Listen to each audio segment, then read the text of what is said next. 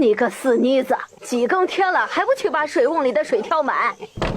想让我这老太婆伺候你们这俩死崽子不成？天还没亮，鸡也没叫，杜瑶就被这一声高过一声的叫骂给惊醒了。睁开眼睛，看到吓得发抖的小弟紧紧地抓着他的手，小声说：姐姐快起来，再不起来虎子奶要打了。虎子奶就是刚才叫骂的老太婆，也是他们的亲奶奶。可是从他们的爹死了以后，老太婆就不许他们叫奶奶了，说他们克父克母，不配叫她奶奶，怕被他们克死。杜瑶叹了口气，小觉别怕，姐姐这就起来去挑水，你再睡会儿吧。杜新觉摇头，苍白的小脸上满是担忧，但还是倔强地说：挑水太累，姐姐挑不动，我和姐姐抬，我是咱们这一房的男人，不能全让姐姐担着，不能让姐姐挨打。杜瑶欣慰地摸了摸小弟那顶着一团乱发的脑袋，不怕，姐姐不会再挨打了。这个月以来，有看到我挨老太婆的打吗？杜新觉摇头，可他觉得更怕了。没，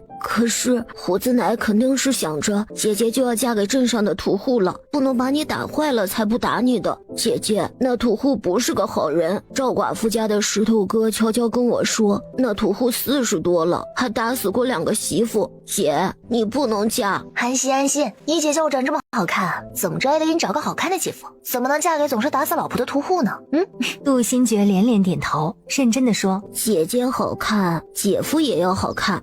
这话啊，也就是姐弟俩说起来不心亏。没错，就该是这样。小家伙才8岁，对未来姐夫还没有幻想。杜瑶将自己收拾妥当，接着说：昨天晚上姐姐怎么教你的？在家好好收拾东西，等我挑完水，咱们就能过好日子了。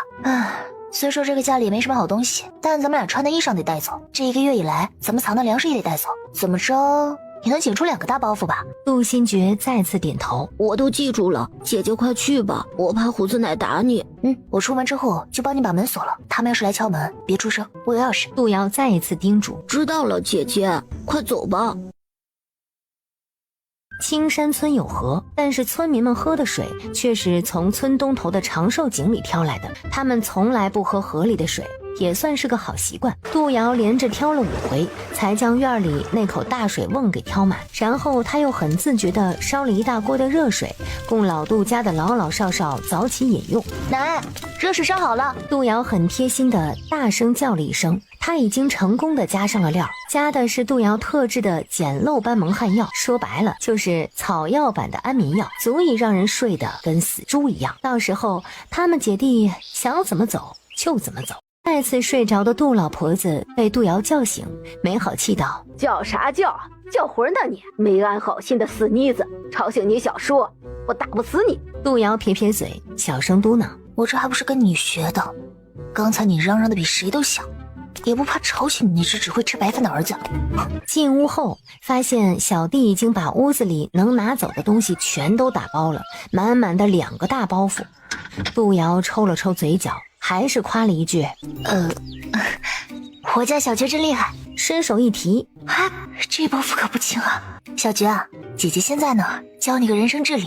杜瑶笑盈盈地说。杜新觉小脸顿时板了起来，颇为严肃地说：姐姐请讲。杜瑶上前摸摸小弟的头，咱们一会儿是要逃命的，拿不动这么重的包袱。可是这都是我们要用的。杜新觉紧皱小眉头，一脸的不舍。那么姐姐再问你，命重要还是这些包袱重要？杜新觉抿着嘴，他舍不得。命和这些包袱有联系吗？有可能。杜瑶接着说，在生命面前呢，什么都不重要，命没了就什么都没了，所以咱们今天只带2身换洗的衣裳，还有1包盐巴就行了。杜新觉听懂了，就像爹以前经常上山打猎，换钱给我们买好吃的，他死了后我们也就吃不到爹打的猎物了，是吧？没错，就是这样。杜瑶话锋一转，不过既然小觉都已经打包好了，咱们也不能便宜了老杜家的人。杜瑶趴在窗户上，看到老杜家的人都起来洗漱后，又等了半刻钟的样子，才扛起大包袱，锁好门后，直接把老杜家最快的砍柴刀别在了腰间，拉着杜新觉大摇大摆地往外走。站住！身后突然传来大伯家的闺女杜红英的声音：杜瑶，你想跑是不是？谁给你的胆子啊？杜红英不怀好意地说：说你毒你还真是毒啊！竟敢偷咱爷新买的砍柴刀，还不快放下去，烧火做饭去。毒瑶是杜瑶自从脸上长出毒泡以后，村子里那些不怀好意的孩子们给杜瑶取的外号。但是第一个叫这外号的人就是杜红英，一个极度诚信的堂妹。杜瑶觉得脸颊上的毒伤再次疼了起来，这毒是她重生至此的导火索，也是她到目前为止从未接触过的毒。她一手拉着吓得不行的小弟，另一手摸了摸腰间的砍柴刀。没想到老杜家还有一个漏网之鱼啊！今天要想成功逃离老杜家，就得先把这个姑娘给收拾了。而杜红英也已经往杜瑶这边走。你怎么没去吃饭？杜瑶很是疑惑，便故意说：也没洗脸刷牙吧？看你脸上的灰啊，都是大姑娘了，怎么还这么脏呢？早上起来连脸都不洗，这得懒成什么样子啊？也不怕传出去，丢了老杜家的脸面。再怎么说你是到了说亲的年纪，这要是让媒婆子知道你是个又懒又脏的姑娘，我看你这辈子也嫁不出去了。你胡说些啥？杜红英果然上当了，红着脸说：我哪里脏了？我也不懒，每天都有洗脸刷牙。我今儿是起得早了，肚子不舒服，先去了茅厕才没洗脸的。你不懒又能咋样？还不是被奶嫁给了打老婆的屠户？你这辈子就这样了，说不定啥时候就被屠户打死了，活该。杜瑶猛地举起柴刀来，咬牙道：既然如此，我就先砍死你！手起刀落，杜红英尖叫一声，倒在了地上。杜新觉也被姐姐的这个举动给吓坏了。姐姐，他死了，你砍死了他？没死，用的刀背晕过去了。小菊别怕，姐姐怎么可能杀人呢？姐姐还想过上好日子呢。趁天还没有大亮，咱们赶紧藏包袱去，再不走，这杜家人要醒了。杜瑶在挑水的时候，连水瓮里都下了蒙汗药，虽说只是简易版的，也能让他们睡上2个时辰。2个时辰够久了，足够杜瑶姐弟逃到大青山深处了。待他们逃走的风头过了，杜瑶再想办法下山，把藏起来的包袱拿走。好，杜新觉听到没死人，胆子也渐渐大了起来。那我们快走吧。姐姐，这就是村里人说的壕沟吧？我们真的要过壕沟吗？听说过了壕沟的人没有活着出来的。杜瑶不以为然，放心，有你姐姐我在，不会有事的。咱们的新家要暂时安置在大青山深处，这样的话老杜家的人才不敢进来抓我们。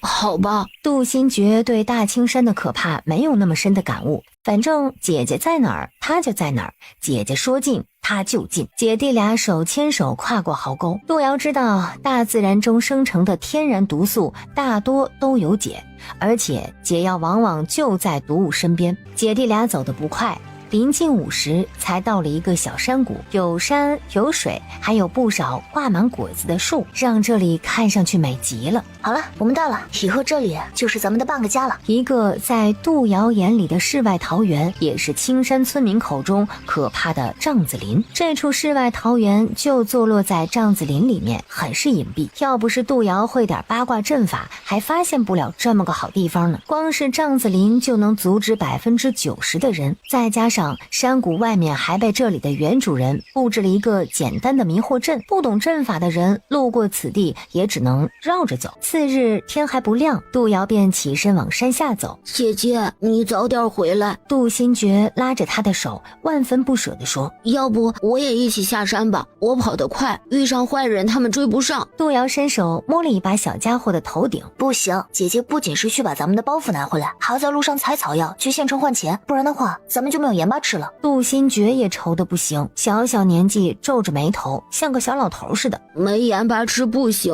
娘说人不吃盐没劲儿的。是啊，不吃盐不行。杜瑶劝道。所以呢，今天小菊还要继续探索咱们的山谷，看着山谷里有不少的瓜苗，你就看着尖尖苗，不然等到秋天的瓜长不大，哎，这可是个很艰巨的任务啊，咱们要靠这些瓜过冬呢。好吧，姐姐早点回，姐姐多带些吃的，我们现在不缺肉。好。可不是不缺肉吗？谷里的鸡鸭都快要泛滥成灾了。杜瑶背上自己新编的竹背篓，迅速往山下走，遇到药草就采，能入药的一般毒草他也没放过。路过他曾被殃及池鱼的地方，杜瑶是个有仇必报的人，便顺着当初他滚下山崖的那条路走。不是他故地重游，而是想找找当初打中他的暗器。他隐约记得是个不小的铜钱儿，但他知道那肯定不是一般的铜钱儿。不知怎的，铜钱没找到，他却走到了曾经误入的山洞之内。当时他有点昏昏沉沉，只记得那个男人穿着不错，长得更是不错。来到洞的中央，杜瑶脚底突然踩到了一块布片，他记得这是那个男人衣上的布料，下意识地捡了起来，却带出了一块小葫芦挂饰。这不是我上辈子一直带在身边的小葫芦吗？这小葫芦是上辈子他爷爷在他10岁那年送给他的生日礼物，说是花了大力气弄来的，能保他一生平安。他没想到这辈子还能见到小葫芦，这是他杜瑶命中注定的小葫芦，谁也不能给。出了洞后，这可是大青山深处，这里毒草遍地，一个不小心就能中招。这到底是个怎样的神奇山脉啊？竟然还有鸣蛇草啊！鸣蛇草不能直接碰，未经处理的鸣蛇草有剧毒，处理好后千金不换。杜瑶在这个地方做了记号以后，遗憾地离开，但下一刻他踩到了一个圆鼓鼓又滑又硬的东西，扭头一看，是条真正的蛇。这蛇杜瑶认识，也可以说是鸣蛇草的半生兽。大意了，像这种级别的毒草最容易吸引同级别的毒虫了。杜瑶并非怕了这条蛇，是怕被这蛇咬了之后就得牺牲掉那株鸣蛇草，因为鸣蛇草也是蛇毒的解药。杜瑶跑得很快，有点慌不择路，加上对地势不熟，慌忙间又滚下了某处山坡。趴在山坡底部，杜瑶艰难地坐了起来，两只手掌被一路的乱石杂草划破了，看上去血乎乎的。还真疼，真是亏。话未说完，杜瑶的眼前一黑，眨眼间到了一个陌生的地方。杜瑶用受伤的手狠狠地拧了一下大腿，难道我又挂了？这又是到了另外一个世界？可眼前的景象让他的心沉到了谷底，这地方太荒芜了。莫非我到了原始社会？心情非常不好。我若不在了，小觉可如何是好？他还是个孩子呢，真想回去。这小家伙话依然没说完，杜瑶眼前又是一黑，眨眼间又换了个环境，依然是那处山坡底部，依然是苍翠的杂草和树木。杜瑶惊讶不已，难道我这是有了一个空间？他下意识地往手腕上看，小葫芦不见了。没想到小葫芦里还有这样一片天地。杜瑶喜笑颜开，没有那条小蛇，我也不知道这个小葫芦是个宝贝。所以鸣蛇草我来了。杜瑶很想今天就把鸣蛇草收了，这种难得一见的好东西不拿到手上就不算是自己的，他是真的不想错过。但是在这之前，他得把那条危险的小蛇给处理掉。那条蛇很危险，他现在还没有能力对付它。咬咬牙，杜瑶忍住了心中的冲动。鸣蛇草可是宝贝，值得等待。等他的毒术再恢复一些，等他找到克制那条小蛇的药草，然后再来挖鸣蛇草吧。杜瑶不甘心地再次进了空间，现在他还是先熟悉一下这个有着大片土地的小葫芦空间吧。杜瑶闭上眼睛，念念有词地说：“让我进去。”再睁开眼，他便站在了那片荒芜的黑土地上。杜瑶捡起土地上的枯草，左看右看，发现这是一株他不认识的药材，虽然如秋后的杂草一样干枯了，但是药味还是有的。而且这干枯了的药草不像是被晒干了的样子，而是像被抽走了所有的药力，只剩下一层干皮，用手扯掉一揉就碎了，完全没有半点用处。这上面密密麻麻的都是这样干枯了的药草，品种多样，但死法都一样。奇怪了，谁能一下子吸走这么多的药力？杜瑶想不明白，若是人为，他是个极厉害的，或许根本就不是人。不是人会是什么？别看杜瑶上辈子见识也不浅了，但他还是不敢跟小葫芦空间里的上个主人比。怕是个半仙的人吧？杜瑶嘟囔道，只有这么厉害的人才能一下子用掉这么多的药力，普通人哪里敢这么吃呀？在离雾气最近的地方有一个茅草屋，还不小，里面锅碗瓢盆都有，不过除了石头制的就是玉制的，没有半点铁器。杜瑶在紧挨着茅草屋的另一个小屋子里发现了几把质地极好的玉刀，不用说，这个屋子就是储存药草的地方。杜瑶闻了闻上面残留着的药味，便知道这是用来放毒草的。杜瑶皱了皱眉，这毒草与药草放在同一个屋子里，不怕药性相抵吗？话音刚落，杜瑶便感觉眼前一黑，顿时头晕目眩起来。等他站稳再看，发现这间储藏室变大了，在紫竹和金镶玉竹中间多了道半透明的帘子。杜瑶伸手摸了摸，摸不出来这帘子的质地是什么，但是他能够轻松地穿过帘子。行吧，可能又是什么我不知道的黑科技吧。杜瑶揉揉眉心，有点力不从心，便出了屋子。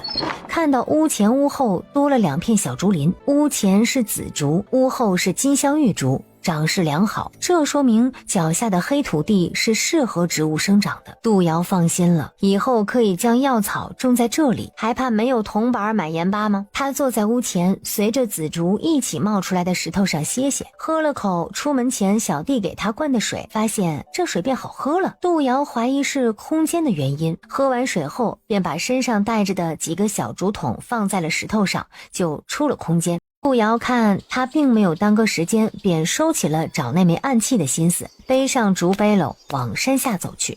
过了壕沟，走了小半个时辰，杜瑶便觉得山里越来越热闹了，小动物们多了，还能看到人影。杜瑶避着人走，他想先把他们藏起来的包袱收走，有空间收着就是这么方便。来到村头某个大柴火垛，杜瑶左右看了看，没人，便从垛后面钻了进去，发现包袱还在，顺手就扔到空间里去了。但是在他即将出来时，却听到了熟悉的声音：“石头哥，你这是去哪儿啊？你靠近一点，我有话要跟你说。”我们没啥好说的。一个嗓音低沉的男子声音传来：“这不是杜红英吗？”杜瑶眉头一皱，窝在柴火垛里不动了。难道你不想知道杜瑶在哪儿？姚姑娘她在哪儿？男子的声音明显的极了，而他口中的石头哥就是他们村里的赵寡妇的独子赵石头，也是之前小觉口中的石头哥。杜瑶知道赵石头对他的心思，所以才处处躲着他。没想到杜红英也对这人有别样的心思。杜红英冷哼：“石头哥，我劝你还是死了那条心吧，知道吗？杜瑶的未婚夫来了，就在我们家，人家带着聘礼来娶她了。你二叔刚走没几个月，你们就这么对他的儿女，也不怕你二叔变成鬼回来报复你们？”啥？我二叔那个怂货，就算是做了鬼，他也不敢来。给杜瑶找这门亲的人是我奶，有能耐你去跟他说理去，关我那死鬼二叔啥事儿？就算是他还活着，谅他也不敢说声不字。石头哥，杜瑶这个不要脸的，你就别惦记他了。谁知道他是不是早就跟人家好上了？你别乱说，姚姑娘不是那种人，你想说啥就直说吧，在路上拉拉扯扯的不成低头。杜红英咯咯笑了2声，恭维道：“就知道石头哥是讲究人，咱们青山村的年轻后生，只有石头哥是最有出息的。连我三叔都说了，要是石头哥还读书的话，说不定比他还早中童生呢。”赵石头这人是读过几年书的，要不然说话时也不会拽上几句文气话。说到读书，赵石头的语气弱了：“有成兄读书也是极好的，不然也不能中童生。”杜红英知道他这么说，赵石头肯定能听进去，便进一步说道：“我家小叔总是说，学堂里的先生时常念着石头哥，说你不继续读书可惜了。”赵石头叹气：“那又能怎样？父亲不在了，为人子的就得挑起大梁，不能让母亲伤心。”哎呀，赵婶儿真是咱们村里最幸福的人。杜红英再次吹捧了一把。赵石头别看名字取得憨厚，但人还是有几分心眼的。你到底想说啥？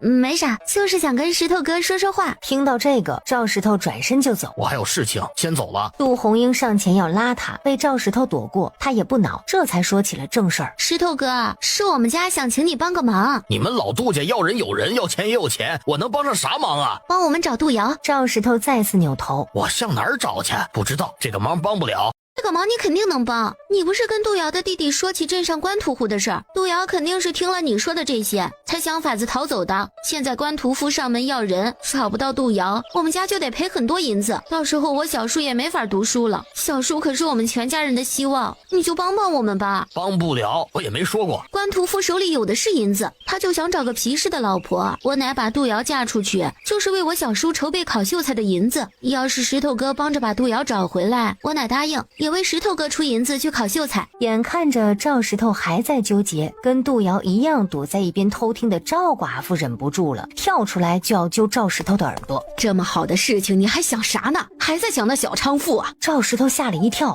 下意识的后退。娘，你说啥呢？杜瑶还是个姑娘家，别这么说，不好听。这一解释，赵寡妇的火气更是蹭蹭上涨。你这死小子，竟敢为了那啥毒药说好话！你被他喂毒了你知道村里人都叫他啥吗？毒药，那是碰上就没个好的。你没看到他脸上那块毒疤呀？你还敢给他说好话？我看你是不要命了。说到这里，赵寡妇突然坐在地上嚎了起来。哎呀，我这命苦的寡妇呀，儿子都被那黑心的小娼妇收走了，都敢顶撞养大他的亲娘了。老天爷呀，你咋不把我收走啊？当家的，快来带我走吧！儿子不孝顺，我不活了！哎呀，老天爷呀！赵石头最怕这个了，想也没想的就同意了。娘，你快起来，你别这样，我答应你还不行吗？你要我干啥我都答应你。娘啊，我和杜瑶真没啥，我们都没说过几句话，你快别说了。赵寡妇的嚎叫声戛然而止。没说几句话就把你迷得眼花心也花了，要是说上几句，你还不得为他死去啊？不能，娘，我也没了爹，我就觉得他怪可怜的。哼，他可怜，你娘就不可怜了？你娘还没了男人呢，儿子又不孝顺。行，都听娘的，都听你的。杜红英这时又跳了出来。婶子，石头哥，不如去我家喝杯茶吧，这事儿啊在这里不好说。说的也是，红英啊，你家今儿有贵客，婶子和你石头哥去给你们帮忙去。说着三个人一块儿走了。杜瑶等了好一会儿才悄悄地出了柴火垛，看向三人离开的方向，叹了口气。没想到赵石头还是跟老杜家同流合污了，这是想用老杜家卖我的银两参加科考。良心啊，这么容易变质的吗？趁着附近没有人，杜瑶蒙上了一块粗布面巾，急匆匆地往村外走去。今天的事情杜瑶忍了，要不又能怎么样啊？得先想办法赚银子，有了银子，想怎么虐他们就怎么虐。没多时，杜瑶站在一个岔路口，不知道走哪条路好。他知道去镇上的路，却从来没有去过县城。不过听村里的人说过，去县城跟去镇上的路程差不多。青山村位于他们的中间。杜瑶自语道：在青山村不远处有个岔路口，一条呢是通往青山镇，一个是通往青山县，想来这就是那个岔路口吧。他从没想过去镇上，一是镇上只有一个药材铺子，口碑还不怎么样；二来那个官屠户就是镇上的人，他当然不会自投罗网了。杜瑶紧了紧背篓，想也没想的踏上去县城的路。他刚走不久，在大青山上转悠了1个多月的斐然也出现在了那个岔路口。他手上握着一块老粗布，站在岔路口等了一会儿，便有黑衣人前来回报：主子，附近各个村子都打听过，没有谁家女儿进过大青山深处。斐然将手上的老粗布收到怀里，低声说：去青山镇。杜瑶和斐然第一次完美错过。一无所知的杜瑶根本不知道有人在暗地里打听他，这会儿正在跟路上认识的婶子大娘们聊得火热。一个好心的婶子问：姑娘，这么热的天儿，你脸上咋还蒙着一块布呢？不热吗？婶子，我这回去县城就是为了我这张脸。我有一个堂妹，前几天不知怎的突然发了疯，上来就抓我的脸，我被她挠了几下子，当天就起了红疙瘩，这疙瘩越长越大，我就难受的不行。偏偏家里人都说没事儿，我这都没脸见人了，这才蒙上一块布的。不瞒婶子说，我这几天一直上山采草药，想去县城换了银钱，找个大夫瞧瞧。这大热天的，我也不能总是蒙块布啊。说的也是，这天是越来越热了。说起来呀，你家那个堂妹真不像话，怎么能用手抓你的脸呢？人家都说呀，手是最毒的。是啊，都是这么说呢，特别是伤口处，再痒也不能用手抓。就是这个脸儿，手毒着呢。话题就这么转了个弯儿，同行人大多都不认识，看杜瑶不愿意说他是哪个村的，也都识趣的没有再问，都是路上遇到的人，到了县城以后也就各奔东西了，这辈子也不一定会再碰上一回。进城后，好心的婶子大娘都为杜瑶说了句好话，并给指了去骑士药材铺子的路。走着走着，杜瑶迷路了，这里的街道有好多是死胡同。当杜瑶又一次从死胡同里倒回来后，发现后面不知何时跟着一个老头，不时的耸耸鼻子，看上去颇为怪异。不过就在这时，突然从人群中冲出一个年轻人来。杜瑶没看清这人长什么样，但他的鼻子却闻到了不得了的味道，这是毒。哎呀，不行，得赶紧避一避。杜瑶扭头一看，那跟着他的老头倒在地上，鼻血直流，看上去分外吓人。这老头吃力地抬起手来，指向人群，恰巧杜瑶就在他指的方位，让周边认识这老头的人纷纷议论起来。哎，齐老指的是这女娃不？齐老这是咋了？哎呀，乡亲们，赶紧送齐老去医治啊！哎，这女娃，你别跑啊！说的就是你。那最先开口的人拦住杜瑶，不让他走。我看齐老指的就是你，你跟我们一起走。杜瑶不想惹麻烦，装作很害怕的样子。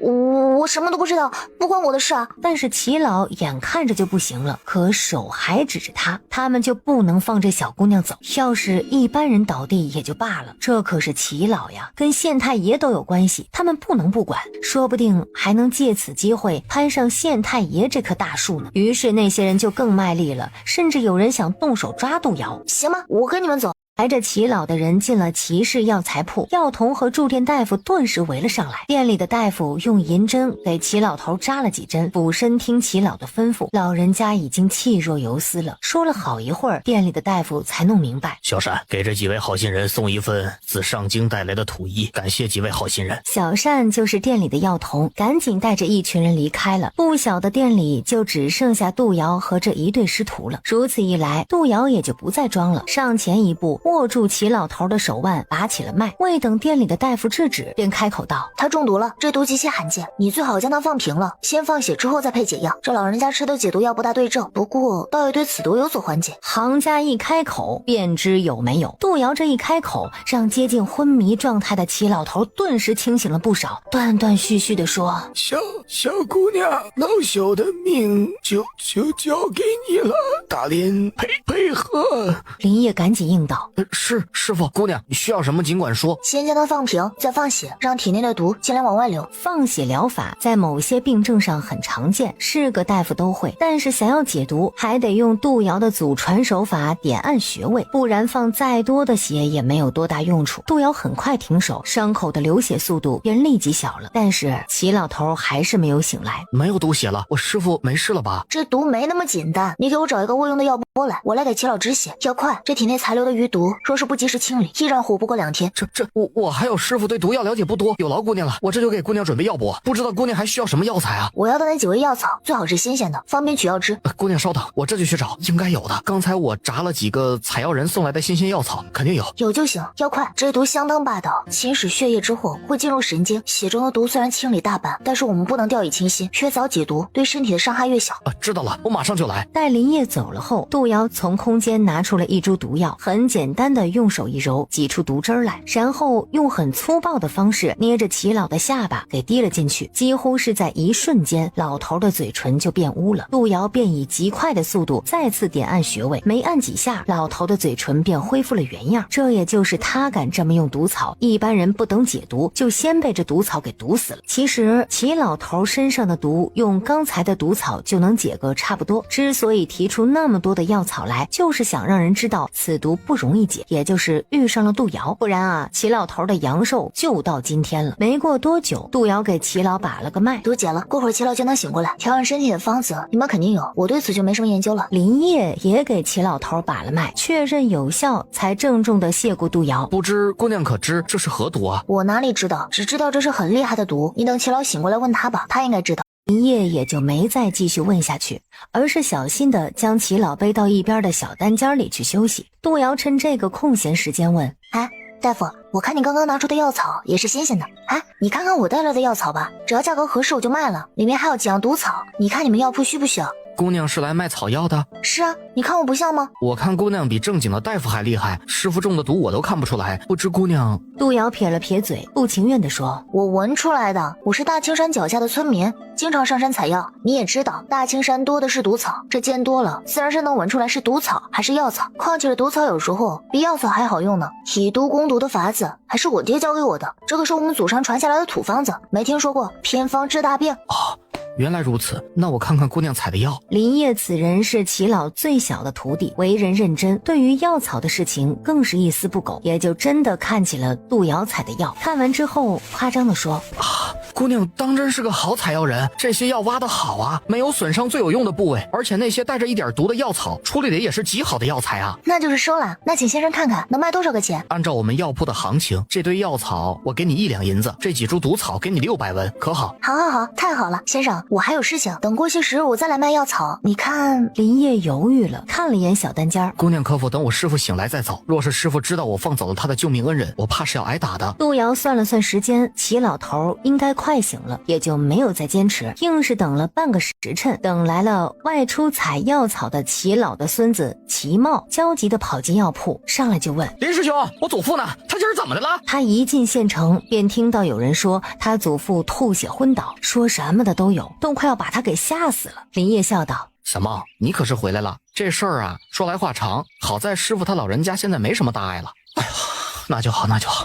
林师兄啊，祖父他到底怎么的啦？林烨看了下乖乖地坐在一边的杜瑶，这个还是问一下这位姑娘吧，师傅的毒就是他给解的，毒是你下的吧？这位大哥知道自己在说什么吗？齐茂扯了扯嘴角，故作高深地说：姑娘，我这看你这年纪轻轻的啊，想来是不知道牢狱之苦。我祖父年事已高，来青山县养老，自问没得罪过任何人，姑娘为何要对他下毒啊？然后呢？齐茂沉下脸来，脑海中想到好友斐然审讯犯人时的样子，语气森然道：你下毒之后主动解毒，有何目的？想要什么？方才我听你叫齐老为祖父，想来是齐老的孙子，我想不明白，这就是你们齐家人对待救命恩人的态度。我这话虽然是这么说的，但这也太巧了呀！这个连我林师兄都不知道这是何种毒，你却知道，难道不可疑吗？杜瑶认真的点点头。你说的也对，但是我真的是无辜的，你可以问问你家祖父，想来他知道自己中的是何毒。不是我说，今天你家祖父要不是遇到我，那就危险了。不求涌泉相报，也不要这么恩将仇报吧。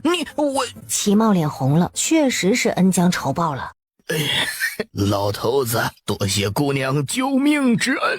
方才我家孙子搞不清楚状况，误会了姑娘。老头子给姑娘赔罪了，望姑娘莫怪。这举动真把杜瑶吓了一跳，他可不敢受老人家这么大的礼呀。哎，这是干什么？既然是误会，说开了就行了，不必如此。一边的齐茂也赶紧道歉：都是我不好，我不该怀疑姑娘的，请姑娘原谅。呵呵，误会解开了就好，可不敢带着一个嫌疑人的名声离开。既然是这样，那么林大夫结算一下卖我药的钱吧，天也不早了，我还得赶紧往回走呢。林烨看了下齐老，后者点头说道：大爷说姑娘采集的药草相当好，我们药铺虽然不大，却也非常需要这样的药草。姑娘以后常来，只要药草好，价格不是问题。林烨将杜瑶卖药的钱给足后，又给杜瑶一张银票，银票的金额并不大，只有100两，但杜瑶基本上已经明白了这老头的意思，他大方地收下银票，笑道：想来这是齐老您付的解毒费用，那么我就收下了。不知姑娘解一回毒需要多少银子？老头子，以我在京城出诊一回的价钱算给姑娘，咱们多退少补怎么样？行啊，说起来还是我赚了。那么几位告辞。齐老亲自送杜瑶出门，很是认真的承诺：老头子欠姑娘一个人情，以后可得常来常往哦。药铺刚开张没多久，什么药草都缺。好啊，老人家，咱们常来常往。齐老三人站在药铺门口，目送杜瑶离开，直到看不到杜瑶的身影，齐茂才问：祖父，方才我们给银票了，为何还说要欠他一个人情啊？小茂，你的判断力还不行啊！你祖父何时这么无助过？可是祖父，您从来都不善于用毒的。齐茂还是有些想不通。齐老叹了口气，在他们的搀扶下回到了后院，躺在床上后怕道：我再不善毒，也是个行医多年的大夫，自保的手段总有吧？何况我还有断毒医配制的万能解毒丸，就算是这样，我还差点死了。可见那毒是真的毒。齐茂还是觉得不大对。那个姑娘看上去年纪也不大呀，这么厉害的毒，她真的会解？我还是觉得毒是那姑娘下的。不是她下的，这毒出自宫中。我在宫中当御医的时候见到过，不是一般人能有的。何况碰到我的人是个年轻的男子，不是他不是他，应该说是我连累了他。原本是我呀，闻到他背篓里有一味极其贵重的毒草的味道，我想上去问问，这没想到还没靠近我就被毒倒了。在失去意识的时候，我努力指着他，其实也是存了几分侥幸。没想到我赌对了，不然你们现在应该想法子为我办丧事了。哦，原来真是我误会了。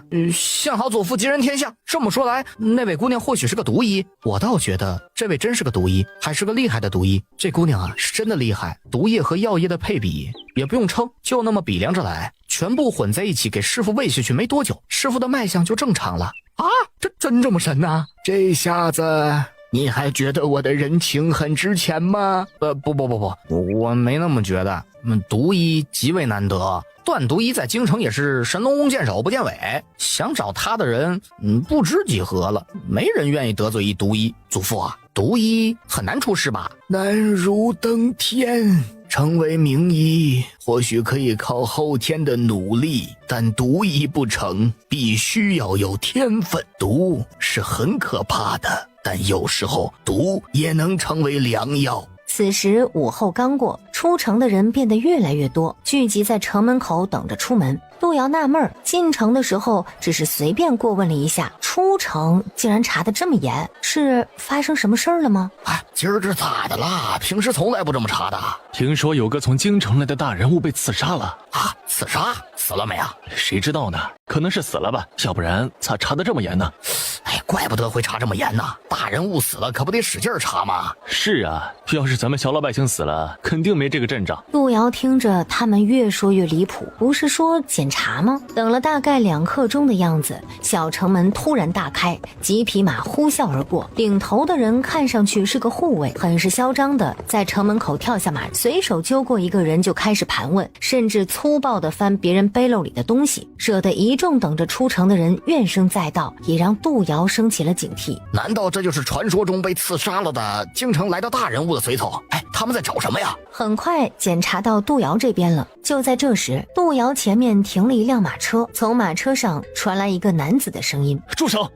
大人，小的还没查到可疑之人，望大人再给小的一点时间，小的定然能找到陷害大人的。拿下！谁让你自作主张欺压百姓的？大人，小的是。未待这人说出后面的话，其他人就已经将布塞到了这人的嘴里，并且五花大绑。赔偿。男子说了这么2个字后，马车便快速离开，直奔骑士药材铺子而去。齐老，可是那些人做的？飞小子，可找到国公爷需要的毒草了？幸不辱命，找到了。如此一来，国公爷3、4年内定会平安无事。只是老夫听小茂说你也中毒了。小毒而已，有断毒医的解药，也无大碍。那就好。断毒医的药，寻常毒都不怕。不过你回到京城，还得让断毒医给好好调养一下啊！看你脸色不大好，别仗着年轻不当回事儿，等体内残毒多了，也会出大事儿的。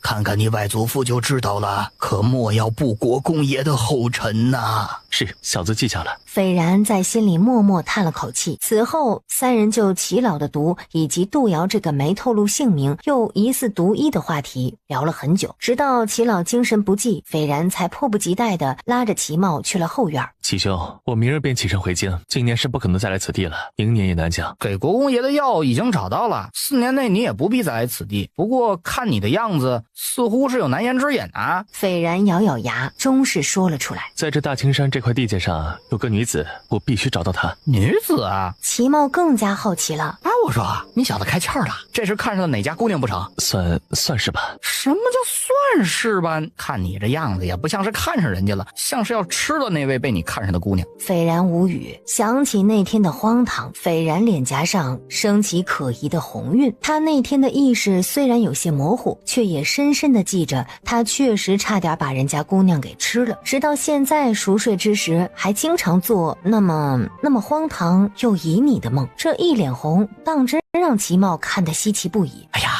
飞兄啊，你这样不行啊，你以后可不能随便脸红了啊！站在你面前的幸亏是我，要换做哪个女子啊，怕是要被你这样给勾了魂了。特别是那姓徐的，你可得防着点儿。莫要胡言。斐然大窘，转过身去叹了口气。不要提姓徐的，若不是他，我也不会寻找什么大青山下的女子。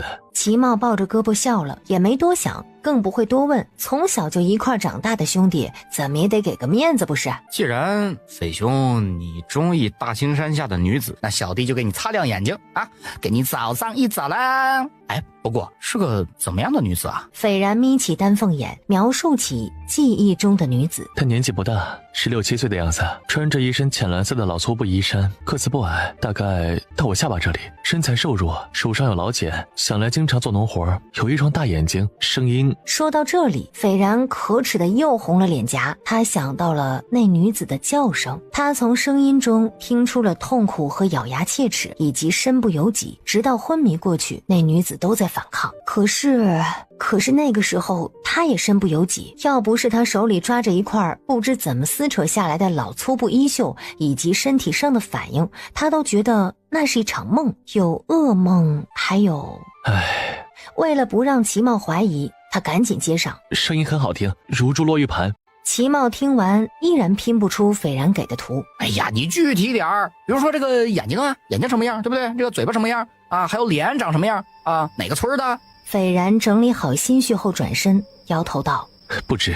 齐茂蹙眉，一问三不知，你让我去哪儿给你找啊？不用你费心寻找，暗地里打听就是了。若是觉得哪个姑娘像，就给我写信。我虽形容不出具体长相，但只要我们面对面，我便能认出她来。说实话，当时的情况确实有些乱，但他记得那姑娘的味道和感觉，可这些却是语言无法形容的。唉，齐茂很是无语。你对人家姑娘做了啥呀？做了什么？斐然怎么能说得出口啊？我想娶她。你疯了你啊！你连那姑娘叫什么哪里人都不知道吧？这样的女子你想娶，你的家人同意吗？我外祖父定能同意的，至于其他人，我想娶谁与他们何干？你只管暗地里打听便是了，不过不许跟任何人透露半句。那么你可知那姑娘脸上或是哪里有什么记号吗？齐茂也就不再深问了，继续就这女子的事情提出了要求。斐然闭上眼睛想了想，右耳后发际线边缘有一颗痣。齐茂惊讶地看着斐然，你这家伙到底对人做了什么呀？这么隐秘的地方他是怎么知道的？无论如何我都要找到他，齐兄麻烦上点心。齐茂抽抽嘴角，好吧，我的斐大人。话虽这么说，但他并不抱希望，你一个人再怎么使劲也没用啊。但是话却不能这么说。哎，匪兄不必担心，有发现就去给你去信儿。倒是京城那边，匪兄要多加保重啊。放心，我死不了。斐然咧嘴一笑，最迟明年此时，我会再来大青山。那齐某定当打踏相迎。齐茂嘴上这么说，心里却十分的狐疑，总觉得是那个姑娘没有看上他。想来匪兄应该是被那位姑娘拒绝了，才这么恼火的一定要找到她吧。哎呀，京城的斐大公子可是很多姑娘们的梦中情郎，谁知出了京竟然落到被女子拒绝后黯然伤神的地步。齐茂对那女子的好奇也被提了起来，倒也有那么几分真心实意的帮斐然的打算。斐然交代好后，便带着他的人提前走了。姐姐，停，站在那里不要动。姐姐，我……杜瑶以最快的速度来到他的身边。小觉，这帐子林里被人布置了一层阵法，进出是要有条理的，若是一步踏错，极有可能这一辈子也走不出来了。杜新觉吓得小脸都白了。真走不出来吗？是真的。误入阵法的人会一直在原地转圈，在他们眼里看到的有可能是各种可怕的事情，就算没被吓死，饿也会饿死的。杜新觉确实被吓到了，但没多久眼睛里开始冒光。杜瑶被他眼里的光吓了一跳。小觉，你为什么这么看着我？姐姐你真厉害，我都不知道姐姐原来是这么厉害的人呢。姐姐的师傅一定更厉害吧？姐姐的师傅可不是一般人，在咱们眼里就跟神仙似的。要是没遇到师傅，你姐姐我1个月前就死在大青山了。这师傅是他湖州的，说得很是神秘，并且有着神秘手段，总之是个很厉害的老头。姐姐以前总是被那些人欺负，有时候连我都看不下去了呢。小屁孩就该有小屁孩的样子啊，别装大人。那么姐姐能不能教教我呀？我也能学姐姐的本事吗？能啊，我那师傅可是说了，他教我的这些东西啊，我都可以找人传下去的。哎呀，他就爱外求仙了，这辈子也不可能回咱们大楚国了。遇到我也是临时起意，见我可怜，才教我2样可以谋生的手段。所以啊，师傅教给我的东西呢，我想教给谁就能教给谁。姐姐教我。小觉只想学阵法嘛，姐姐对此也不是很懂，我师傅也只教了一个皮毛。不过姐姐对毒术倒是很有心得。想学吗？不想学毒，那是害人的东西，我不想学。那么学医呢？可以治病救人的。小觉若是想学，姐姐也能教，会一些简单的救治就行。姐姐不是说我要撑起咱们家的粮，要参加科考才能改换门庭，出人头地吗？我想读书考状元，就不能学医了。说得好，小姐好样的，还记得当初跟姐姐的谈话呢。这阵法虽不好学，但学到手却能对咱们有大用。姐姐会把所有知道的全都交给小觉，等咱们稳定了，就下山去建新房子，送小觉去读书。小觉都听姐姐的。姐姐饿了吧？我煮好饭了。来到厨房，姐弟俩开始吃饭。今天有鱼，是先前腌好的鱼，杜新觉放在锅里蒸蒸就能吃。姐姐今天辛苦了，吃鱼。好。然而话未说完，杜瑶就觉得一阵反胃，起身出门直接吐了，将刚才吃进去的那口米全吐了出来。杜瑶的脸瞬间变了，她有种不好的感觉。她是毒医，也是个大夫，诊脉是基本功，这会儿她却不敢为自己把脉。姐姐，你怎么了？喝点水吧，是吃了不干净的吗？没事儿，就是有点累了。小觉，姐姐盛完米饭想去屋里吃，剩下的小觉解决了好不好？那鱼呢？姐姐腌的鱼很好吃的。姐姐今天不想吃鱼了，至于什么原因，改天再跟你说。厨房就交给小觉了，姐姐先回屋了啊。吃了碗米饭，肚里有神了，精神也好了起来。杜瑶梳洗好后，便咬牙给自己把了个脉。足足过了1刻钟，杜瑶才长叹一口气：前世今生，父母缘浅，却没想到我这儿女缘倒是挺深的。没错，她怀孕了。小觉，一会儿我教你认识一下简单的毒草。虽说你不做治病救人的大夫，但是咱们现在毕竟生活在大青山深处的瘴子林里，怎么着也得弄明白所处是个什么地方不是？好，我好好学，一定能帮到姐姐。别紧张，以咱们家小觉的聪明劲儿，很快就会学会的。若遇到有用的药草，也要记住怎么挖出来卖银子啊！一听有银子可以赚，小家伙更积极了。我好好学，一定学好本事，让姐姐过上好日子。杜瑶这几天除了教他一些基本的药草知识外，还教了他拳脚功夫。杜新觉很是喜欢，每天都哼哼哈哈的练上1个时辰。赵寡妇送赵石头出村子，一边走一边说：我就说老杜家的人没安好心，他们都找不到人，凭啥让你去找啊？劳心劳力的还讨不了好，说啥找不到人就别提考秀才的事儿，真不是个东西。那毒瑶这么多天都没有信儿了，谁知道他跑哪儿去了？说不定啊，早就跟着秦老跑了。娘啊，别说了，姚姑娘她不是那种人，她肯定有她的苦衷。谁让你答应老杜家的人了呢？现在我们不找也不行啊！别送了，我再去镇上瞧瞧，看看官屠户有没有打听到啥吧。赵寡妇送走了儿子，又小声骂骂咧咧地回了村儿。待他们都走远，杜瑶才从柴火垛后面出来，一路疾行来到县城，到牲口市场看了一圈。然而他对这些牲口是真不懂，只好找了个面相忠厚的卖家。老丈，我想买个牲口，再套个车，可不知买啥样的好。不知姑娘想用牲口做啥样的活啊？就是能拉着人跑，再拉点货什么的。不下地吗？暂时不下地，车子呢也不用太大，能拉点货跑得快就行。是姑娘驾车吗？是我家离县城有些远，我又隔3差5的就得来一趟。我这身子骨也不大好，就想着攒钱买个能用的牲口代步。就驴车吧。老农来到了一个小驴车跟前，说道：驴子温顺，跑得也快啊！正好呢，我这里有个2手的驴车，姑娘再选一头驴就齐活了。姑娘，你来看看这驴车，还8成新呢。杜瑶仔细看去，这车不大，制作的却相当的精致。不知这是谁家的，这么新就卖了？原来是我们村里一户有钱人家的车听说他们原是京城人，后来不知怎么犯了事儿，就跑出这京城啊，多难了。前2天京城的亲戚找来了，说是事儿解决了，一家人又去了京城。这车是他们为家里的大姑娘打制的，用了没2年。说是京城那边用的都是马车，用驴车呀会让人家笑话，就卖给我了。姑娘，你看这车咋样？杜瑶笑道：怪不得这么讲究，原来是京城人。不过这车得配个好驴才行。姑娘啊，你再来看看这头驴。老农又来到一头驴的面前，这驴咋样？你瞅瞅啊，这皮毛油光水滑的，你再看这牙口，年轻着呢。这老农口才不错，介绍的东西也靠谱，待讨价还价几回，以20两银子买下。杜瑶便赶着车去了骑士药铺。来到药铺前，日头已经老高了。药铺这会儿看上去不忙，齐老悠闲地坐在柜台边上喝着茶，眼神却一直盯着门口看。看到门口的小驴车，齐老又叹了口气：有段时间了，那丫头咋不来卖药了呀？林业笑道：这才几天呀，师傅，您着相了。对，你说的也对，挖药材也是要时间的，有些药材不好找，炮制起来也难。就是吧，对毒药材那么了解的小辈不常见呐。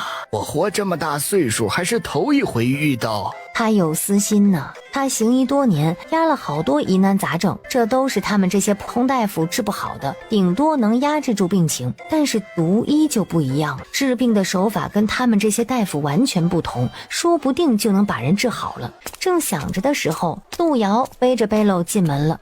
齐老的身体看来是大好了。齐老猛地抬头，惊讶道：是你这个女娃娃，你可是来了？是啊，我来了，卖药草来了。小丫头啊，今天老夫亲自验药材，这里不方便，咱们去后院吧。这正中杜瑶下怀。好啊，我也正好有事儿，想请齐老帮个忙，齐老您请。好，大林呐，这里就交给你了啊。林大夫，我外面还有个小驴车，麻烦您看顾一耳。林业脾气好，笑嘻嘻的应下。小丫头，有事儿就说话，老夫的命是你救的，千万不要客气。齐老您客气了，我是小辈的，救命这话就别再提了，我也是收了报酬的。莫提报酬，老夫的命没那么不值钱。哟，这药草处理得好，小丫头厉害呀！在您面前班门弄斧了。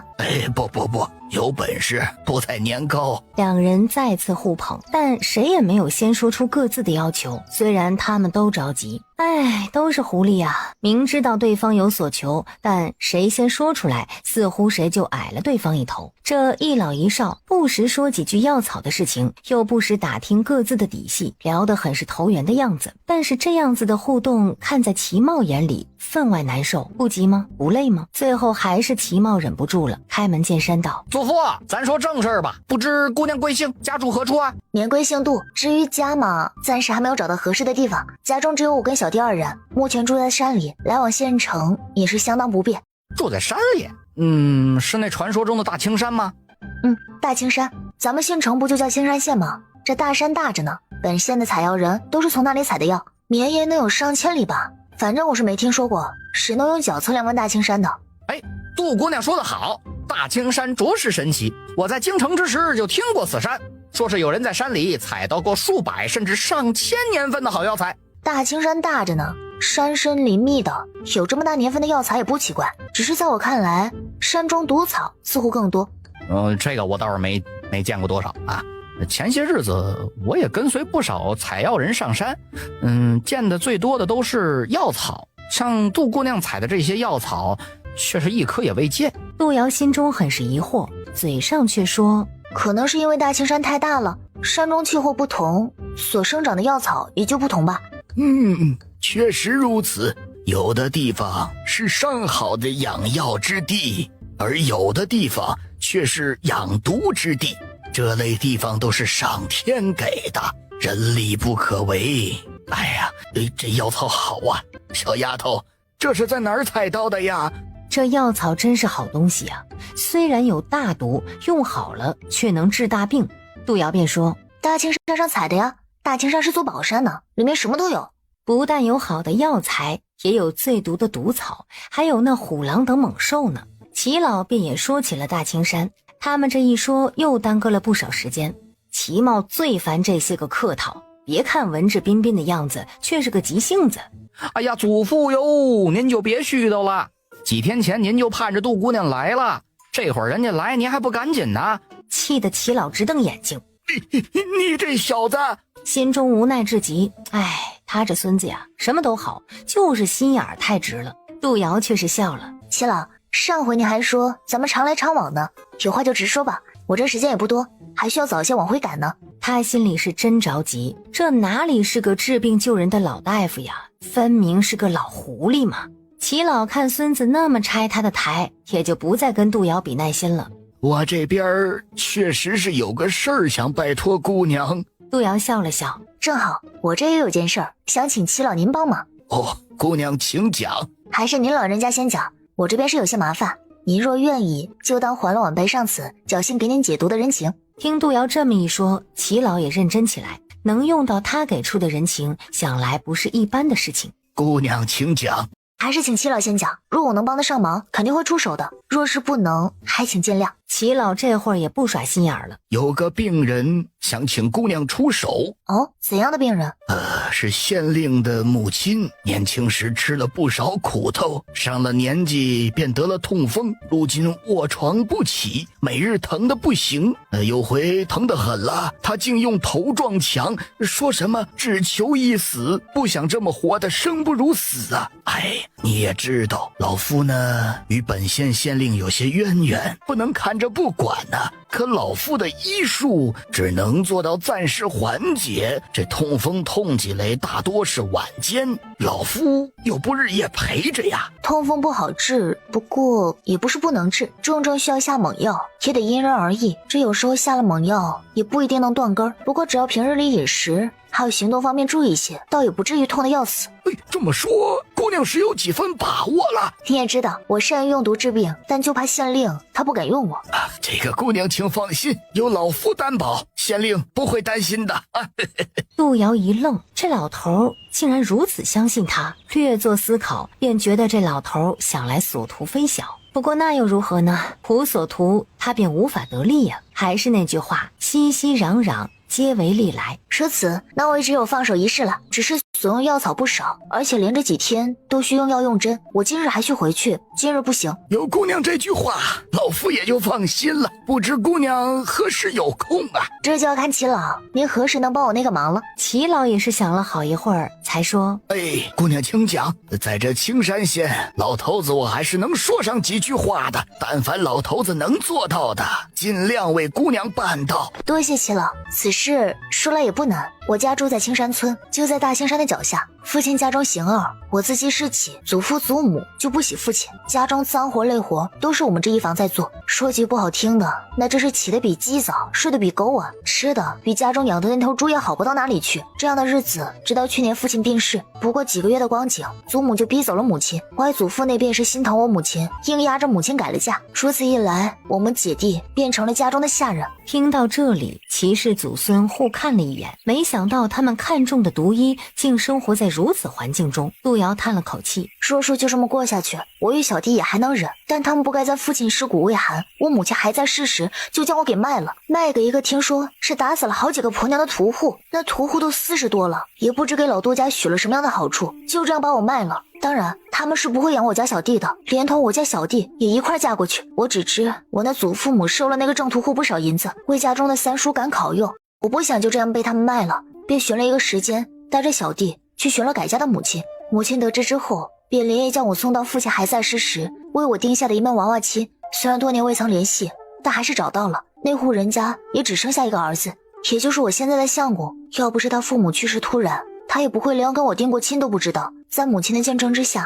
我们当天就成了亲。可若是这样，我也不为难，实在是如何呀？杜瑶低下头，有些难为情地说：实在是我那丈夫和我成亲前就跟朋友说好要去外地做生意，他原本不知道有我这门亲的，可与我成亲之后又做不到背信弃义，我便放他去了外地。可那门亲事我祖母他们也是知道的。我丈夫走之后，我便带着小弟去大青山找了一个安全地方住下，等着丈夫回来之后再出现在人前的。可是现在我却等不了了。杜瑶红着脸抬起头来说：我发现自己有了身孕，我不能让人家觉得我肚中孩子是没有父亲的。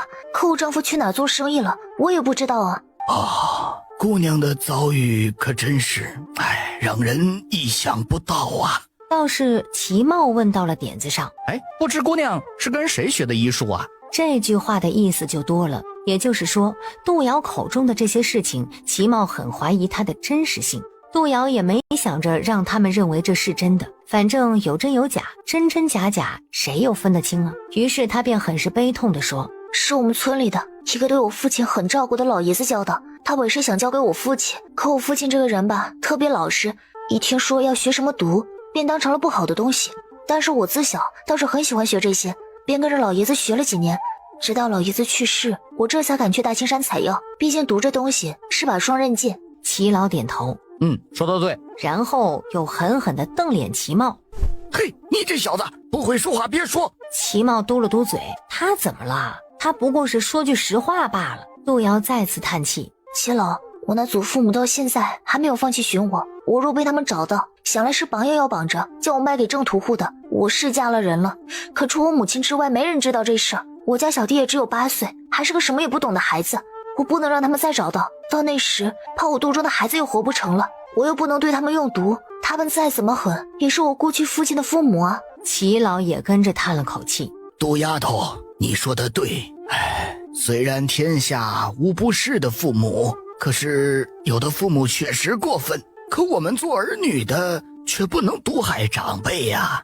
不知我要怎么帮你才能摆脱这种困境呢？我是这么打算的，我与小弟如今住在大青山上也不是个事儿，毕竟我们住的地方毒草不少，怕对他而不利。我想请齐老在县城帮我们寻个小院先住下，待我解决了正屠户之后，还请齐老帮着我，以我丈夫的名义在青山村建个院子，再给我做个见证，让村里人知道我早已成亲了。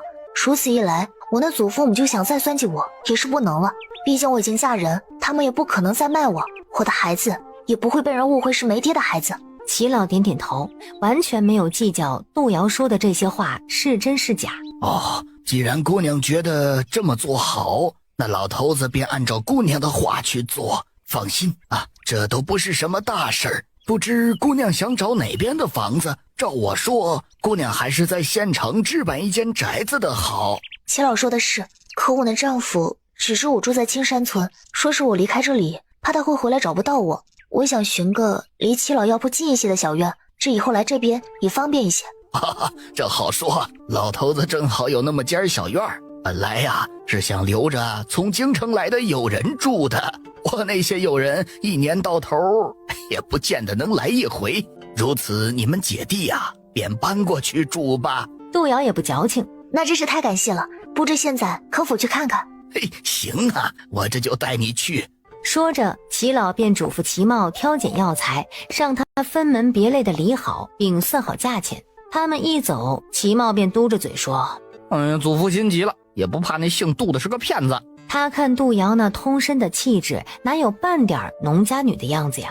若她是祖父嘴里说的毒医，又怎会被他那无良的祖父母欺负呢？别说什么孝顺的话，在齐茂眼里，毒医都是那种不将世间规矩放在眼里的人，就像京城的段毒医那样，连皇家人都爱答不理，皇家人却不敢对他怎么样。毒啊，谁不怕呀？这小院可真好。杜瑶一看就喜欢上了，再看过屋里的摆设，除了铺盖什么的没有，其他的一应俱全。杜丫头可还入得了眼？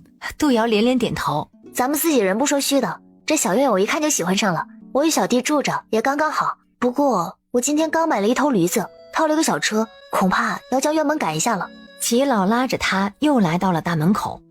不用，门槛可以卸下来，这边门呢也能打开，驴车想来不会太大，可以拉进来。杜瑶比量过后确实能进来，便当场定下这个院子。就是不知这样的院子一个月多少钱？齐老挥手说钱就见外了，不过是处小院儿，青山县的小宅院不少，值不了几个钱儿。姑娘尽管住着就行。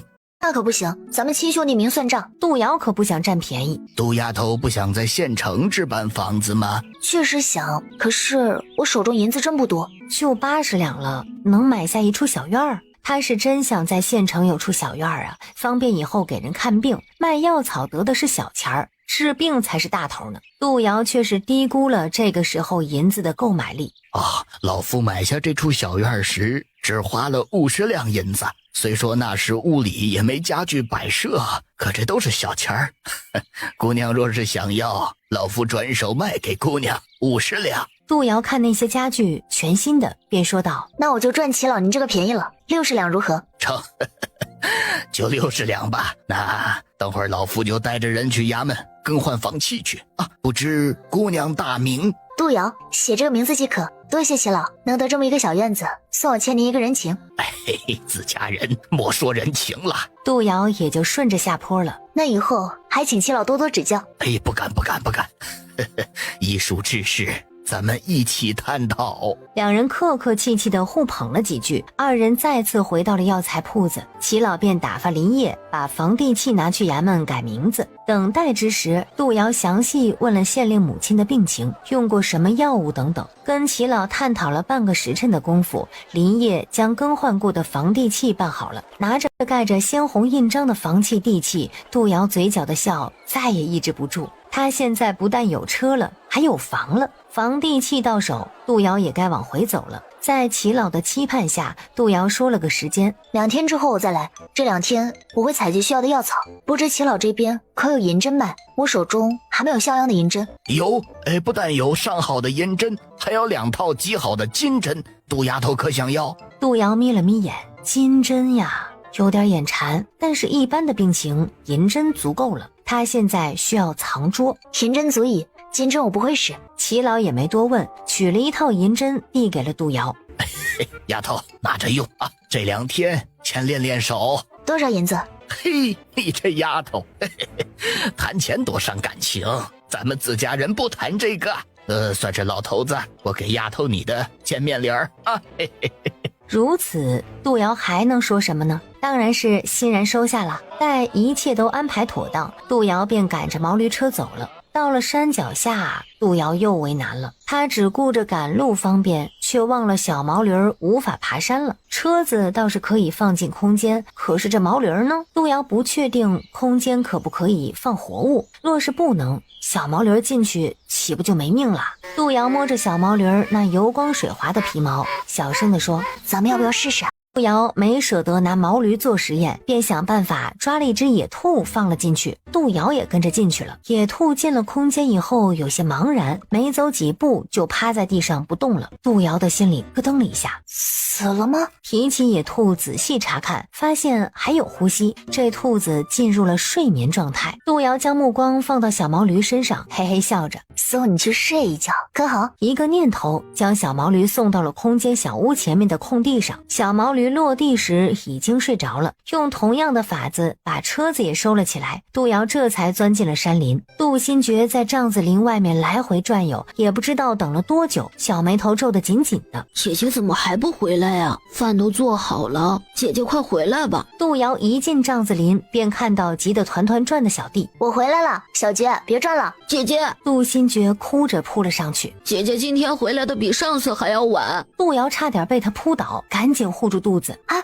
你这小子怎么这么大劲儿？走，咱们回家。以后可不要随便出帐子林，林子里面有狼有虎的，遇上可怎么办？杜新觉却像个粘人的小娃娃一样抱住杜瑶不放。姐姐回来了就好，我怕姐姐遇上了虎狼，那可咋办才好啊？小觉没什么好担心的，你姐姐本事可大着呢，些许虎狼怕啥？一把毒药下去，准都歇菜。啥叫歇菜啊？回去再跟你说。眼看着天就要黑透了，再不走恐怕咱们就看不清路了。赶紧回家，姐姐啊，还有重要的事情要跟咱们家小觉说呢。来，先吃个肉包子。好吃，肉包子真好吃。以后姐姐会让咱们家小觉想吃什么吃什么。我想天天吃肉包子。傻小子，这世上好吃的东西多着呢，这才哪到哪。杜新觉嘿嘿傻笑个不停，他觉得跟着姐姐才是最好的。来到小厨房，杜瑶洗了一把手，将买来的吃食都拿了出来。小觉做的啥饭啊？粥，还有蒸的鸡腿。姐姐今天一定要吃个大鸡腿。好。饭后，杜瑶本想瞒着当初她在大青山上时的遭遇，如今她竟然怀了身孕，这事情就瞒不住了。等杜瑶将她脸上这块毒疤的来历说完，杜新觉已经哭出了声来。姐姐，他们太坏了，胡子奶太坏了，要不是他不给我们吃的，姐姐也不会上山，更不会遇到那样的事情。都过去了，没有那场遭遇呢，也遇不上我师父，只怕咱们现在还在虎子奶手中搓磨呢。只是那天发生的事情太多，这也只是其中一件。小觉，姐姐肚子里有小娃娃了。啥？姐姐咋有小娃娃了？她这个年纪还不知道为什么姐姐会有小娃娃了，也不知道小娃娃是怎么来的。当时我也是昏头昏脑的，师父刚刚将医术知识灌进我脑子里，我照着那个法子将身上毒控制了一下，师父便走了。我当时也是累极了，以为那个山洞没人，想进去休息一下的，却没想到有了那么一场荒唐事。杜新觉还有些不大懂，但他本能的觉得那不是好事。那人太坏了，等我学好本事，我一定要替姐姐教训他。好，姐姐等着小觉学好本事。姐姐跟那个男人也算有过夫妻之实了，从今以后小觉就当姐姐嫁过人了，男女只有成了亲才能有小娃娃。杜瑶又将老杜家还在找他们，以及他在县城买了一个小院的事情说了一遍，并将他和齐老的说辞说了一遍，然后切切叮嘱小觉，过2天咱们就搬到县城去住，到时候你也能早些去学堂读书，等解决了老杜家还有种土户的事情，咱们再回村建房子。记住了，说是有人问起你姐夫来，就说他出去做生意了，再问其他的，比如我的医术，你就说不知道，这可是关系着咱们姐弟的身家性命，一定要记牢了。嘱咐过后，杜瑶又说，小觉，你现在是大孩子，姐姐和肚中的小娃娃以后还要靠你呢，刚才我说的这些千万不能说漏嘴啊。杜新觉有些话虽然听不懂，但却知道身家性命是什么，绷着一张小脸，他使劲点头。姐姐放心，我都记下了，等到了县城，我一定好好读书，还要好好习武，将来保护姐姐和小侄儿。好，姐姐将来就靠你。还有，你是怎么知道姐姐肚中的是小侄子而不是小侄女？我喜欢小侄儿。姐姐，她现在是不是很小啊？我看村里要生娃娃的婶子肚子都很大的。小宝宝现在确实很小，要再过好几个月才能长大，等长到跟村里要生娃娃的婶子那么大肚子的时候，说明她就要出来了。这样啊，小侄儿，你快长，到时候他是叫我舅舅吗？是，等小宝宝生出来你就当舅舅了。到时候我带着小侄儿玩，教小侄儿读书认字，我还可以教他拳脚功夫。姐姐，你趁肚子还不大多教教我，我一定要学好功夫，到时候使劲揍欺负姐姐的坏人。杜瑶的心软得一塌糊涂，被人关心的感觉真的不赖呀。好，从明天开始姐姐可要给你加功课了。姐姐尽管加。2天之后咱们就搬到镇上去，这2天咱们收拾东西，怕是短时间之内都回不来了。那我们刚种下的瓜苗怎么办？要是不收会烂掉的，多可惜呀！那些南瓜长大了可好吃了。小杰放心，等到秋天咱们就来收南瓜。不过明天开始咱们就要捉鸡鸭了，要不然这些南瓜可等不到成熟就被他们吃光了。那要把他们全杀了吗？天这么热放不住啊！姐姐不能糟蹋吃的。放心，不会糟蹋吃食的，姐姐有宝贝。赶紧睡，明天再说。那好吧。没多时，杜新觉便睡着了。别看着说话像个小大人似的，还是个孩子呢。同时他也庆幸自家小弟还是个孩子，很多事情都不懂，要不然他哪里能这么蒙混过去啊。次日一早，早饭也很简单，自然是包子配稀饭。不过饭后杜新觉提了个问题，姐姐，我刚才没热包子呀，怎么这包子是热的？还记得昨晚我说过你姐姐我有个宝贝吗？记得。姐姐，那是个什么宝贝啊？是个可以放东西的小宝贝，放进去什么样子，拿出来就还是什么样子。这包子买来是热的，放进去再过2天拿出来还是热的。那包子放在里面不会坏吗？不会，放多久都不会坏。真是个好宝贝，那以后吃不完的东西就不会糟蹋了，真好。姐姐，是什么呀？是一个袋子，我师父走的时候送我的一个礼物，说是有了这个，不管我藏什么好吃的，老杜家的人也找不到。师父就这样伸出手来往我的额头上一点，我就感觉到了一个大袋子，然后我就能把东西往里装了。可是我也不知道那是个啥袋子，反正我也没见过。哇，那一定是个很宝贝的袋子。杜新觉很为姐姐高兴，姐姐的师傅真是个大好人，他知道虎子奶不给我们吃喝，想让我们藏好吃的呢。小杰说的对极了，可惜了，就这么一个袋子，一个就已经很宝贝了呀。姐姐别担心，以后我有好东西都让姐姐给我藏着，这样虎子奶他们就啥也找不到了。小杰说的太好，不过我师傅也说过，这袋子用的过多就不灵了，咱们还是赶紧抓鸡鸭吧。好，小家伙兴冲冲地跑出去，吓得山谷里的鸡鸭们一哄而散。杜瑶看着小弟开心的样子，觉得有些对不住他，自己说谎了呢。但是葫芦空间真的太逆天了，若是不捂严实了，必然会引来杀身之祸。姐姐怎么办啊？会被他们发现的。杜瑶让他闭上眼睛，姐姐有办法。他看四周没有人，便将空间里那头睡得正香的小毛驴和车拿了出来，把车套好，这才让杜新觉睁开眼睛。杜新觉看到眼前出现了一辆驴车，他惊讶不已。姐姐，这是驴车。对，咱们家的，这是姐姐前2天买的。有了车，咱们就不用走路了，还快。真好，以后小毛驴由我来喂，我每天给它割上好的青草。好，这小毛驴的吃食我就交给你了。小觉，快上车，有人来了。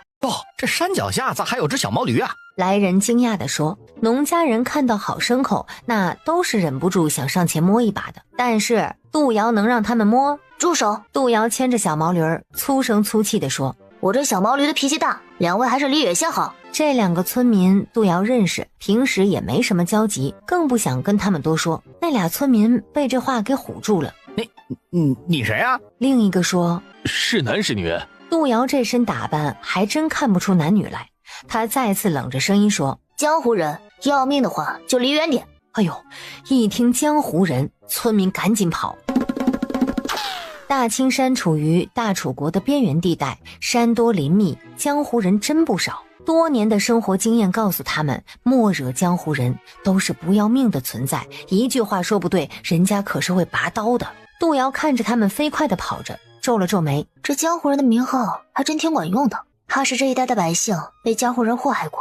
这时杜新觉也敢冒头了，他小声说，姐姐，咱们快走吧。杜瑶看小毛驴吃的差不多了，便上车赶着小毛驴往县城走。走在路上时，杜瑶嘱咐道，小觉，你可以从窗户上往外看，但不许出声，遇到熟人呢也不能讲话。咱们现在要是被老杜家的人找到，那就麻烦了。好，我记下了。杜新觉很是乖巧的点了点头。杜瑶突然想起赵石头来，他怕这人会利用小弟的好感来骗人，毕竟咬人的狗不叫，谁知道看似忠厚的赵石头是不是个奸的呀？他可不想让小弟以为这人是个好的，毫不防备的跟他相处。杜瑶又很严肃地说，小觉，要是让外人知道咱们去了县城，就别想过好日子了。不要说老杜家的人去打骂我们，就是正屠户也有可能把我们带走，毕竟虎子奶已经把我们卖给他了。要是被他们找到，你小侄子会没命，我也有可能会被他们打死。杜新觉吓坏了，姐姐不要死，小侄子也不要死，我不会说的，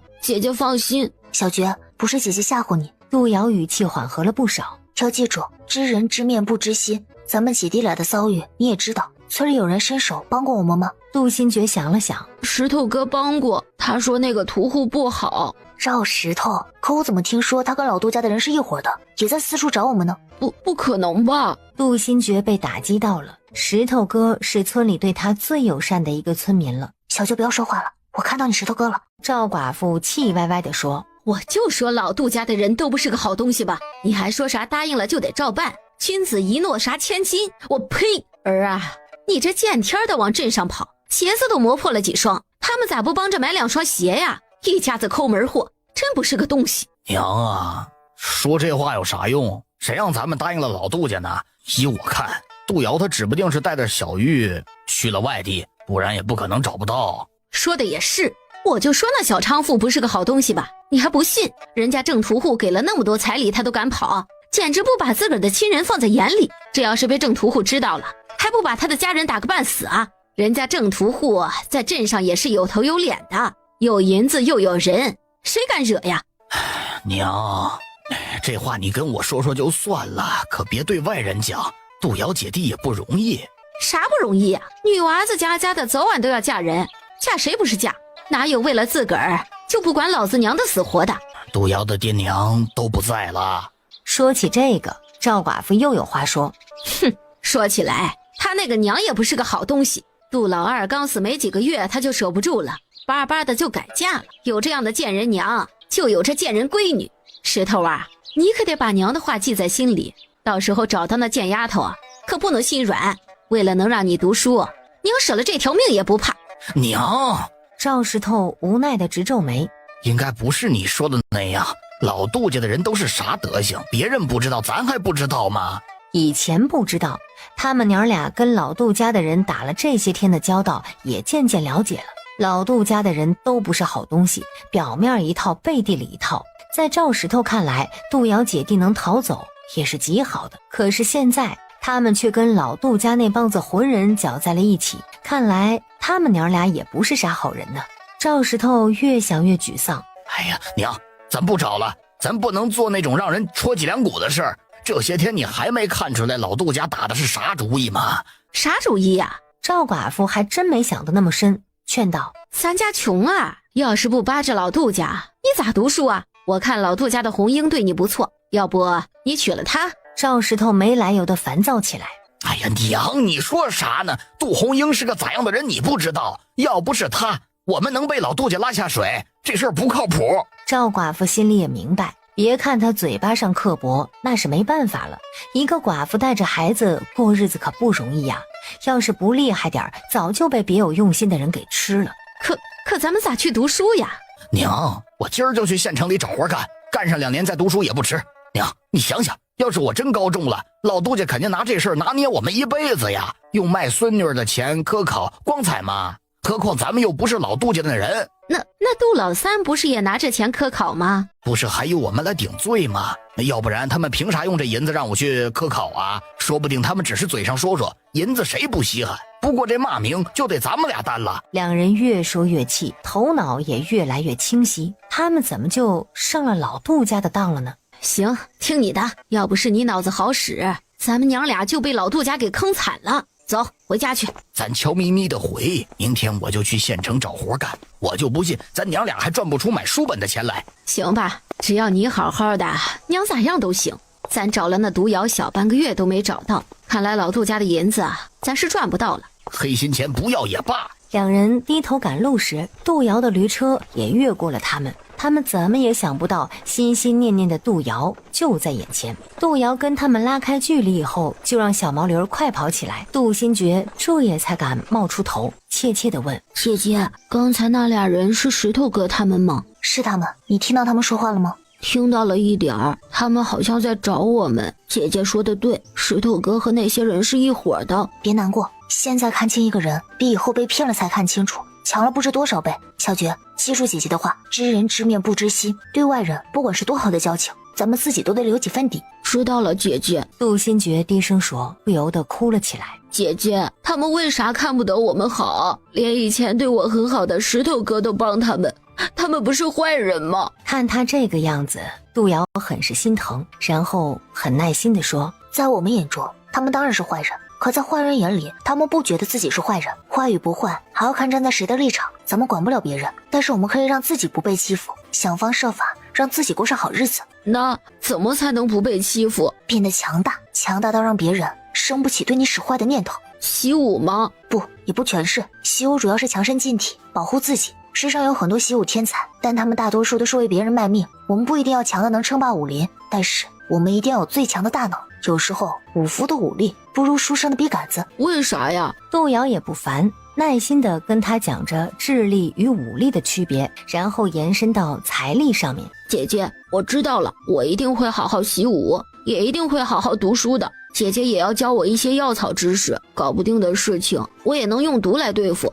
杜瑶皱皱眉头，这反应好像跟他预料的不一样啊，赶紧补充道：小娟啊，咱们就算强大了也不能欺负人，记住了，强者一般都是很低调的，只有那种半吊子才会吆五喝六的。哦，我知道了，姐姐，我会低调的，就像我们现在一样，啥也不会。平常心就行，强大时呢，咱们戒骄戒躁；弱小时，咱们要懂得隐忍。就像现在，姐姐肚中还有娃娃，有些事情也不能硬来。万一这娃娃有个好歹，我一辈子都不会原谅自己的。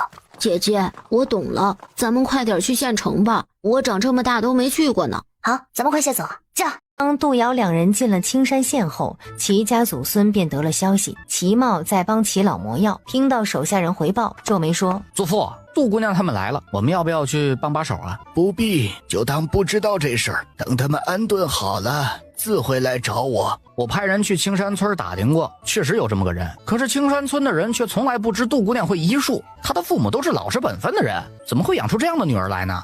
不过他们村确实曾经有过那么一个有不少能耐的老头。齐茂是真的怀疑杜瑶说的话里的真实性。没见过杜姑娘的兄弟我不敢说，但是杜姑娘看上去真不是个省油的灯。祖父，我怕她会连累我们。以后这话休要再提，也不许再派人查他了。哼，他说什么咱们就得信什么。祖父，这个不行啊，不知根知底的人不能用。不能用？你心里是想把这杜姑娘当成手下人用吗？收起你那份轻视，杜姑娘不是我们能惹得起的。齐茂被点出了心里的话，有些囧。祖父啊，那您是何意？你情我愿罢了。我请他给人看病，病人自然要付诊金，他若愿意就会收下，就是如此，其他的不重要，我们也不需要。记住，我们和杜姑娘姐弟是平等关系，切不可把她当成低我们一等的人。齐茂虽然不大乐意，却还是点头认下。是，就依祖父之言。杜瑶让杜新觉列了个单子，等吃过午饭，他们出去把需要的东西买齐。午饭凑合着吃了一顿，两人便歇起了午觉。杜瑶现在嗜睡得很，一觉睡了1个半时辰，醒来发现他家小弟已经将院里的植株浇了一遍，正在满头大汗地打扫院子呢。看杜瑶起来了，咧嘴笑道：姐姐，我们的新家真好，能种花还能种菜，等过些日子咱们养鸡吧，能下蛋，养大了还能吃肉呢。说着说着又摇头：不要养了，我以后要上学堂，没时间喂鸡呢。养？为什么不养？等明天呢，咱们就找个空地圈起来，平时吃不完的饭菜咱们还能喂鸡，关鸡守鸡蛋吃，多好。好，我来喂鸡，谁有空谁喂。次日，杜瑶让小弟在家里熟悉新环境，他则是背着小背篓去了齐氏药材铺子。齐老一大早就等着他呢，坐在柜台后面，眼巴巴地盯着大门口。看到杜瑶后，麻利地走了出来。杜姑娘，你可是来了。我们昨天刚刚搬过来，今天说什么也要来谢谢你。这是茯苓糕，我自己做的，您尝尝，可还能入口？哎，好，这味儿好啊，丫头，你这手艺行啊，可以开糕点铺子了。齐老若是觉得好，下回做了，我再给齐老带下来吃。那就有劳姑娘了。若是姑娘想买些个小铺子，尽管开口。老夫在这小县城还能说得上话，那就有了齐老了。不过就是想买也不成，手中无银，万事难呀。两人说着便进了后院，小药童给他们上了茶，齐老就开门见山：杜丫头可是准备好了？杨县令的母亲年纪不小了，她是老来得子，看母亲整日被痛风折磨，很是难过。虽说这病在那天气暖的地方养养也有用，可他去年才刚上任，又是新科进士，在这青山县里啊，还有的熬呢。不知那杨县令到底多大，可有家室？24、25岁吧，年纪是不小了，却尚未娶亲。先前定了一个，可他高中后还没来得及民亲，竟然得了10亿去了。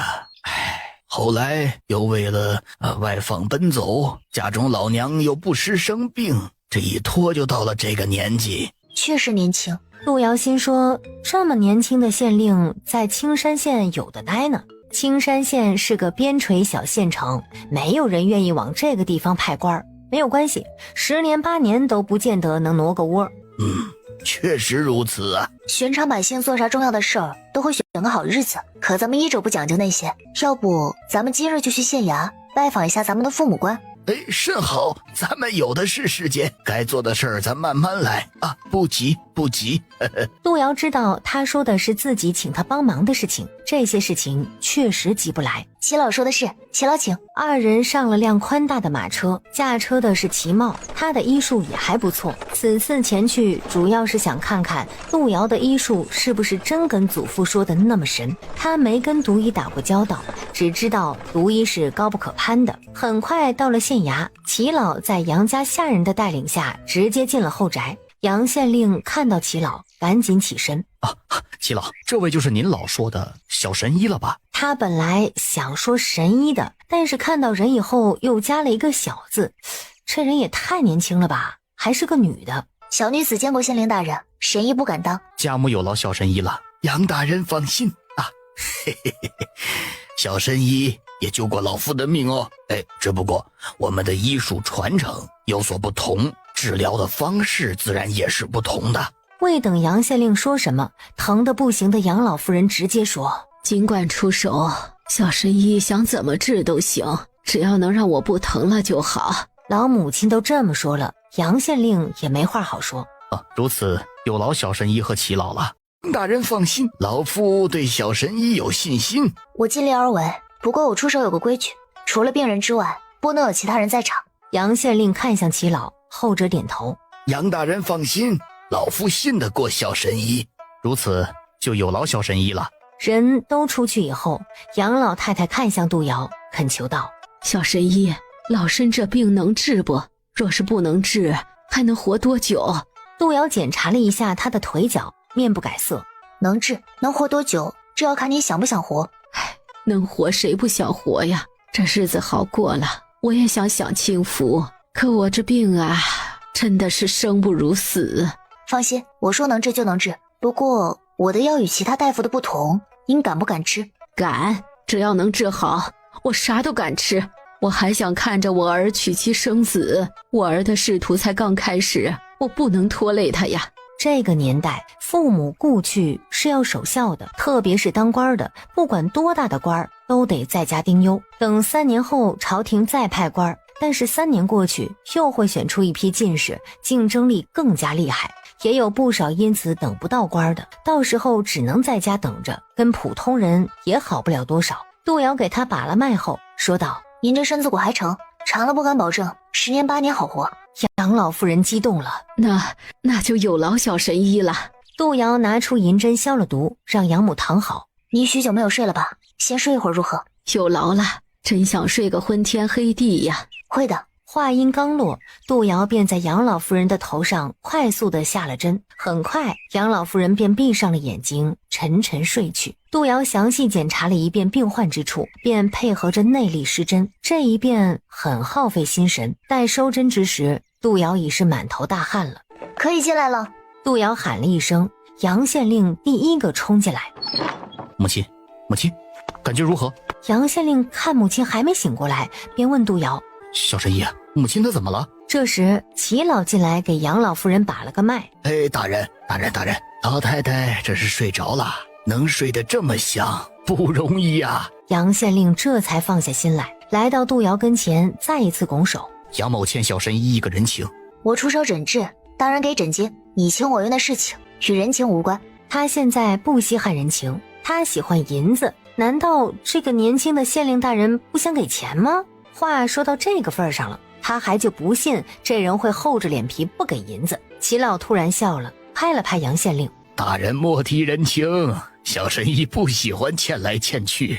杨县令明白了，拍了拍，便有下人端着一个餐盘进来，餐盘上盖着红布，拉下来，看到上面摆着银灿灿的10个小银锭子。哎呦，这银锭子成色可真好啊！大人，想来这就是陛下的赏赐吧？正是，殿试时陛下点完前3甲，便让我们这些3甲之外的新进士作诗，出的题正好是我擅长的，这才得了这些赏赐。杜瑶再次皱眉，这是什么意思啊？舍不得银子？银子不多，还请神医莫要嫌弃。御赐之物怎会嫌弃？只是小女子要夺大人心头治好了。哪里话，母亲的病情重要，银子总归是身外之物。杨县令客气了几句，杜瑶将银子收起，这才说起了老太太的病情。令堂的病情还不算最早，我后天再来，届时会带上治好的药丸子前来。令堂也许久没有睡个好觉了，恐怕会睡到明天早上。起来之后呢，知识上尽量清淡，先前吃的药都停了吧，窗户也都打开通通风，只要疼痛处不见风，就不会有事。不吃药可行？等病情控制住之后，可以吃些滋补之类的汤药，但是治疗期间不可用我之外的药物。杜瑶说着便提出了告辞，齐老跟杨县令寒暄几句，也跟着走了。马车之上，齐老问：杜丫头啊，你跟老头子说句实话，对老夫人的病你有几分把握？8分，需要我隔天针灸以及特殊治疗，半个月之后就不会再痛。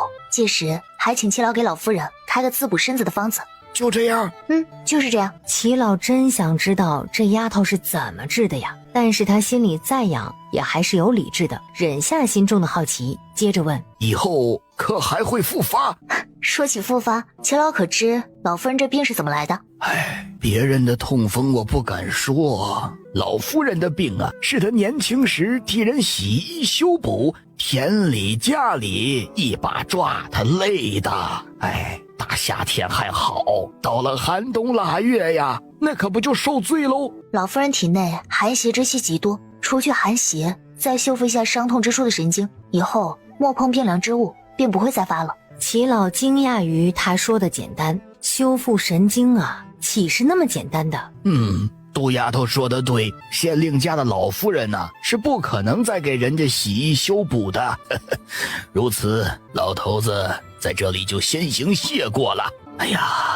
姑娘果然厉害呀，跟姑娘比起来，老头子这辈子真像是活到狗身上了。齐老说笑了，我们的传承不一样，齐老会的，我可是一点也不会。调养身体方面，还需向齐老学习，还请齐老不吝赐教。哪里，咱互相学啊，互相学。回到了小院后，他彻底忍不住了，张口就吐。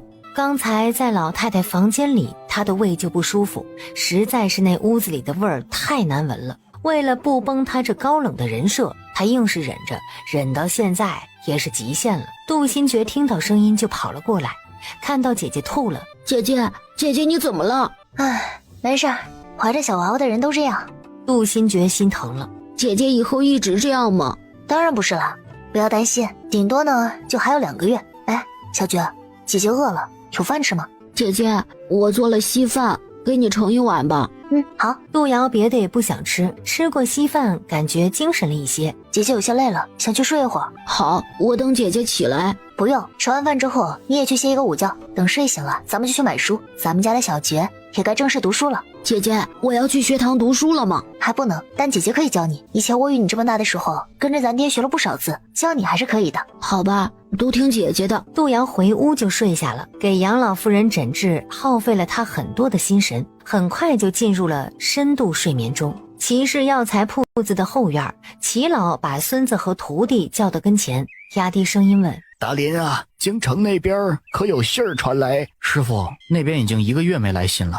祖父，不会是那个女人发现了什么吧？那个女人是齐茂的后娘，她跟斐然的遭遇差不多，都是幼年丧母。不同的是，她后娘的出身不高，做起坏事只敢偷摸着来。好在她又疼爱她的祖父，儿时倒也没吃什么亏，不像斐然差点被害死。就因为有着相同的经历，这才让他和斐然成为了至交好友。齐老摇头：你继母不至于这么丧心病狂，她确实是有些小心思，但她也有儿子，齐家不在了，他们母子又能好到哪儿去？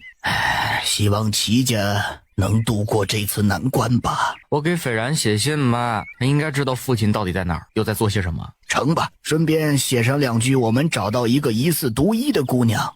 杜姑娘的事儿不要多说，让她看上去就是我们随便一提，毕竟给安国公解毒的是段毒医，万万不可得罪了她。京城安国公府，斐然回来后就没出过他所在的院子，养了好几天，脸上还是没有多少血色，这让安国公担心不已。但是斐然觉得他现在的情况好多了，便提出要回长宁侯府。现任长宁侯是斐然的父亲斐焕，而他也是长宁侯府的世子爷。安国公服下斐然找来的药草，身体暂时没有大碍，他是一点也不想斐然回去。小然，你身体尚未康复，再养些日子吧。徐氏不是个好的，你这一回去，怕是就没得休息了。听说大理寺又接了几桩案子。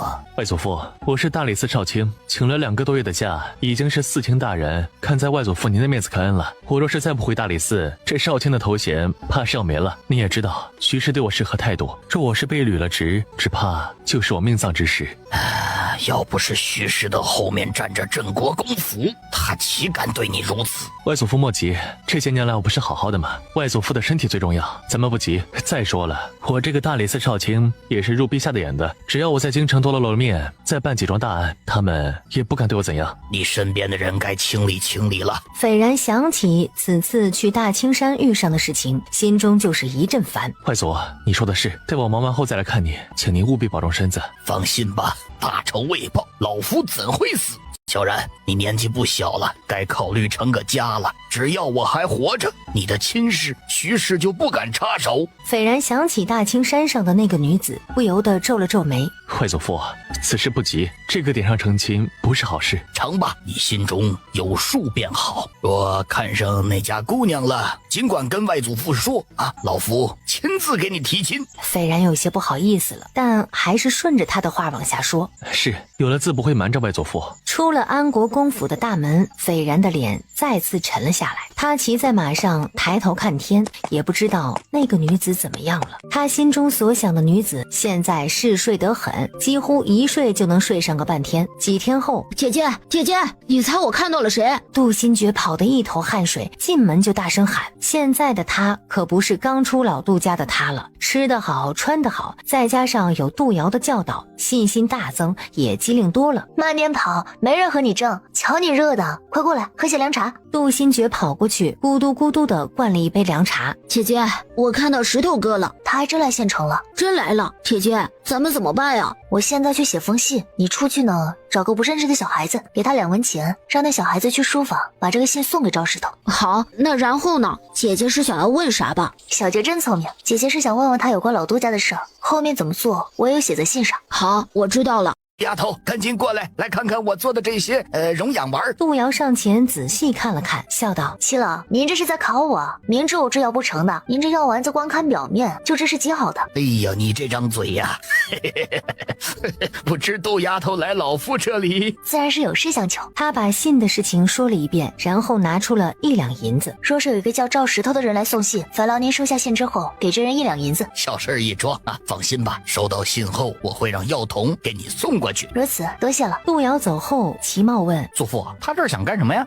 莫管，赶紧磨药。老夫还想研制一批小药丸子。赵石头接到信后很是疑惑，看过信后他脸都白了。他没有想到有人会知道他和老杜家的算计。人生果然不能走错一步啊！看到最后，赵石头松了一口气，信上竟然承诺给他1两银子，他心动了。他抄1个月的书都赚不到1两的银子呀，写封信竟然能赚1两银子，真的跟天上掉馅饼似的。赵石头纠结了2刻钟的功夫，便下了决心。赵石头把老杜家的阴谋原原本本的写了下来，便跟书房掌柜请了个假，直奔齐氏药材铺子。掌柜的，我叫赵石头，我是来送信儿的，您看放那儿就行。掌柜的，我这信可重要了，不能随便放，我们这么大的药材铺子还看不住一封信。行了，你赶紧放下，我赶紧给银子2清了。不瞒你说，这信我也碰不得，老主顾要过来拿，这里就是个中转站，我顶多算是个搭把手的。说着便给了赵石头1两银子。知道你也是个送信的，也不为难你，拿着银子走吧。出了这门你也别打听，那人啊不是你我能惹得起的，赶紧的吧。赵石头被这话唬住了，拿着银子就跑。没过多久，齐氏药材铺子里的药童小善就把信给杜瑶送了过来。杜姐姐，以后还有跑腿的活，您尽管吩咐。那可不成，你师傅可不得把我恨上哦。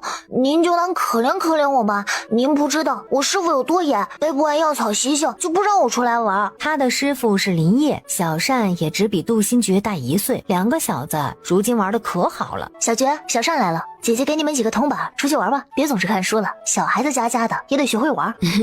知道了，姐姐。小哥俩好的不行，蹦蹦跳跳的跑出去玩了。家里只剩下杜瑶一个人了，他这才打开了信。信是赵石头亲笔写，这人的品行如何且不说，这字儿写的倒还行。看完信，杜瑶冷着脸说：杜家老三还真是没白读书，都读到狗身上去了，这小阴谋用的当真不错。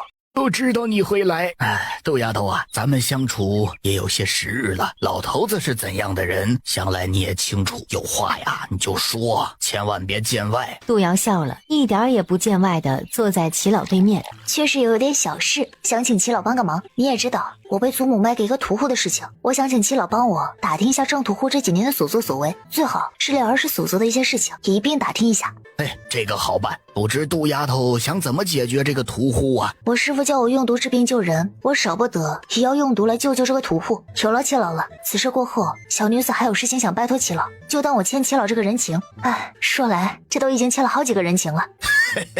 债多了不怕丑。杜瑶也跟着笑，心说哼，老狐狸呀，这是记下了他欠的人情了，人情债难还。但杜瑶不怕，这老头明显想找他帮忙，既然早晚都要帮，那不如就来个顺水推舟。行啊，到时候杜丫头你尽管开口。多谢齐老，我们姐弟二人能在县城住下，多亏齐老，此事还请齐老尽快派人打听，不解决此人，我姐弟二人寝食难安。放心吧，老夫记在心上呢，今儿啊就安排人去，3-5天内必定为你打听得明明白白。杜瑶自是谢了又谢，他一走，齐老便叹气：哎呀，这个小狐狸呀，不见兔子不撒鹰啊。杜瑶的事情齐老还是很上心的，也知道斐然走时留了一些人手给孙子。他叫来齐茂，让他派人去打听青山镇郑屠户的事情，让他查郑屠户是个什么来历，平日里跟谁来得近等等。祖父，杜姑娘她想干什么呀呢？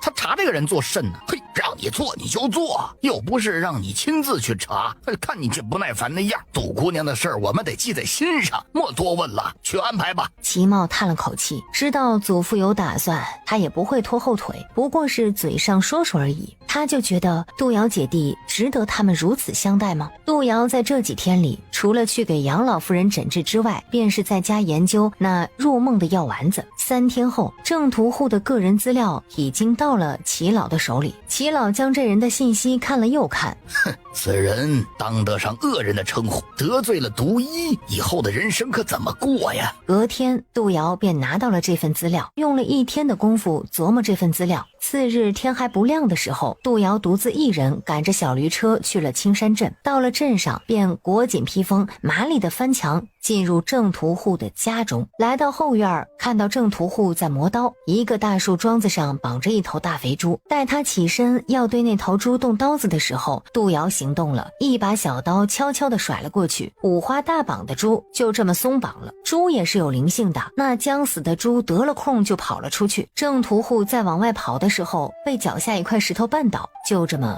晕了过去。杜瑶前去查看，心说可别把这人给摔死了，他可不想便宜了老杜家。呼吸还在，刚刚好。杜瑶将他翻了个身，捏住下巴，往郑屠户的嘴里塞了一粒小药丸，药丸却是入嘴即化，眨眼的功夫，郑屠户便陷入了深度睡眠中。杜瑶再次撒了一些可以让人致幻的药物，便站在一边开始讲故事了。郑屠户，你娶第一个婆娘的时候，你母亲不喜，总是刻意刁难她，你觉得这个婆娘拆散你的相好，便动不动就打她。这样的日子过了不到2年，你那婆娘就被你打死了。而你母亲这时也得了重病，你想给你娘冲喜，又花大价钱娶了一个婆娘，可你母亲在你成亲不过3日之后便死，你便觉这个婆娘晦气，便又开始打。这会儿只1年，你第2个婆娘又被你打死。从这开始，你家亲戚便不再与你来往，你成了孤家寡人。如此浑浑噩噩过了2年，你便又买了一个婆娘，不出2年也被你折磨死。你的脾气也越来越暴躁，街坊邻居若不是怕你手中的杀猪刀，早就想把你打一顿了。杜瑶将郑屠户这几年经历的事情快速说了一遍，就又编起了老杜家的事情。老杜家的大孙女也是命硬，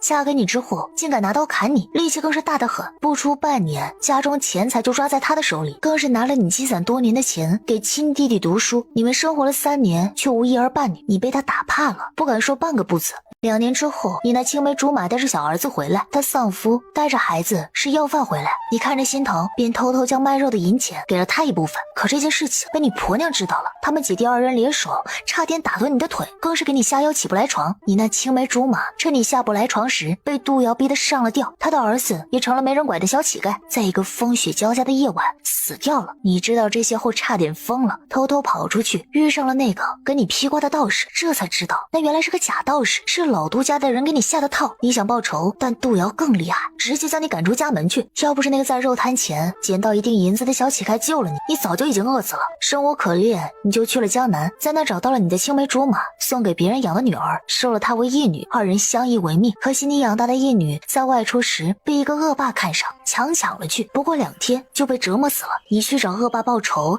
也被打了个半死，就这样被扔进了乱葬岗。弥留之际碰上了一个和尚，那和尚说你这就是报应，谁让你将前3任婆娘虐待而死的，这才刚刚开始。和尚问你可有心愿，你说希望没被老杜家算计，若是没被杜瑶家姐弟扯上关系就好了。和尚说这是不可能的，只要你住在青山镇就躲不过这对姐弟，他们是天上来的煞星，克父克母，克身边所有人。你在无比悔恨中死去，心心念念的想着若是再活一世就好了。杜瑶嘀嘀咕咕的，又不紧不慢的说完这个悲惨的故事，快速出门。过了2天，杜瑶又去找齐老了。从齐老的嘴里得知，那郑屠户消沉了2天之后，又开始卖肉了。齐老，还请您再帮一个忙。这个忙就是让人假扮一个小乞丐，并在郑屠户的肉摊前捡银锭子。齐老没有问为什么这么做，他也知道杜瑶那天出了县城。小事儿一桩，老夫明天便让人做这事。当天晚上，杜瑶便得了信儿。姐姐，我师父说姐姐的事情师祖已经帮你完成了，还说郑屠户看到那件事情之后就像见了鬼一样，大呼小叫个不停呢。知道了，叫着小觉出去玩吧。小家伙们走后，杜瑶笑了，终于出了一口恶气。听郑屠户的反应就知道他那眼毒丸子成功了。宝宝，咱们很快呢就能回青山村了，到时候娘亲就给你盖一个大院子，可以种花种草，让你以后啊能在大院里跑着玩。杜瑶是真的放下了心。齐老也在消化着郑屠户所做的事情，他怎么想也想不明白郑屠户为何背井离乡的走了呢？看杜瑶来了，他赶紧招呼他坐下。哎呦呦呦呦，杜丫头啊，你可是来了，快来跟我说说到底是怎么回事，这个郑屠户为何会跑啊？杜瑶笑了笑，把枣糕递到他的跟前。尝尝我新做的枣糕，补补血。齐老也笑着拉了过来，吃了2块，还是惦记着郑屠户的事儿。哎，杜丫头，快跟老头子我说说，我实在是好奇呀。或许是郑屠户良心发现吧，毕竟我们姐弟那么可怜。齐老不是说郑屠户心里还有个白月光吗？或许良心发现之后就去找他的白月光了呢。你也知道，出远门不能没有银子，就要回彩礼，又将家中产业卖了，穷家富路可能就是这样。杜瑶怎么会把真实的原因告诉外人呢？他连小弟都不会讲，眼毒可不是什么好东西。或许吧，他相信才怪呢，这丫头不实诚啊，这是防着他呢。不过人家不想说，他也没办法，便很生硬地转移了话题。杨老夫人那边差不多了吧？其实杨老夫人的痛风已经稳定了，我不去也无事。不过看在杨县令又付了200两银子的份上，再去几次也行。不如今天我们再去一回吧，郑屠户的事情也解决了，想来你也要在青山村建房子了吧？是啊，多种孩子不等人，待杨老夫人那边完事，就麻烦齐老帮我到村子里主持一下公道。放心，等房子建好了，咱们请杨县令喝暖房酒，以后啊就没人敢欺负你们姐弟了。说的也是，那咱们就去县衙吧。人再次去县衙，杨老夫人的精神状态跟初见之时完全不一样了。杨老夫人穿的虽然没有那么清凉，却也不怕吹风了，还带着2个小丫头在后院的小花园里散步。看到杜瑶他们来了，赶紧起身。齐老、杜神医，今天又要麻烦你们了。哎，老嫂子说哪里的话，你这人心应该的。县令大人给了诊金的，应该的。老夫人，咱们斟酒吧。好，神医请。杨老夫人对杜瑶很尊敬，毕竟这是让她不再痛的大夫，痛风的苦她不想再吃了。就在这时，一个打扮的花枝招展的小姑娘从外面跑了过来。表姨，你身体好些了吗？杨老夫人赶紧冲她招招手。小丽呀，快来快来，表姨的身体好多了，多亏了杜神医。这叫小丽的姑娘名叫刘丽，是杨老夫人的娘家那边的远房亲戚。刘丽看了眼杜瑶，瞬间产生了危机感，脸上的笑容也收了很多。杜神医看起来真年轻，表姨，你这是又要针灸了吗？听说针灸很疼的，我陪您吧。哎，小姑娘，针灸很疼这个说法呀，它不对啊。眼看齐老想给这姑娘科普针灸，被杜瑶打断。齐老，您不是说要跟县令大人谈事吗？还不去？齐老呵呵2声，告辞离去。杜瑶又看向杨老夫人，老夫人，咱们赶紧去吧。今日针灸过后，老夫人的病就不需要再针灸了，只要平日里注意饮食和锻炼就好。杜神医，老身舍不得你呀，要不再来几回巩固下，看不到神医一，老身心里不踏实呀。老夫人放心，等我回去就为老夫人配制药丸，以后这每粒1颗药丸按照我说的饮食来，我保证不会再复发。杨老夫人这才安心了，拉着杜瑶往卧房走去。刘丽赶紧打听这个杜神医是个什么人。听完丫头们的介绍，她更加讨厌杜瑶了。她觉得这个姓杜的女大夫是想借着医术靠近她的县令表哥，那就是她的敌人了。杜瑶给杨老夫人施完了针，正要告辞的时候，杨县令来了。杜神医真是好医术，母亲的病能好得这么快，多亏了神医出手啊。县令大人客气了，小女子收了诊金，应该的。他们的互动本是平平常常，但是看在刘丽的眼里却不一样了。她先入为主的把杜瑶当成了敌人，那么杜瑶的一颦一笑，所作所为，在她看来都是别有用心的。虽说极度让刘丽怒火中烧，但这姑娘也是个有心眼儿的，便装作很是天真的说：杜神医，这么热的天，你怎么还蒙着面纱呀？杜神医可不是一般人啊。那意思就是人家是神医，人家愿意怎样就怎样，那是人家的个性。可刘丽却不这么觉得，只觉得这女人心机得很呢，想用神秘感来吸引表哥。她依然装作很单纯的样子。神医都是这么神秘的吗？知道的人觉得神秘，不知道的还以为杜神医脸上有见不得人的什么呢。就像我，真是对不住了，还请神医见谅。老姨，我其实就是想见见杜神医的真面目。你想啊，咱们见到的杜神医是戴着面纱的，并不知真面目。万一哪天走在路上冲撞了杜神医，那不是大水冲了龙王庙吗？杨老夫人没多想，觉得刘丽说的对，还是小丽想的周到。杜神医是我的救命恩人，无论在哪里碰上都不能怠慢了。话都说到这个份儿上了，杜瑶还能说什么呢？只好示弱了。她取下面纱来说：这天确实热，戴着面纱也不是我本意，只是我年前上山采药时碰到了不得了的毒物，脸上不小心沾了毒，这毒很难解，我也只好将毒拘到这里，不然的话初为今日可就见不到我了。面纱取下，露出左脸颊上那处毒疤，比原先小了不少，却也有铜钱那般大，且红中带着黑，猛地一看确实吓人，至少刘丽就被吓到了。然后她就觉得很是羞愧。杜神医，请您别放在心上，我就是嘴快，其实我不是那个意思的。杜瑶将面纱重新戴上。无妨，我脸上有毒疤这是事实，从中毒之后我无时无刻不在想着解毒，可惜这毒太难解，我也只能慢慢跟他耗着。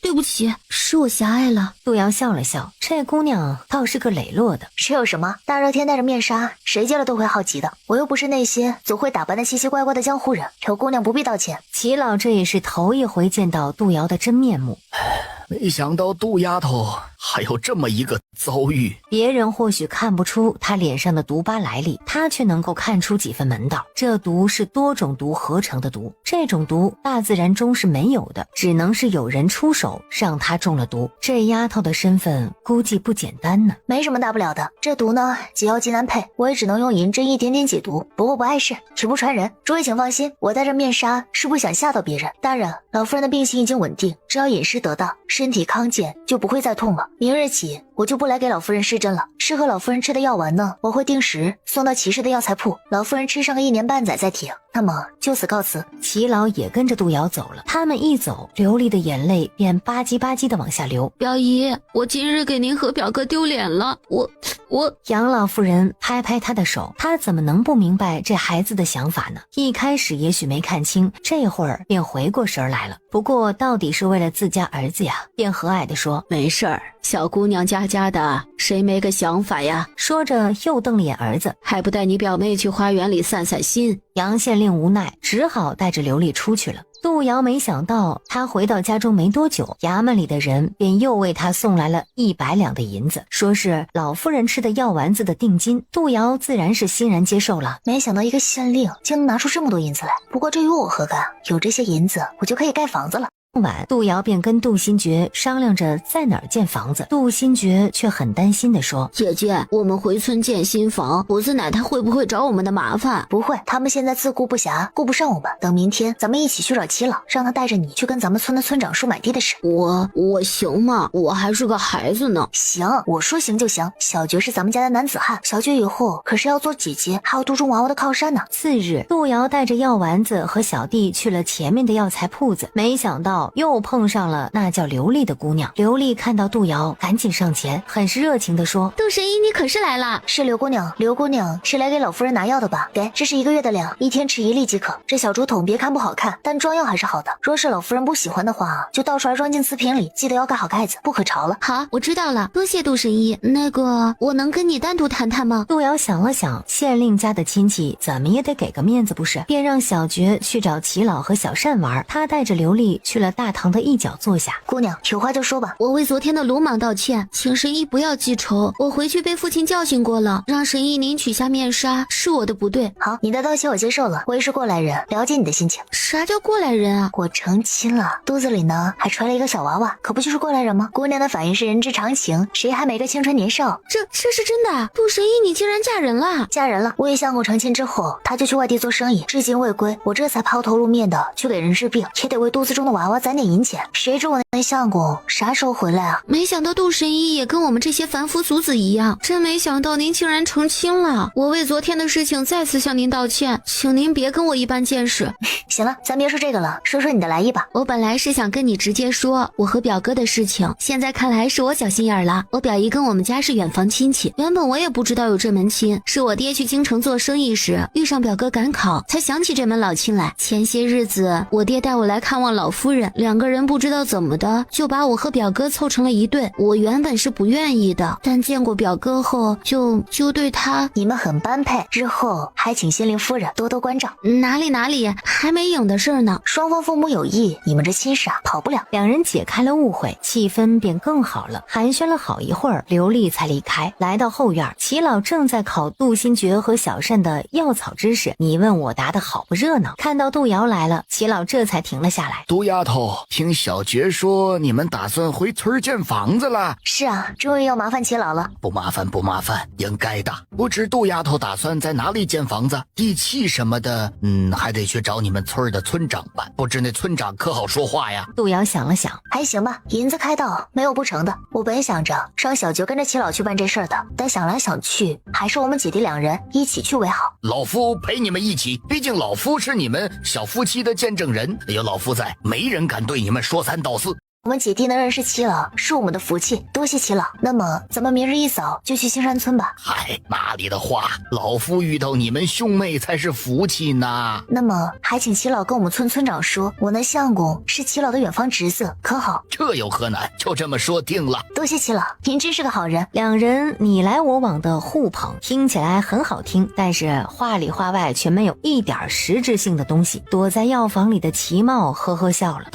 这两人说这些有用吗？你感谢别人啊，那就拿出点实用的东西，比如银子，比如承诺，干说道谢有何用啊？哎呀，都是千年的狐狸呀。齐茂摇头，没想到在这山野乡间还能碰到这么一个厉害的女子，跟斐然那小子有的一比啊，都不是什么好东西。商量好了后，杜瑶便带着杜新觉回家了。兄妹二人再次商量起在哪里建房子的事情来。姐姐，我不想跟虎子奶的家近了。虎子奶啊，咱们以后就叫他虎子奶。我也不想离他们近了，不如咱们就在村东头那边离大青山近的地方建房子，咱们多圈些地，到时候再养几条大狼狗看家护院的，咱们在院中种菜种药草种粮食也行，你还能带着小侄子四处跑着玩，多好。杜新觉再次皱起小眉头，可是姐姐，离大青山近就意味着山上的野兽多，万一野兽下山，咱家头一个遭殃。放心吧，你姐姐的本事可大着呢，区野兽咱们不怕，到时候我在院子四周种些草药，保管那些虫蛇野兽都不敢靠近咱们院子半步。那我就放心了。姐姐，咱们就去那边建房子吧，那边荒地多，到时候让人整路，咱们去哪儿都方便。兴奋过后，杜新觉又开始烦恼了，就是姐姐，我怎么读书啊？杜瑶也在愁这件事情。等明天从青山村回来，姐姐就带着你去县里最有名的学堂读书，待咱们的房子建好能住人时，咱们再想别的办法。好。次日一早，姐弟俩的驴车和齐老祖孙俩的马车一起往青山村而去。一进青山村，便有不少皮孩子跟着马车跑，他们长这么大还没见过这么高大的马车呢。当杜瑶驾着驴车来到村长家门口时，人家齐老的马车后面已经跟着一大串的孩子了，不止孩子，后面还跟着来看热闹的大人。齐老看着那些看他们像看耍猴似的孩子，小山留在这里看马车，小茂也留下，丫头带上礼，咱们进去。杜瑶进门后就看到老村长在往外走。你们是？这位就是青山村的老村长吧？今天我呢带2个小辈儿前来，是有事相商，还请老村长把大门关了吧，叽叽喳喳的，烦得很。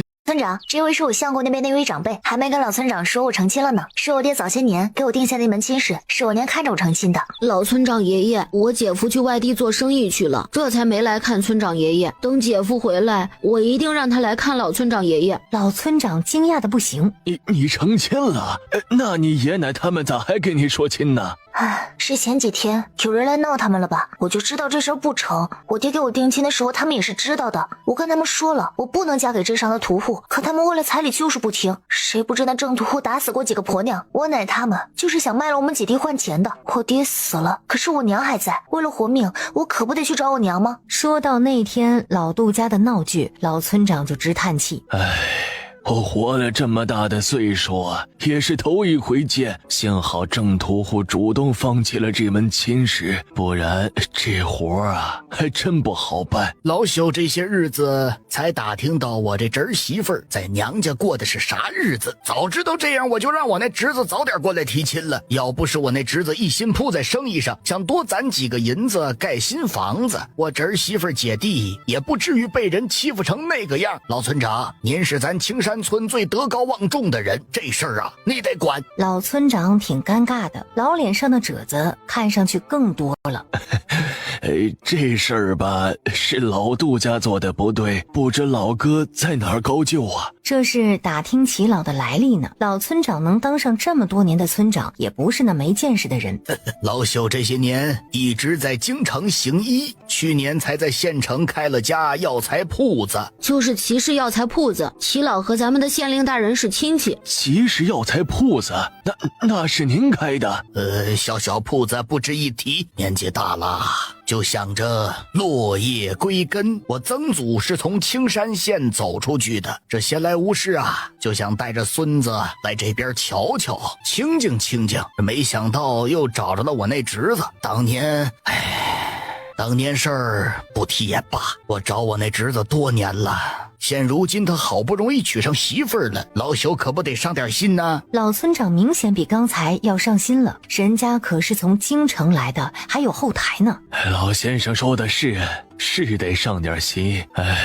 谁家的孩子谁疼，这俩兄妹以前过的是啥日子呀？我们这些乡亲都看在眼里的，如今成了亲，总算是苦尽甘来，恭喜恭喜呀！杜瑶心下一喜，这算是过了老村长这一关了。相公家里也没人了，齐老又住在县城，相公心疼我，怕我带着兄弟在他们村里吃不开，便让同乡送了一些银子来，想让我在咱们村里建房子。村里人都是看着我们姐弟长大的，想来以后若是我们姐弟有什么困难，也会伸把手。我公婆早些年就已经去世了，相公又常年在外做生意，我们思来想去，就想把家安在咱们村。杜新觉也说，老村长爷爷，我们想在大青山脚下建房子，那里地大，我们想把地圈起来，这样在院里也能种菜了。是，这不是家里也没地吗？就想着多买一些那边的荒地，圈起来的话也省得看不上我们的人祸害地上的出产。我相公常年在外做生意，家里没个大男人，这心里总归是没个底。老村长叹了口气，这话在理儿，姚丫头打算的也对，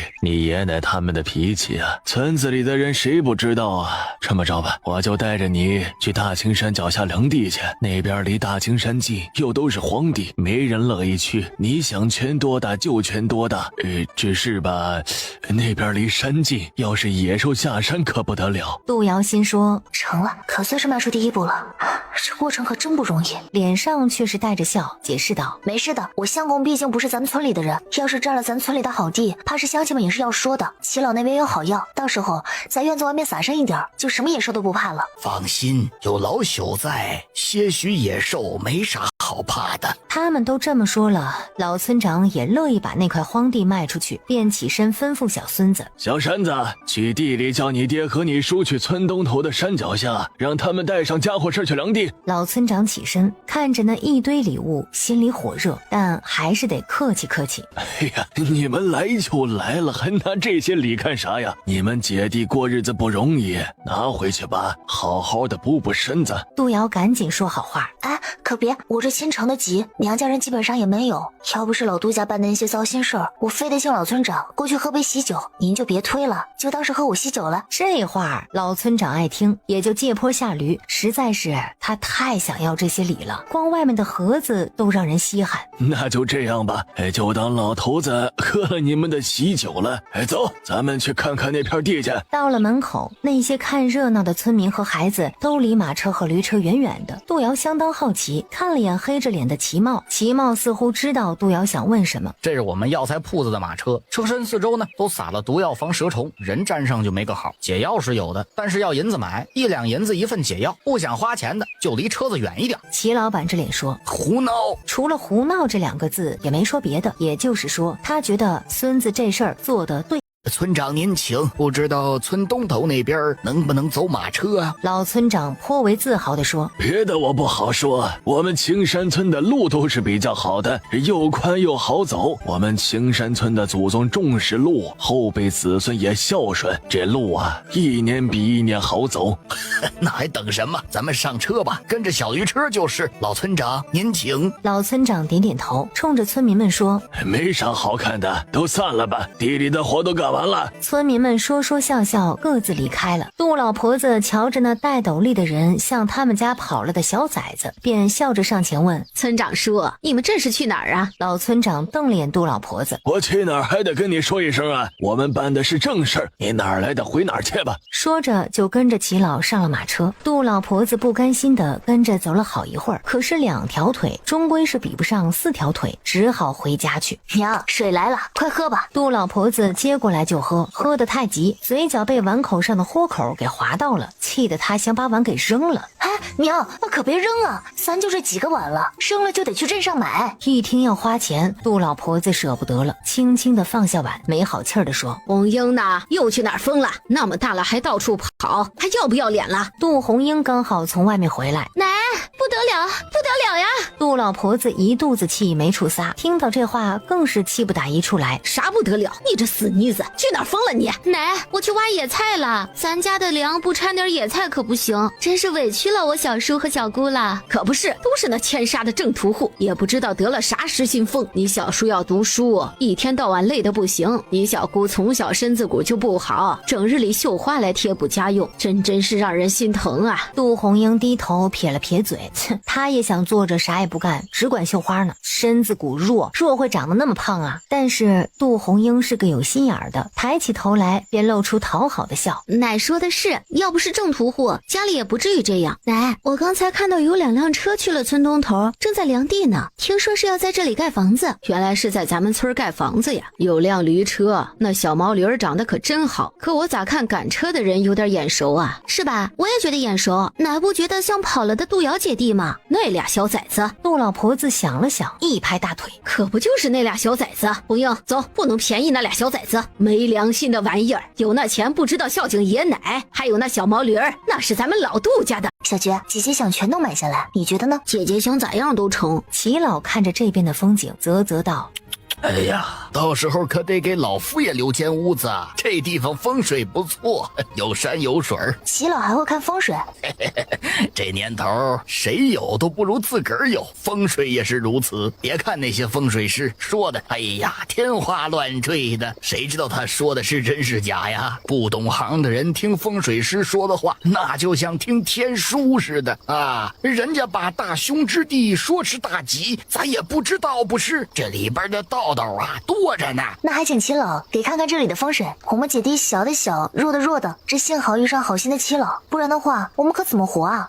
你这丫头顺杆子爬的叫一个快啊！只有丫头你给我留一间屋子，你盖房的事儿我就帮到底，省得你家里那些极品借机生事儿。杜瑶在心里暗暗地叹了口气，她这算是又欠下人情了。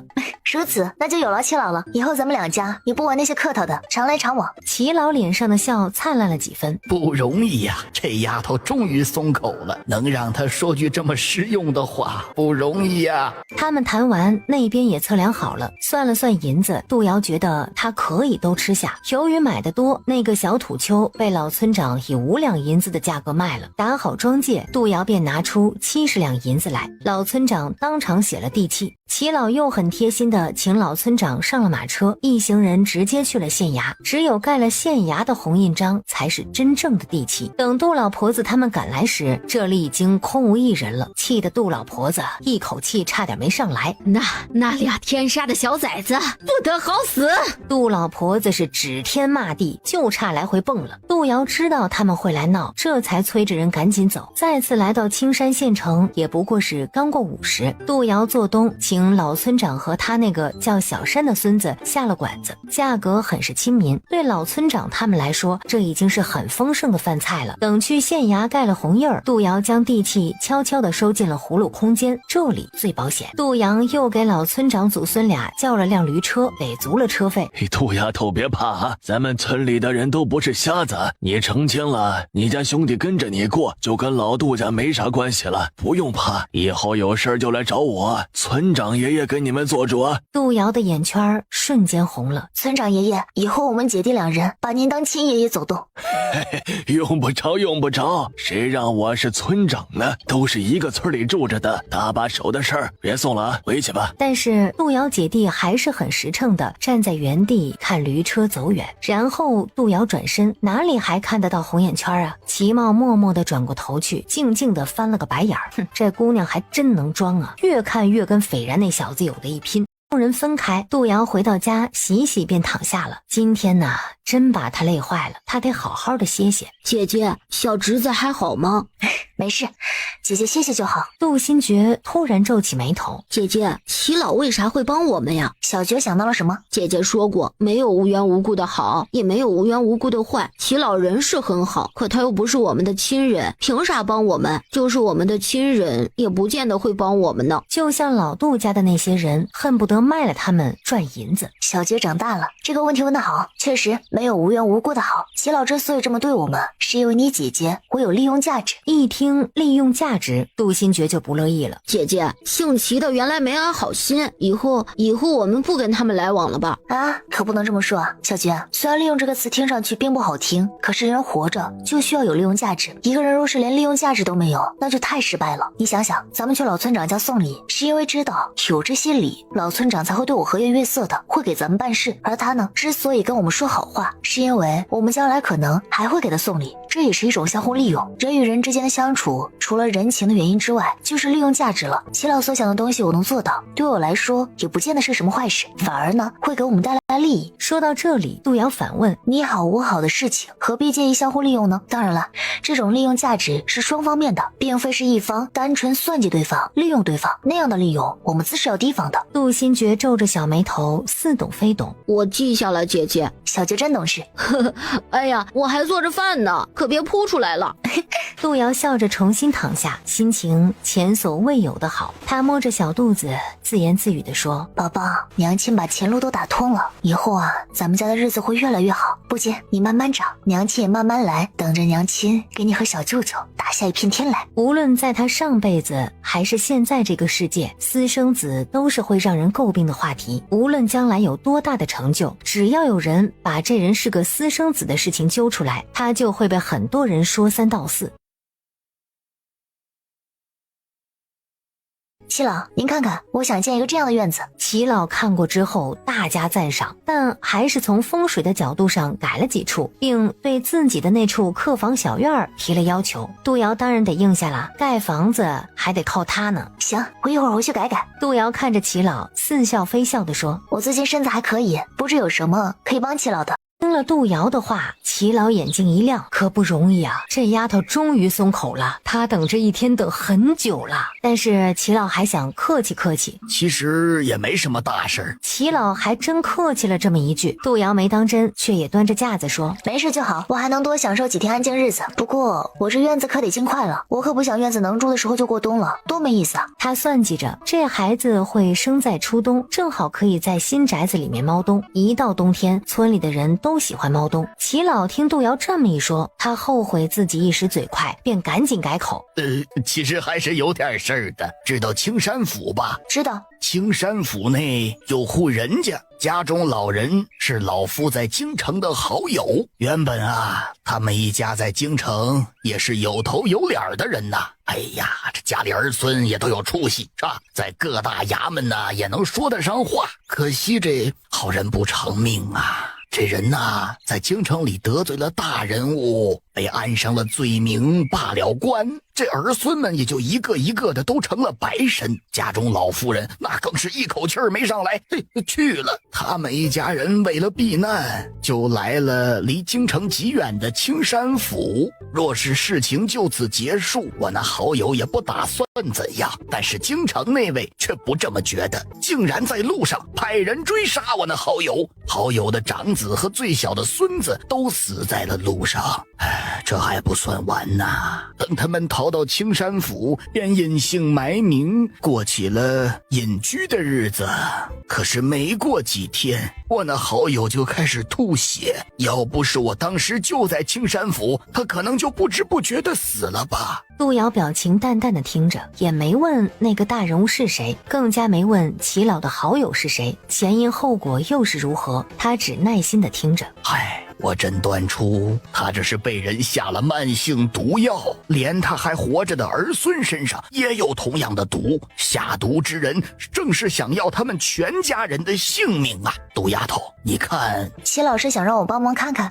正是如此，还请杜丫头救他们。好说，毕竟是一大家子的命，我既知道了，就不能什么都不干。不过我从来不白白出手，解毒不比其他的，一个不小心就会被病人身体里的毒给毒死。确实如此，这个要求实属正常。还有吗？我不想去府城，他们若是想来看病的话，就来齐老这里吧。抱歉啊，我家中还有幼弟，肚中还揣着一个娃娃，不能乱跑的。齐老想了想，这也是应该的。两人就那人的病情讨论了一会儿，便又说起了院子。那么齐老，我这院子就拜托你了，哪天找到泥瓦队，咱们一块去原地规划一下。我打算多给泥瓦队一些工钱，让他们自己做饭吃。行啊，这个容易。齐老应下。那老夫就让给我那好友送信了啊。送吧，我回去也找些可用的药草。等他把图纸修改之后，齐老也找到了泥瓦匠队伍。众人见过之后，便在某天大清早往青山村赶。他和泥瓦匠的李工头一起乘坐齐老的大马车，三人坐在偌大的车厢里，一点也不觉得挤。为了避免尴尬，杜瑶拿出图纸来跟他们讨论。杜太太，您这是把田地果园搬到家里来了？我这还是头一回见这样的房子。这田地归整容易，不过10来亩地，我们这些人几天就能给你整出来。就是吧，这火墙还有那个啥玩意儿抽水马桶不太好搞啊。这火墙的话，您画好了图，咱们还可以搞出来。这马桶是个啥玩意儿啊？咱还真没见过。我们也给大户人家干过活，也没见他们弄出这个东西啊。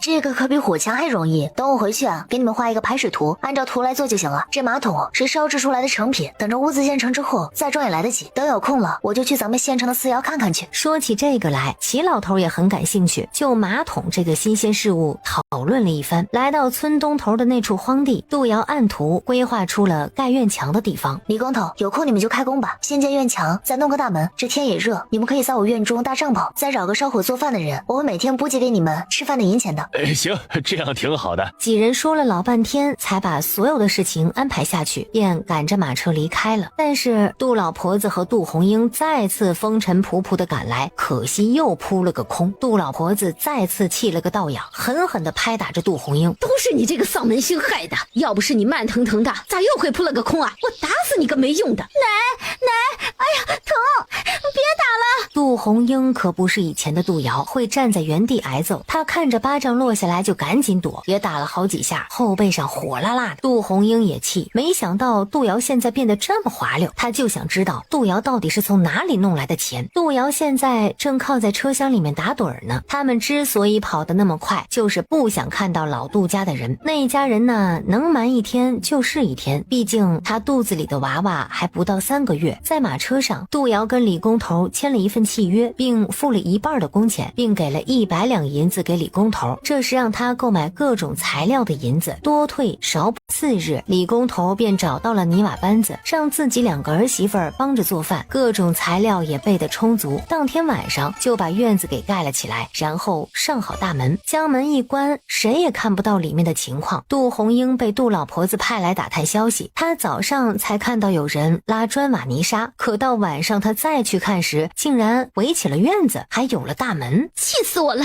杜瑶，你这小贱人，你给我等着！杜红英咬牙切齿地说，但那又怎样呢？人又找不到，只能是干生气。1个月后，青山村的房子也能盖个差不多，但是他现在的首要任务是赶紧让人烧制出陶制马桶来。杜瑶又去找齐老了，齐茂看着那张画的极为精细的图纸，也升起了一股子佩服。这真的能做出来吗？好用吗？绝对好用，而且还没有味道。只要下水道弄好就行，干干净净的，比茅厕来的不知要好多少。我找个人试试吧。尽快找到烧窑的匠人后跟我说一下，我也去看看。好。杜瑶没多说就走了，他要去集市上转转，竟然看到有人卖草莓。不，这不是上辈子见的草莓，是野生的。杜瑶一看这个就喜欢上了。这个咋卖的？这位姐姐，你要是想要，给个几十文就行。这是我和弟弟去山上摘了一上午才摘到的，弟弟妹妹累得都走不动了，我想着赚了钱给他们买大肉包子吃。行啊，我全要了，这个篮子也卖给我吧。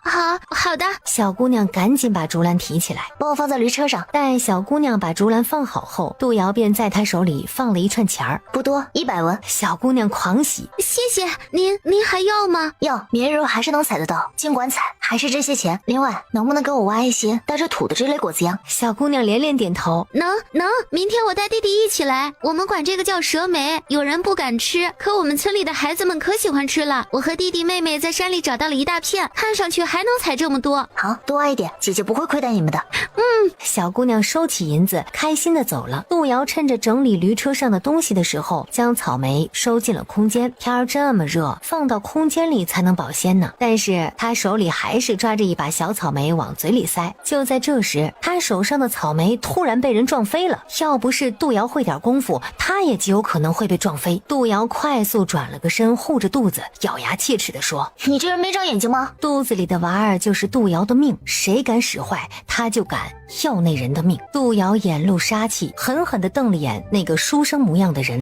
看这人的穿着打扮以及长相方面都像是个手无缚鸡之力的书生，但是杜瑶却能从这些表象看到此人的内力，此人的实力深不可测。杜瑶看这人停下，却没有转身，便又气愤地说：你这人怎么回事啊？撞了人也不吱一声，看你是个读书人，怎么这么没有礼貌？书生模样的人这才转身，皱了皱眉，却还恭敬地躬了躬身：小生方才有急事惊扰了小娘子，是小生不对，还请您多加包涵。这人道起歉来倒是一板一眼的。杜瑶冷哼：你上下嘴皮子一动就想把这事接过了，那是不可能的。我刚成亲没几个月，说不定肚子里已经揣了娃娃，就你刚才那么一撞，要是我没躲过，肚中娃娃都被你撞没了。你这就是谋财害命，得偿命知道吗？我告诉你，没这么便宜的事情。这一争吵吸引了很多人前来看热闹，有说杜瑶说的对，也有说书生也不是故意的怎样怎样。书生脸上恼了：那你又待如何？哼，赔银子！你把我蛇莓撞地上不能吃了，这可是我最爱吃的，不赔银子可不成。书生咧嘴一笑：银子小生有，你确定敢花？哼，你这是威胁我。杜瑶2只手往腰间一插：你当我是吓大的不成？赶紧给银子，不给银子咱们就去见官。老娘的是要看看你这读书人的面子往哪搁。还有我听说科考最看重的就是人品，这要是……书生是真恼了，他要追的人也看不到了，不得不应付这个疯女人。你要多少？不多，100两。说着他摸摸摸肚子。啊，我觉得我肚子里是揣娃娃了，这银子呢是给我娃娃压惊的，还有那些蛇眉也可惜了。书生气笑了，100两，哼，你还真敢要啊！不过本座有的是银子，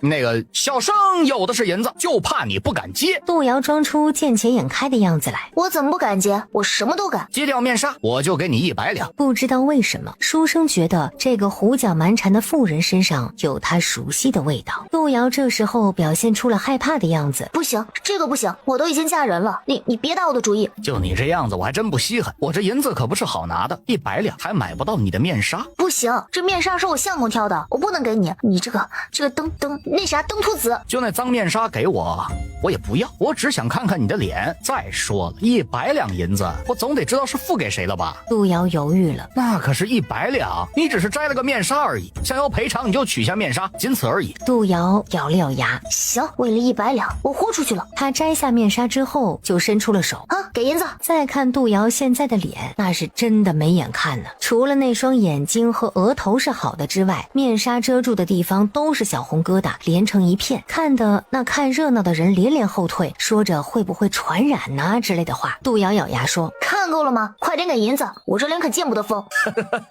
原来如此啊！抬手一扔，那张银票就落到了杜瑶的手里，然后转身就走了。杜瑶这时赶紧弄好面纱，又把手里的银票翻来覆去的看了又看，嘴里还不住的嘟囔着：“这是真的还是假的？那书生不会拿个假货糊弄我吧？这可是100两。”姐姐，你这是干啥？咱家驴咋变颜色了？这驴它想换衣裳了呗。你躲远点，这车上有怪味，别沾你身上。你先去洗一洗，一会儿给你吃好吃的。咱今天晚上就不开火了。好吧。杜新觉很听话的躲得远远的。姐姐，小黑现在的毛也不黑了，那该叫它啥呢？要不叫小花？小毛驴儿抬起头来就叫，好像是不喜欢这个名字。姐姐，小黑不喜欢小花，叫啥好呢？那还是叫小黑吧，人家皮毛本来就是黑的，我染成这样也就能维持1-2年吧，等这旧毛掉了，新毛长出来还是黑的。那好，小黑，我给你弄点吃的，你别气了，你还叫小黑。姐弟俩欢欢喜喜的各忙各的，等忙完天就黑了下来。姐姐，后天我们学堂里休沐，咱们回村看看吧。姐姐，我们家的房子建得怎样了？我也不知道啊。后天可以的话，我明天再去买点吃的。后天咱们一早就出发，省得碰上老杜家的人。我现在不想应付他们。好，就这么说定了。平静的一天很快过去。杜新觉休沐的那天，他们起得很早，还黑着天就出门了。在太阳即将升起之时，姐弟俩就到了他们的新院子。李工头他们天蒙蒙亮时就开始干活了。大热天的，清早和傍晚干起活来最舒服。杜瑶见了李工头，就是各种事情商谈了一番，姐弟俩便开始在自家院子里转悠起来。杜瑶带着杜新觉来到那处小池塘，等屋子盖得差不多了，咱们就让李工头安排人手把这池塘再挖一挖。到时候呢，我再去外面买些好藕来，再弄些鱼苗呀、螃蟹呀、虾呀。到时候咱们就不缺这些东西吃了。我最爱吃螃蟹了。杜新觉馋的呀，差点流口水。姐姐快点去找，大螃蟹好吃。没问题。午后，杜瑶派了个小工出去看看有没有老杜家的，没有的话他们就准备离开了。可惜老杜家的小孙子就在门外玩，虎子带着几个小伙伴在外面的空地上玩得不亦乐乎。杜瑶只好把驴车放在院子里，带着杜新觉从另一个小门去了大青山。姐，你猜我发现了啥？啥呀？杜瑶看他脸上带着笑，肯定是好事儿，也就不担心了。杜新觉拉着他往小树林里钻。姐，你不是最喜欢花吗？我找到了一大片花，可多了，好看得很。杜瑶也来了兴趣。正好咱们院子里还缺不少的花，这下好了，咱们家小杰就是个有福的，钻个树林子还能找到这么好看的花。杜瑶拨开树枝，被眼前的花海惊呆了。这是一大片玫瑰啊！这叫玫瑰吗？我还是头一回见呢。除了玫瑰还有蔷薇，这可是好东西。有了这个，咱们以后的生活就有保障了。玫瑰精油、玫瑰香氛以及各种玫瑰制品，甚至可以做玫瑰花饼，这当真是个好东西呢。可惜啊，就在姐弟俩畅想着未来美好生活之时，杜瑶突然拉着杜新觉进了空间。进了空间以后，杜新觉便睡着了，就像其他活物一样，睡得很安详。刚才他感觉到了暗气带起的风，要不是有空间，今天他们姐弟极有可能就栽在这里了。谁会在大青山的深处打斗呢？这里可是毒虫遍地呀！可惜啊，看不到外面的情况。杜瑶嘟囔道，他心里急得不行，不知道要在这里待多久。杜瑶坐在小屋前的石头上，一个劲儿的为难，又不敢从空间里面出来，真的是太煎熬了。就在他坐立不安时，身边的那处不知道有什么用处的小水洼亮了。杜瑶惊奇不已，将内力聚在手指上点了一下，亮光便消失了，继而出现了画面。原来小水洼是这么用的。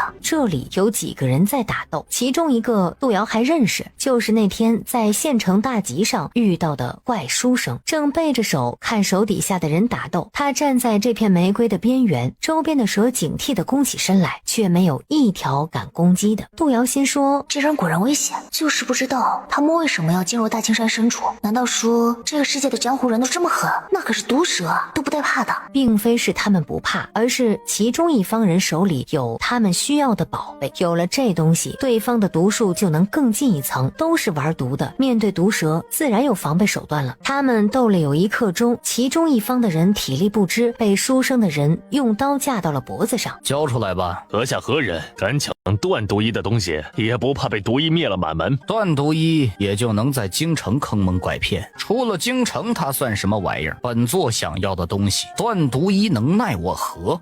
那俩人相互看了看，哈哈大笑2声，其中一人嘴角流下污血，倒地身亡，另一人也在流污血，却还能够说话。你们就等着断毒衣的报复吧。说话间，这人将一物扔进了蛇堆里，也倒地身亡。书生急了，抬脚就把这2人踢进了玫瑰花丛中，而书生却趁这个时候飞身去另一边找那人扔的东西。但是吧，在这电光火石间，杜瑶出手了，借着花丛的掩护，将那东西给收进了空间里。空间开始震荡，那包东西便只剩下了一个小布包，里面的种子已经生根发芽。那小布包杜瑶看也没看就又扔了出去，小水洼晃了晃，画面又出来了。书生拿到了小布包，发现里面什么都没有，气得他嗷嗷叫，原地发泄了一通，才带着手下人走了。这人走后，杜瑶看外面的天色还早，就没有急着出来。谁知道那个书生会不会杀个回马枪啊？也幸亏杜瑶没出来。过了2刻钟的时间，书生又突然冲了进来，他仔细的搜寻了1刻钟，这才走了。又过了2刻钟，杜瑶才出来了。他换了一件绿色衣裳，这个颜色混在玫瑰里面还真不显眼，不仔细看谁也不知道这块绿是人扮的。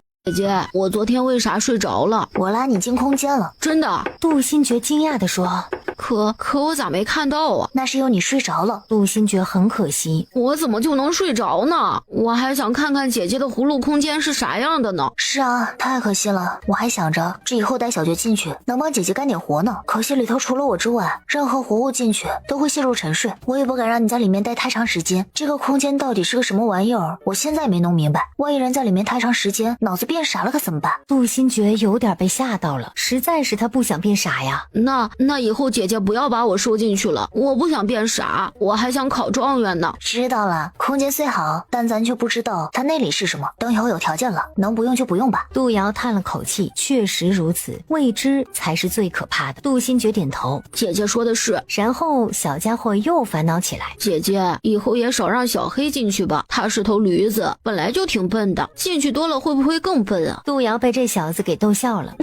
好吧，以后也少让小黑进去，谁让他那么笨呢？就是姐弟俩的话题歪了歪的厉害。杜瑶有那一瞬想瞒着他在大青山深处发生的事情的，但是理智告诉他不行，自家小弟是个心地善良的好孩子，但是江湖的世界却不安生。为了让小弟顺利长大，并且能尽快自保，杜瑶还是得告诉他实情。当他说到那2个服毒自尽的人被玫瑰林里的蛇吃了的时候，杜新觉吓得小脸都白了。姐姐，那里面真的有蛇吗？有，那就就是个蛇窝，而且都是毒蛇。可是我当时没发现有蛇呀，那些花多好看呀，是不是这些花招毒蛇呀？不是，玫瑰是真的很好看，姐姐也很喜欢，只不过那里恰巧是个蛇窝罢了。或许正是因为那个蛇窝，它们才能在那里安稳的生长那么多年，才长成现在的规模。也有可能是有人专门在那里种植的，就像咱们以前住的帐子林一样。不过那里到底是怎么形成的，咱们也不必计较。但是我刚才说的那件事情，你必须要记在心上。就是那个怪书生吗？姐姐，我记下了。我怀疑我脸上的毒跟那个怪书生也有关系。小菊，咱们姐俩相依为命，不管遇到什么事情，碰上什么人，都要多留一个心眼儿。就像赵石头，你以前那么信任他，可实质他是个坏的。陆星觉使劲皱着眉头。姐姐，我懂了，也记下了，以后出门我都会带着姐姐给的药包。很好。除此之外呢，我这2天配一些万金油的解药以及金疮药，以防万一。到了第2天，骑士药材铺子里的小单来请他去看诊，就是那个府城来的病人。小单点头，我师祖让您快点过去，那人有些不大好，他孙子也病得不轻。杜瑶点头，好吧，我收拾一下，这就过去。齐茂领着杜瑶进了后院的某个大病房，进屋以后，杜瑶便闻到了一股恶臭，这个臭味让他转身就跑了出去，来到墙根下呕个不停。杜瑶这个反应看在病人的眼里，那是相当不快的。老齐啊，这是怎么回事啊？是我疏忽了。这位小神医是个女子，她怀了身孕，还没出3个月呢，可不就对气味分外敏感吗？这样啊。老头叹气，他不抱希望了。杜瑶吐完之后，便看到齐茂已经给他送来了茶水，多谢。他也没喝，只用茶漱了漱口，然后戴上厚厚的口罩，这才重新进了屋。进屋后，杜瑶说：抱歉，让诸位见笑了。齐老，详细说说这几位的病情吧。先前我去府城的时候，王老还能下床，身上也没生毒疮，这才过了1个月就变成这个样子了，我都不敢认了呀。他将原本的病情说了一遍，又说：现在看来，原来的药物是完全没法子用了。杜瑶来到那叫王老的病床上，让齐老将这老头的裤腿剪到膝盖，这散发着恶臭的毒疮就长在了膝盖以下，那真是不能看呢。杜瑶用消了毒的银针挑了挑脓水，忍着胃中难受闻了闻，这毒相当歹毒，说是不解，病人活不过10日，不知其他人是否中了相同的毒。齐老看了眼那3个同样躺在床上的年轻人，怕是被杜丫头你说中了。他们3个小辈儿现在的症状啊，正是1个月前老王的症状，可还有救啊？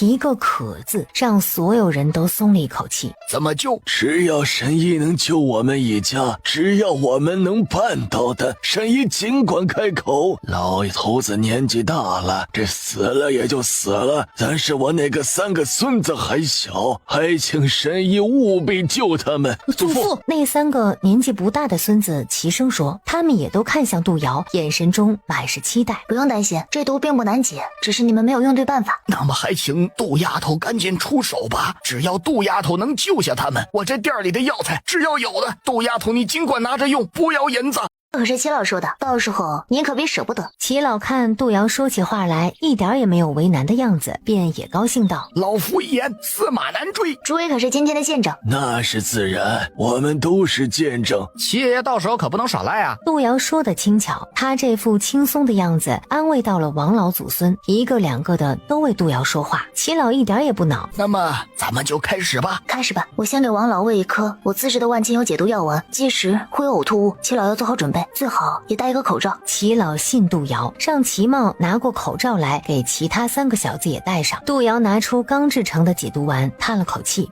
这可是我用了整整5天才制出的小药丸，齐老你得给我淘换下好的药草。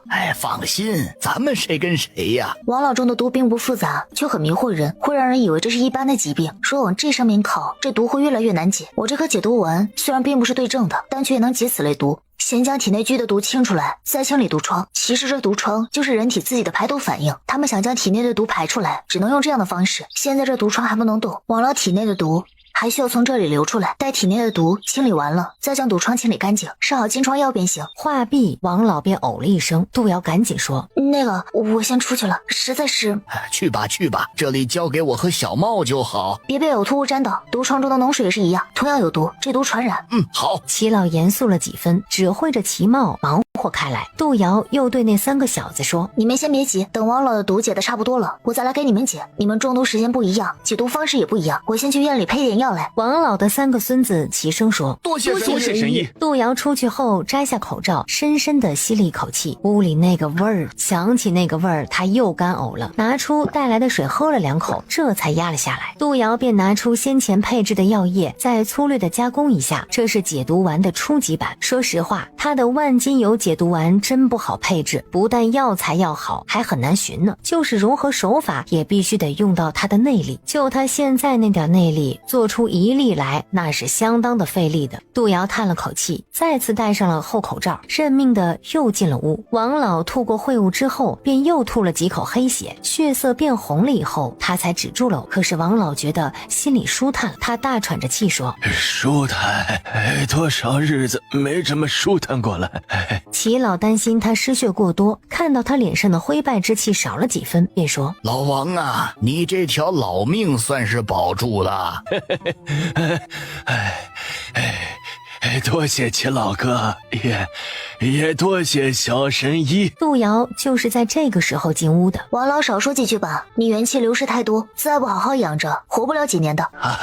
是，听小神医的。聊进来没多话，拿出银针，又给王老疏导体内的残毒，一根根的银针扎下去，杜瑶额头上便开始冒汗，可见消耗之大。齐老，你待脓血不流了之后，就可以取银针了，记得一定要消好毒。我先出去喘口气。这样来回了好几次，才将这几个病人的毒解了个差不多。杜瑶是彻底累虚脱了，还是齐茂用车把他拉回家的。齐氏药铺后院里，齐老带着孙子一直忙活到大半夜，这才把几个病人的情况给稳定住了。他们2人也被那臭味熏得不行，打了井水，上上下下的梳洗了一番。齐老叹了口气：“这毒还真霸道，要不是杜丫头，老王一家子就绝后了。”祖父，杜姑娘的医术确实厉害，可我不明白，她这么厉害，为何还被那无良的老妇人给逼到这个地步啊？齐老就着月光看了眼孙子：“莫较真儿，说明杜丫头是个好的。我看杜姑娘也不是个软弱的，也不是个吃亏受气的。按理来说，那坏的流油的杜老婆子有的是法子治她。远的不说吧，就说这毒，杜姑娘能解这么厉害的毒啊，弄得让人神志不清，或者是瘫在床上的药，那不顺手的事儿吗？可是她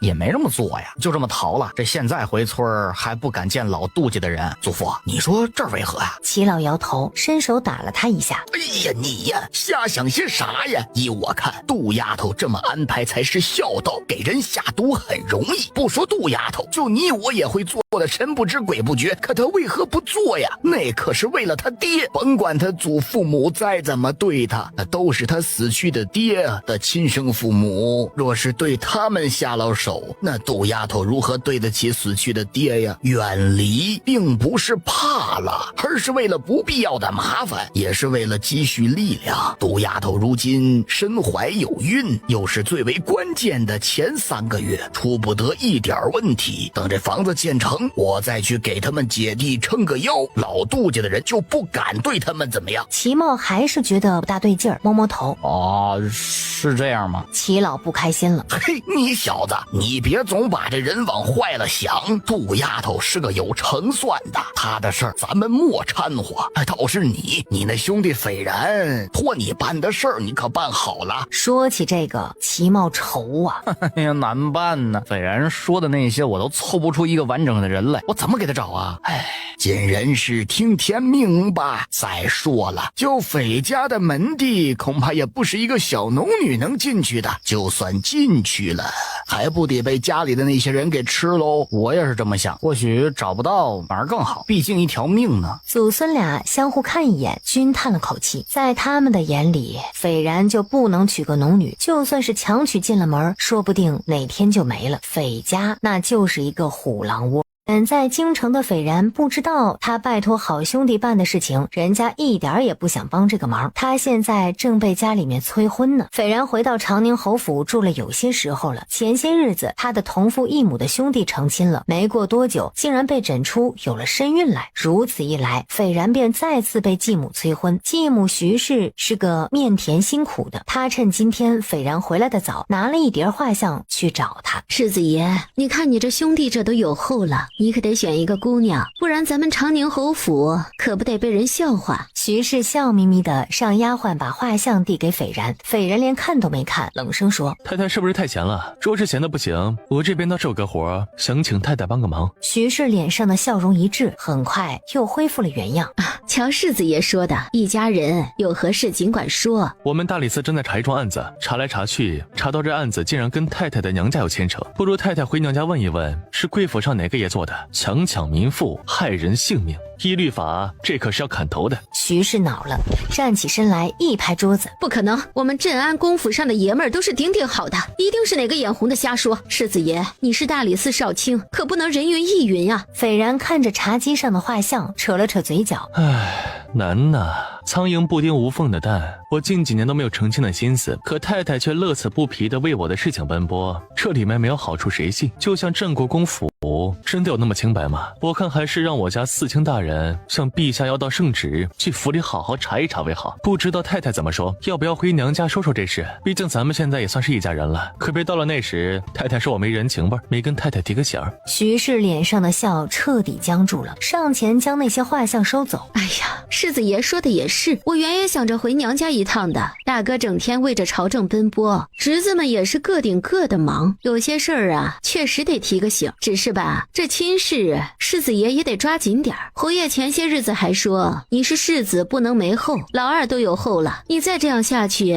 外人还以为咱们府的世子怎么了呢？就怕有人觉得咱们府上要换世子了。这子嗣在每个府上都是头等大事儿，也难怪世子爷看不上我手里的这些庸脂俗粉。只要是见过我侄女儿的人呐，都会被他迷倒。我见过的年轻才俊里还没有例外呢。世子爷也是这么想的吧？这又说到了徐敬玄身上来，斐然面色一沉，目露杀气地说：世上女子都死了，我也不会娶徐敬玄，太太就死了这份心吧。说完他起身就走，气得徐氏将手中的画像撕了个粉碎。要不是他想在侯爷面前表现自己有多么疼爱原配，留下了孩子，他才不来受这个气呢。给我等着！斐然出府以后便去了自己名下的宅院，提笔就给齐茂写信，催他赶紧寻找那个女子。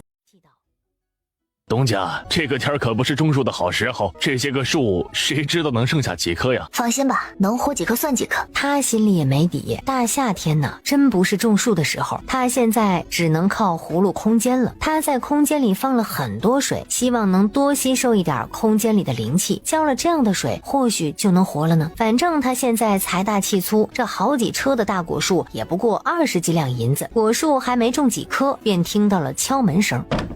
死丫头，还不开门！听着声音，杜瑶就知道是杜老婆子来了。姐姐，虎子奶来了，咋办呀？不怕，该咋办就咋办。现在咱们又不是他家的人，怕什么？走，我们去见见虎子奶去。杜瑶拉着他往外走，杜新觉担心着。姐姐，一会儿有啥事儿你就躲在我身后，你肚子里还有娃娃呢，可不能有半点闪失。我长大了，能护着你了。放心，你姐姐没那么弱。大门打开，杜老婆子看到杜瑶，二话没说，扬起胳膊就打。你这死丫头片子，你死哪儿去了？我打不死你！杜瑶伸手一扒拉，虎子奶，你这是做什么？我们姐弟哪里对不起你了？杜老婆子抽回手来，便嚎上了：你这小贱人，你背着家里人去哪儿了？你这个天杀的！话说一半，杜老婆子便说不出话来，光看她上下嘴皮子一张一合的，就是说不出话来，急得杜老婆子呀直抠嗓子，看着杜瑶吓得脸都白了。杜瑶冷笑：哼，虎子奶，我爹在世时给我定了一门亲，你明知我是有亲事的人，还将我与小弟卖给镇上的正屠户，你安的是哪门子的心？我爹是不在了，可我娘还活着，你是我们的奶没错，可你在我爹死后就不让我们喊你奶了。外人可能不知道，你让我跟小爵叫你虎子奶，这是明摆着跟我们不是一家人。你都将我们姐弟卖了，我们姐弟能不想法子自保？我们去找我们的娘，我们娘做主给我与我相公办理亲事。现在我们已经不是老杜家的人了，你也骂不着我们。看热闹的人越来越多，有人问：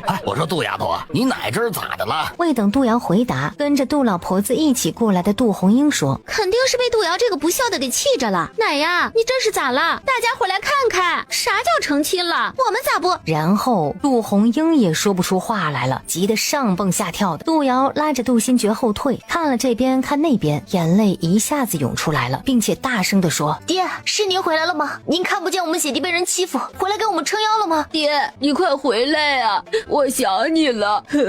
爹，他们欺负我和姐姐，他们打我们，还不给饭吃，还把我们给卖了。爹，您回来就在家里多住几天，老家的房子还在，也不知有没有被虎子奶收回去。咱们家的炕还是爹您亲自砌的，您在那炕上咽的气，您说咱家炕最舒服了。爹，如果是您回来，可要给我们撑腰啊！杜瑶的话刚说完，杜老婆子和杜红英便开始肚子疼了，疼得他们呀在地上直打滚儿。爹，算了吧，再怎么说他们也是您的亲人，要不然就饶他们这么一回吧。话音刚落，杜老婆子和杜红英的肚子便不疼了，不过他们依然说不了话。这个时候，看热闹的人吓得不行，离这两人远远的。你们也回去吧，以后就当我们不认识，反正你们也将我与小爵卖了，我们也早已经不是老杜家的人了。外人或许不知道杜瑶到底为啥会演这么一出，但是杜新觉明白，还不是为了他们姐弟的自由吗？杜新觉在这个时候站了出来，姐，我看到爹了，他说他今晚会跟虎子奶他们好好说上一说，还说他还没咽气的时候就想把家分了。姐姐，你说爹会不会找虎子奶他们分家呀？杜瑶想也没想的顺着他的话往下说，那是肯定的，爹还活着的时候也跟我唠叨过这事儿呢。小爵，这是大人的事情，咱就别管了，反正有爹护着咱们。姐姐说的是。姐弟二人你一言我一语的说着说着，恍然不觉，看热闹的人都走远了。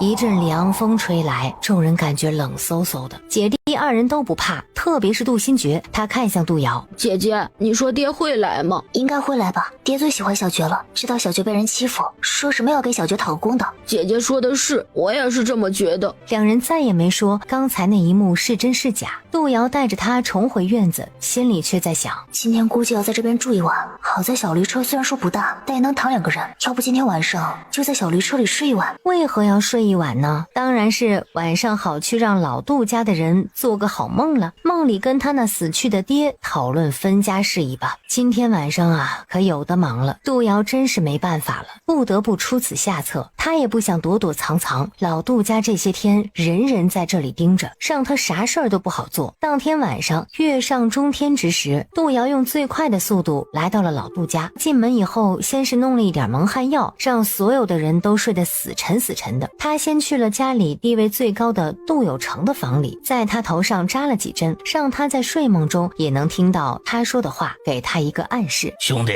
我活着的时候对你咋样？我死了，你们又是怎么对我妻儿的？我妻被你们逼走了，我儿女差点就被你们给卖了。你们真当我是个好欺负的？分家，必须分家，不然我豁出去变成厉鬼，也要把你们给拉下地狱，签字画押吧。杜瑶早就把分家文书写好了，是模仿死去的杜承宗的笔迹，在杜有成的名字上面按了个红手印，这上面的名字有好几个，大房以及杜老太和杜老头以及杜新觉，一式2份。杜新觉早就按好了手印，再来一个杜有成的，接下来就是杜老大了。杜瑶用同样的方式让杜老大按了手印，也让杜老头和杜老婆子按了，留一份放在杜有成的书桌上。杜瑶这才离开。姐姐睡得可好，吃饭吧。两姐弟去一边吃饭，杜新觉看上去很是开心。小爵，笑什么呢？姐，爹昨晚回来，真的回来了。什么？这是爹写的，咱们再也不怕老杜家的人了。上面写着两家再无瓜葛，并写了断亲2个字，还按了手印。杜瑶忍下了真相，赶紧说道：我就说咱爹别看已经去了，还是放心不下我们终于不怕了。杜新觉一点都不怕，但是老杜家的人却是被吓得不敢出门喽。听到这些，杜瑶倒是没有急着往县城走，反正今天是杜新觉的休沐日，他们想给杜承宗上个坟，这样也能让这场戏更加的逼真。但是在这之前，杜瑶还需要去一趟村长家。杜瑶进了村，便听到那3、5成群的妇人说着他们打听来的八卦，八卦的内容就是老杜家昨晚上闹鬼了，这是老杜家的邻居传出来的。谁让老杜家的人醒来之后就大喊大叫呢？喊着杜老二回来报仇啦！这会儿看到杜瑶姐弟俩，便拉住不让走了，问这问那，好不热闹。杜瑶看了眼杜新觉，两眼变得泪汪汪。几位婶子，我也不瞒你们，昨晚上我们姐弟也梦到我爹了，他说他给我们撑腰，他不在了，但是他的魂还在。他说他不想投胎，要看着我跟小爵成家立业，他不能让人欺负了我们姐弟。我爹就是这么说的，他还给了我们这个。村里的妇人没有一个识字的，但是他们知道红手印代表着什么。这是啥呀？这是我爹给我们的分家和断亲文书，我爹写着我们一家与老杜家断亲了，以后他们过他们的，我们过我们的，再无瓜葛。真的？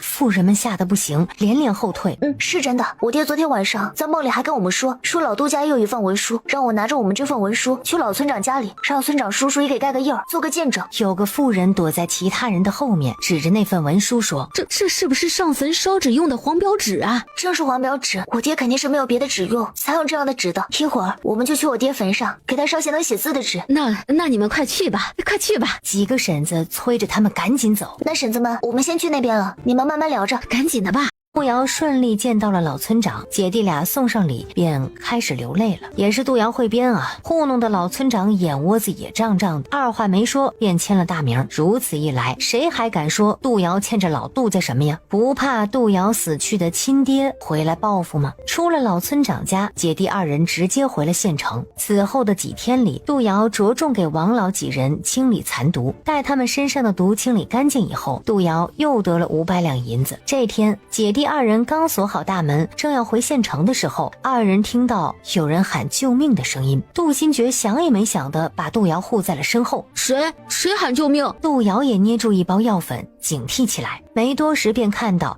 一个5大3粗的汉子抱着一个全身是血的孩子，后头背着一个妇人，妇人的身上也全都是血。救命啊！姑娘，救救我们一家人吧！汉子离着他们老远的距离就跪下了，求姑娘救救我们！说完这话，那汉子晃悠了一下，眼看着就要摔倒。啊，你可别冤啊！我们姐弟可没有那个力气把你们扶进来，你要是能坚持，就跟着我来。杜瑶打开门，把他们带到了给门房留的小院子里。刚进院子，这汉子就顶不住了，抱着孩子直接歪在了一边。杜瑶看着他们，叹了口气，希望今日我没有救错人。杜瑶之所以想救他们，也是看在这汉子哪怕晕了，也是侧着倒下的，这样就不会压着他身后以及自己抱着的人。杜瑶给他们查看了伤势，又为他们把了脉，心里便有数了。别看那2个身上带血的看上去伤得很重，却都是皮外伤，只要能够止血就能够救回来。问题大的是这个汉子，他身上没有多少皮外伤，可却中了毒，这毒若不及时解了，不出几天便会丧命。小菊，给你一包药粉，去把他们在路上留下的血迹清理掉。若是他们从山上下来的，就清理到山脚下便好，千万不要上山。若是看到有人，记得避开。杜新觉走后，杜瑶赶紧给这汉子塞了一粒解毒丸，暂时就不管他了。他先给汉子怀里抱着的孩子止血，先用银针止血，再用消毒药汤清洗伤口，待伤口大的地方再用针线给缝起来，最后才上了金疮药，再包扎。杜瑶刚把这孩子给包扎好，杜新觉便大喘着气回来了。姐姐，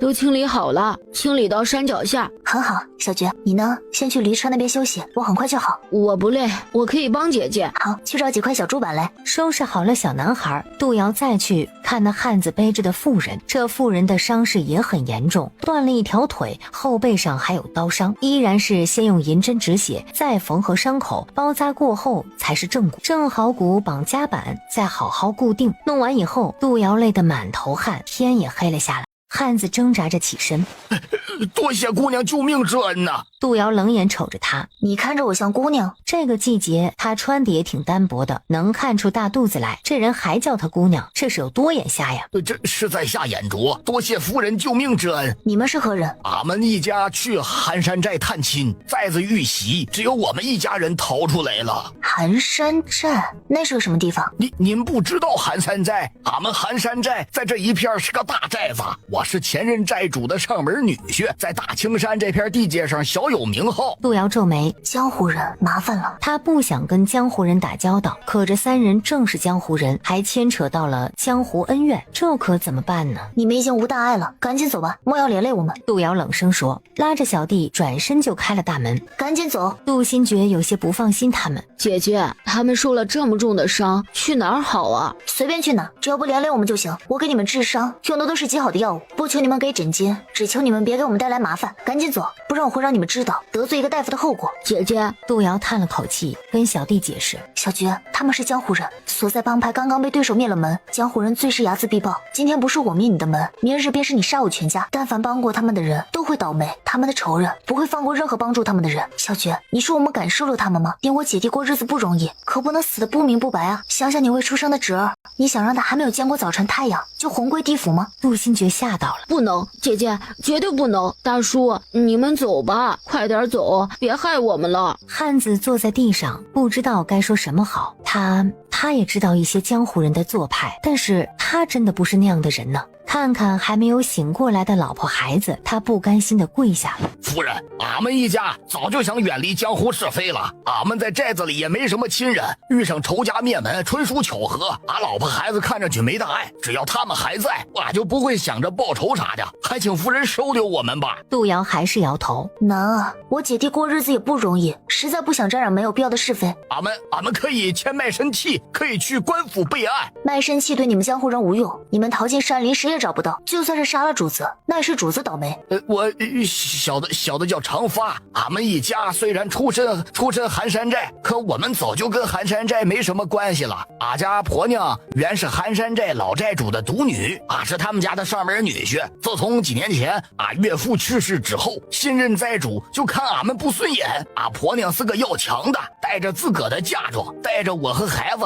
就离开寒山寨，去了一个小村子过活。昨天是我丈月的忌日，我们去寒山寨上坟，没想到遇上了江湖仇杀，我们算是被殃及了池鱼呀。杜瑶看着他们有些心动，毕竟他们这么大的宅院也是需要人手的。可这一家人会是个听话的吗？就在杜瑶考虑的时候，长发的婆娘也醒了，她挣扎着起来，跟长发一起跪下了。夫人，求您收留我们，我叫芸娘，我也会点拳脚功夫，也会做饭带孩子。方才你们说的我也听到了，夫人的顾虑我也明白。夫人有所不知，寒山寨得罪了长寿宫，他们的行事一贯不留活口，我们今日被他们看到，必定会找到我们隐居的村子，等着害我们。那里我们是不能去了，我们现在身受重伤，又身无分文，只能求夫人帮我们一把。长寿宫的势力遍布大楚，报仇是不可能的，何况寒山寨的现任寨主与我们有仇。说实话，我巴不得他去死。夫人，我们愿意改头换面，也能跟夫人签下10年的卖身契，只求夫人收留我们。长寿宫那是怎样一个江湖门派？芸娘叹道。听说长寿宫的分店遍布大楚，还听说远在京城的皇帝很信任他们的公主，想把他们的公主封为国师。夫人，您说这样的势力谁敢报仇啊？国师吗？杜瑶的眉头再次深深皱起，看来他得好好打听打听长寿宫这一方的势力了。听这两人所说，杜瑶觉得长寿宫也不是什么好东西。要是皇帝封了长寿宫的公主为国师，那么这个大楚王朝啊，离灭国不远。芸娘看杜瑶脸面阴晴不定，便又说道：夫人，我和长哥都会点功夫，我们可以改头换面跟在夫人身边，我们2个是不怕死的，可我们不能死，我们的儿子才7岁呀。杜瑶叹了口气，心说反正人也救了，哪怕赶他们走也无济于事，不如就收了他们吧。至于这些人会不会忠心，还是不怕的，他手里的毒药品种多着呢。夫人，求您收留我们吧，俺们夫妻已经无任何亲人了，我们保证不连累夫人，俺们发誓，俺们必定事事以夫人姐弟为主，若有二心，天打雷劈。求夫人收留我们，求夫人买下我们吧。姐姐，杜新觉拉了拉杜瑶的手。姐姐怎么看？既然你们都这么说了，我家小弟也觉得你们着实可怜，看在我们家小弟还有你家孩子的份上，我就收下你们，30两银子买下你们全家，就依你们，咱们签10年，10年之后拿银子赎身。谢夫人。但是我丑话说在前头，我是个大夫，也会制毒，我不相信初次见面之人说的话，只相信自己制的毒。这话就是说，想要跟着我，必须吃了我的毒。你们不是说要忠心不二吗？那就吃吧。反之，你们刚才所说的那些就是胡说八道，当不得真。夫人说得好，就该如此。夫人只要能让我们活命，给我们吃啥都行，反正我们10年的自由就卖给夫人了。可我们的儿子还小，能不能不让他吃药啊？你们说呢？俺们相信夫人，请夫人赐药吧。你们已经吃了，毕竟你们的伤是我治的。长发和芸娘有点无语，他们这是遇上什么高人了呀？他们还没醒来的时候，这位小娘子就已经算计到了这一步，只这一步，他们就落了下风。如今不好好的做人奴才，他们还能干啥呀？呀？长寿宫在他们眼里那是翻不过去的大山，为了活命隐姓埋名算个啥呀？走吧，我们现在呢并不住在这里。杜瑶抬手扔了个竹筒过去。长发，你去打盆水来，将竹筒中的药倒进水里，先清洗一下自身。知道青山县吗？你来赶驴车，我们回青山镇。驴车内，杜瑶问道：长寿宫可是善于用毒的门派。听说是这样的，长寿宫有几个大弟子，听说他们都是用毒大家。果然。杜瑶嘟囔了一声，便不再言语。越是这样，芸娘越是好奇，思来想去，还是大着胆子问：夫人果然如何？不要叫我夫人，不过是乡村野妇罢了，叫太太吧。夫人可是身有高明的妇人尊称，我家相公不过是个商人。是太太。你与孩子身上只有外伤，没有毒，可长发的身上却中了不轻的毒。还有，你们身上有一种我们常人闻不到的药粉味，这药粉也是一种毒，人的鼻子闻不到，可受过训练的畜生却能闻到，这味道1-2年之内都不会散。你明白我说的吗？芸娘立马被这话吓到了。难道求太太救我们？放心吧，长发身上的毒已经解了，你们身上的追踪药粉也已经洗掉了，不然你以为我费心费力撒着药粉做什么？芸娘这会儿才真正放下心来，并把自己摆在一个下人的位置上。多谢太太，若不是遇上太太，我们一家人恐怕活不了几日了。杜瑶拉开车帘子，看了下外面的天色，催促道：长发，再赶快点，我们要尽快回县城，不然城门要关了。是太太。小毛驴今日是真累坏了，在长发的皮鞭下跑得飞快。这是防止你们发高烧的药，若是发了烧也不用怕，正常反应。我这里呢有些稀饭和大包子，你们将就着吃。天不早了，有什么事明天再说。这一家子很是感激，对杜瑶那是千恩万谢。杜瑶则是带着杜新觉回了卧房。小菊，我们今天晚上一起睡。他还是不放心这一家人。杜瑶今天是真累了，真想现在就闭眼睡觉啊！可他躺下后，感觉肚子里的宝宝又在踢他了。知道了，知道了。杜瑶无奈地靠着枕头，跟肚子里的小家伙互动。也不知道什么时候养成的习惯，在睡觉前，小家伙总会踢他，而杜瑶呢，也得用手戳戳小家伙。别看人家现在还在肚子里是个小不点儿，但人家啊，爱玩得很。哎，小少爷，早饭吃什么？小的要不要出去买点啊？天色不早了，这个时候再做早饭着实有点晚了。杜瑶点头，扔了块碎银子给他。出去买吧，多买点，给你婆娘和孩子买下好刻画的食物。有什么事情吃了早饭再说。长发接过碎银子，又问：不知太太和小少爷想吃啥样的早点？你想吃什么？稀饭和包子啥的都行。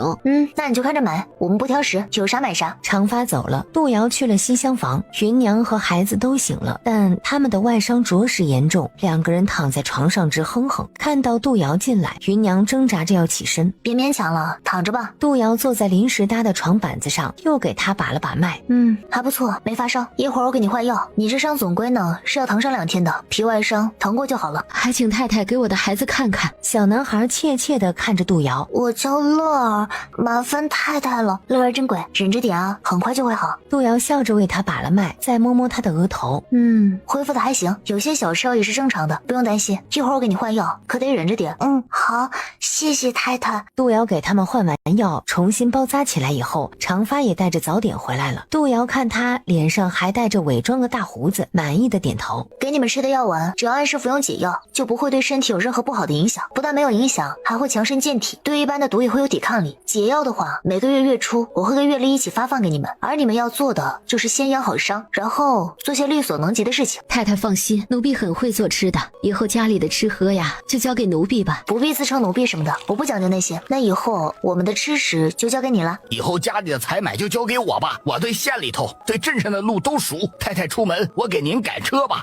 这个可以有。只有乐儿没表态了，这个孩子也是个聪明的，赶紧说：我可以跟着小少爷帮他拿书包。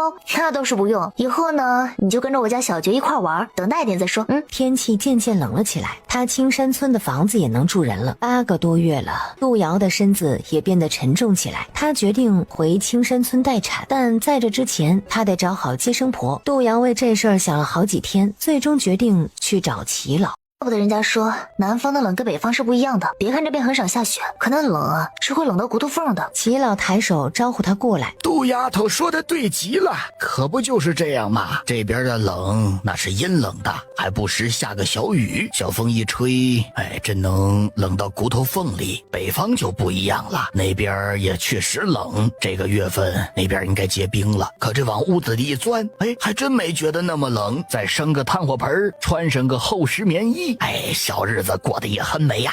杜瑶也学他们那样在火盆前面烤火，笑道：一方水土养一方人，各有各的好。闲来无事，蒸了一些米糕，拿来请七老尝尝。米糕也是南方吃食，这个时代北方人吃稻米的机会还真不多。林业和小徒弟吃过米糕后便去忙活开了，留下齐老和孙子齐茂两人跟杜瑶现在挺熟的，杜瑶也愿意跟他们商量事情。齐老放下米糕，喝了碗热茶，啧啧两声，不错，这小米糕做的地道。这是我们家芸娘做的，她手艺好，这些小吃食做的也好。两人又互捧了几句。杜丫头有事就说啊，咱们谁跟谁呀？这事儿还真得麻烦齐老一回。青山村的房子能住人了，我们也打算找个吉日搬进去。眼看着天越来越冷，回那边猫冬的话感觉踏实。这还没到下雪的时候，我们也打算早点回去囤些柴火。我这还有2个来月就要生了，到时候坐月子也能舒服一些。你这都8个月了吧？哎，你看你都这么大月份了，还到处跑，确实不对。哎，这没个长辈看着就是不行。我与小弟都是父母缘浅的人，幸好遇上了齐老，我们的事情也多亏了您，要不然我们姐俩如今还不知道在哪儿，又过的什么样的日子呢？哎，可别这么说啊，我可没帮上啥忙，都是你们自己姐弟儿张罗的。杜丫头，你可千万别跟我客气，要知道你可是我侄媳妇儿啊。我那侄子呢，虽说不知道去哪儿做生意去了，可我这做人长辈的还在，总不能看着你受苦受累吧？齐老说的是，我常与小杰说，我们姐弟做的最幸运的一件事情，就是认识了齐老。杜瑶也顺着齐老的话茬往下说，看着两人你来我往的说起来没完的样子，齐茂默默地翻了个白眼儿。虽说这个动作很不雅观，但他真的是被这两人的虚伪给镇住了。我说啊，杜家妹子、祖父，你们就不要相互吹捧了，都相识这么久了，谁还不知道谁呀？齐老一瞪眼，你这小子胡说些什么呀？齐公子还是那么快人快语，不过这说的也对，我今日前来，除了想请你们去青山村那边给我们姐弟暖房之外，还有一件重要的事情想请你们帮忙。分内之事，杜丫头是不是要请个稳婆了？还是齐老了解我。齐老，我家相公还不知何时能回来，眼看我就要生了，有些事情不得不打算起来。长发一家子看着是挺好，用起来也顺手，可他们到底是半路跟着我，有些事情交给他们，我是真的不放心。接生婆的事情还真是要麻烦齐老帮忙。另外，齐老都说女人生孩子如同过鬼门关，我们都是医者，都知道那不是说玩笑的。我还是请齐老在我生产时能去我那边坐镇，有您这样一位圣手在，我也能放心些。放心吧，这事儿老夫必为你办得妥妥的。齐老点头，这姐弟俩的事情他也知道，着实不容易，便想也没想的应下。而杜瑶呢，却不会这么上下嘴皮子一动就完事儿。他拿出一张方子来说：齐老，我这里有一个方子，还请齐老收下。虽说不是什么有名的方子，但若用好了也是有大用的。齐老眼睛一亮，拿过方子就看，看完之后一拍大腿：哎呀，我咋就没想到呢？原来是这么配我，会让药效更加妙啊！这算是一张养生方子，却是治疗富贵病的方子，一般穷苦老百姓是用不上的。说白了，就是针对三高人群的养生方子。不管在哪个朝代，都有吃得好、有钱又有闲的人，这类方子就是为他们准备的。齐老看着杜瑶，郑重地收下方子。哎，丫头，你太客气了，这方子老夫受之有愧呀。说什么愧疚不愧疚的，不过一个小方子罢了。类似的方子我手中还有好几个。齐老，您就当是我们小辈的孝敬您的就是，我的事情也烦劳齐老费心了。放心，此事交给老夫来办，老夫保证杜丫头你在生产之时顺顺利利的。如此我就放心了。杜瑶离开后，齐老拍拍齐茂的肩，没个长辈在身边就是这么可怜。小茂啊，杜家姐弟不容易，咱们能帮就多帮一把吧。随着冬日第一场雪的到来，离杜瑶的预产期还有半个月，杜瑶渐渐紧张起来。他周边的人也紧张的不行，隔三差五就数落一顿孩子的父亲，说什么银子是赚不够的，都要过年了还不回来看看老婆孩子，真不是个好丈夫。可是自家人知自家事，孩子哪里有父亲呀？恐怕连那个男人也不知道他会有个孩子吧。想到这个，杜瑶就来气，杀千刀的混账男人，提起裤子就走人了，留下他拼了老命的生孩子，真是气死个人。每每这时，他都在心里暗暗发誓，一定不能让那个男人见到孩子。那个男人让他费了多少功夫呀，若不是肚子里揣了娃，她至于一次次算计别人，又一次次生出各种利益吗？她早就带着小弟去外地过活了，也不用费那么大心思在青山村盖房子了。杀千刀的这个该死混账男人！路遥在院子里散步时，有一次把那棵老梅树上的花儿采下来，往雪里采，还是使劲的采，吓得芸娘赶紧扶着他远离雪堆儿。哎呀，太太，你这又是怎么了？可别做这些危险的事了，咱赶紧回屋吧。我没事，我就是想发泄一下肚子里的那口气。芸娘明白他说的是什么，便苦口婆心的劝道：咱们女人都是这么过来的，怀孕生子最是辛苦，那些粗心的男人哪里知道咱们女人的苦啊？老爷他肯定是在外地忙着做生意，赶不回来，这天又开始下雪了，路上不知道有多难走呢，说不定啊，过年前就能回来了。您可得保重身体呀，多想想孩子。路遥叹口气，再次薅了一把梅花，狠狠地扔到地上，踩了又踩。若不是看在孩子的份上，我早就扛着刀把那个男人砍了，何至于受这个罪？太太，咱们女人……未等芸娘再次劝说，齐茂看到杜瑶又在祸害那株老梅树的时候，大叫一声：“哎，停！赶紧给我停！”他扛着桌椅，身边还跟着小善，打算画一幅雪中红梅。看到杜瑶又在祸害老梅树，他实在是忍不住了。院子里有这么多树，你不祸害，为什么老是逮着老梅树不放啊？你知道我等它开花等了多久吗？你看看你这雪啊，再看看这红梅啊，这幅画儿多美啊！谁让这株老树只会开花不结果？我院中的树都不是白种的，是要能结果子的。齐茂被气到了。这么说呢，您只对能吃的东西上心，不能吃的东西你就使劲折腾是吧？就是这样，难道不应该这样吗？呵呵，齐茂气得不行。您还真是物质是吧？杜瑶替他说。物质。齐茂一时没理解到这个词的意思。你看啊，赏花画画呢，这些都是极雅致的东西，但是不能吃，可以说是精神层面上的。就是说我看着这些漂亮玩意儿呢就很开心，哪怕不吃饭也是开心的，这就是精神上的。也就是说这精神上的是不能吃不能喝的，物质呢刚好相反，能吃能喝能填饱肚子，那些花呀叶呀在肚子面前真没那么重要。说到这里，杜瑶摸着大肚子叹了一口气，唉，我就是这么物质，怎么办呢？没办法，爹娘给的。齐公子，我们这些俗人呢就不打扰你赏花画画了，回见。齐茂被他说的那是一口子气没处撒，俊脸由白转红，这口气呀真是堵得慌。这女人是在变相的说他只知道风花雪月，不知道务实呢。杜瑶刚才狠狠地出了一口气，心里面好受多了。他小心地走在路上，跟芸娘唠叨：这人啊就是不能受气，你看发泄出来我就好受多了，肚子中的孩子也觉得好，这刚才还踢我了。芸娘还能说什么呢？只能说还是太太有想法。但是杜瑶呢，最近情绪很不稳定，每天都要骂上几句杀千刀的男人才行。齐茂今天算是撞到枪口上了，杜瑶不怼他怼谁呀？回到他们的院子，杜瑶便觉得肚子一阵阵发紧啊，难道我要生了？芸娘吓了一跳，赶紧扶她进屋，便马不停蹄地去叫接生婆。周婆婆，快，太太肚子疼了，可能要生了。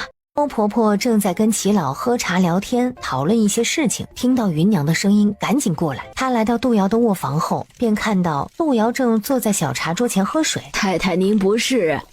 我这会儿又不疼了，真的，我一点也不疼了，肚皮也不发紧，可能刚才那是假的。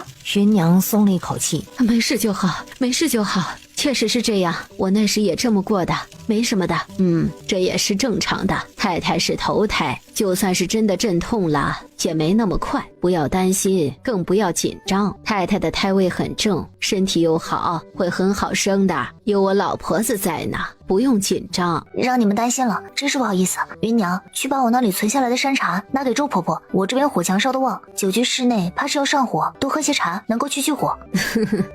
太太炒的茶可是好东西呀，老婆子谢过太太了。芸娘送周婆婆出去以后，杜瑶便靠在了床上，她怎么能不紧张呢？2辈子了，头一回生孩子，又没个亲长辈在，她这些天呐，天天紧张的要命呢。宝宝，咱们顺顺利利出生，可千万别折腾你娘啊，不然等你出来，我可是要打你小屁屁的。他靠着靠着睡着了，好在屋里暖和，也不怕着凉，还是杜新觉把他叫醒。姐姐，该吃晚饭了。杜瑶睡眼惺忪地说：小菊啊，你们去哪里玩呢？姐姐，昨晚雪下的大，那些鸟儿找不到吃的，我们就在雪地上支起了笸箩来，在里面撒上了米粒，抓鸟玩呢。行吧，适当玩乐可以，但别忘了你每天的功课，读书习武一个都不能少。姐姐放心吧，我不会偷懒的。听云姨说，姐姐刚才肚子痛了，怎么了？是你小侄子快出生了，应该用不了几天就能见到他了。真的？杜新觉开心的不行。姐姐让我摸摸小侄子。就在这时，肚子里的娃娃也使劲的踢了他一下，可把杜新觉给高兴坏了。姐姐，他踢我了，他踢我了。姐姐不是说小侄子大了就不爱动了吗？刚才他踢我了，这说明啊，宝宝跟他小舅舅很亲呢。我也这么觉得。姐弟俩说说笑笑了好一会儿，才去吃饭。就这么过了个7、8天，地上的雪也化干净了。小年夜的后半夜，杜瑶被宫缩疼醒，她感觉羊水破了，便大声叫人。周婆婆过来没多久，齐老也到了，他就在屋子外面。杜丫头莫怕，我就在这边，无论怎样啊，都不会让你有事的。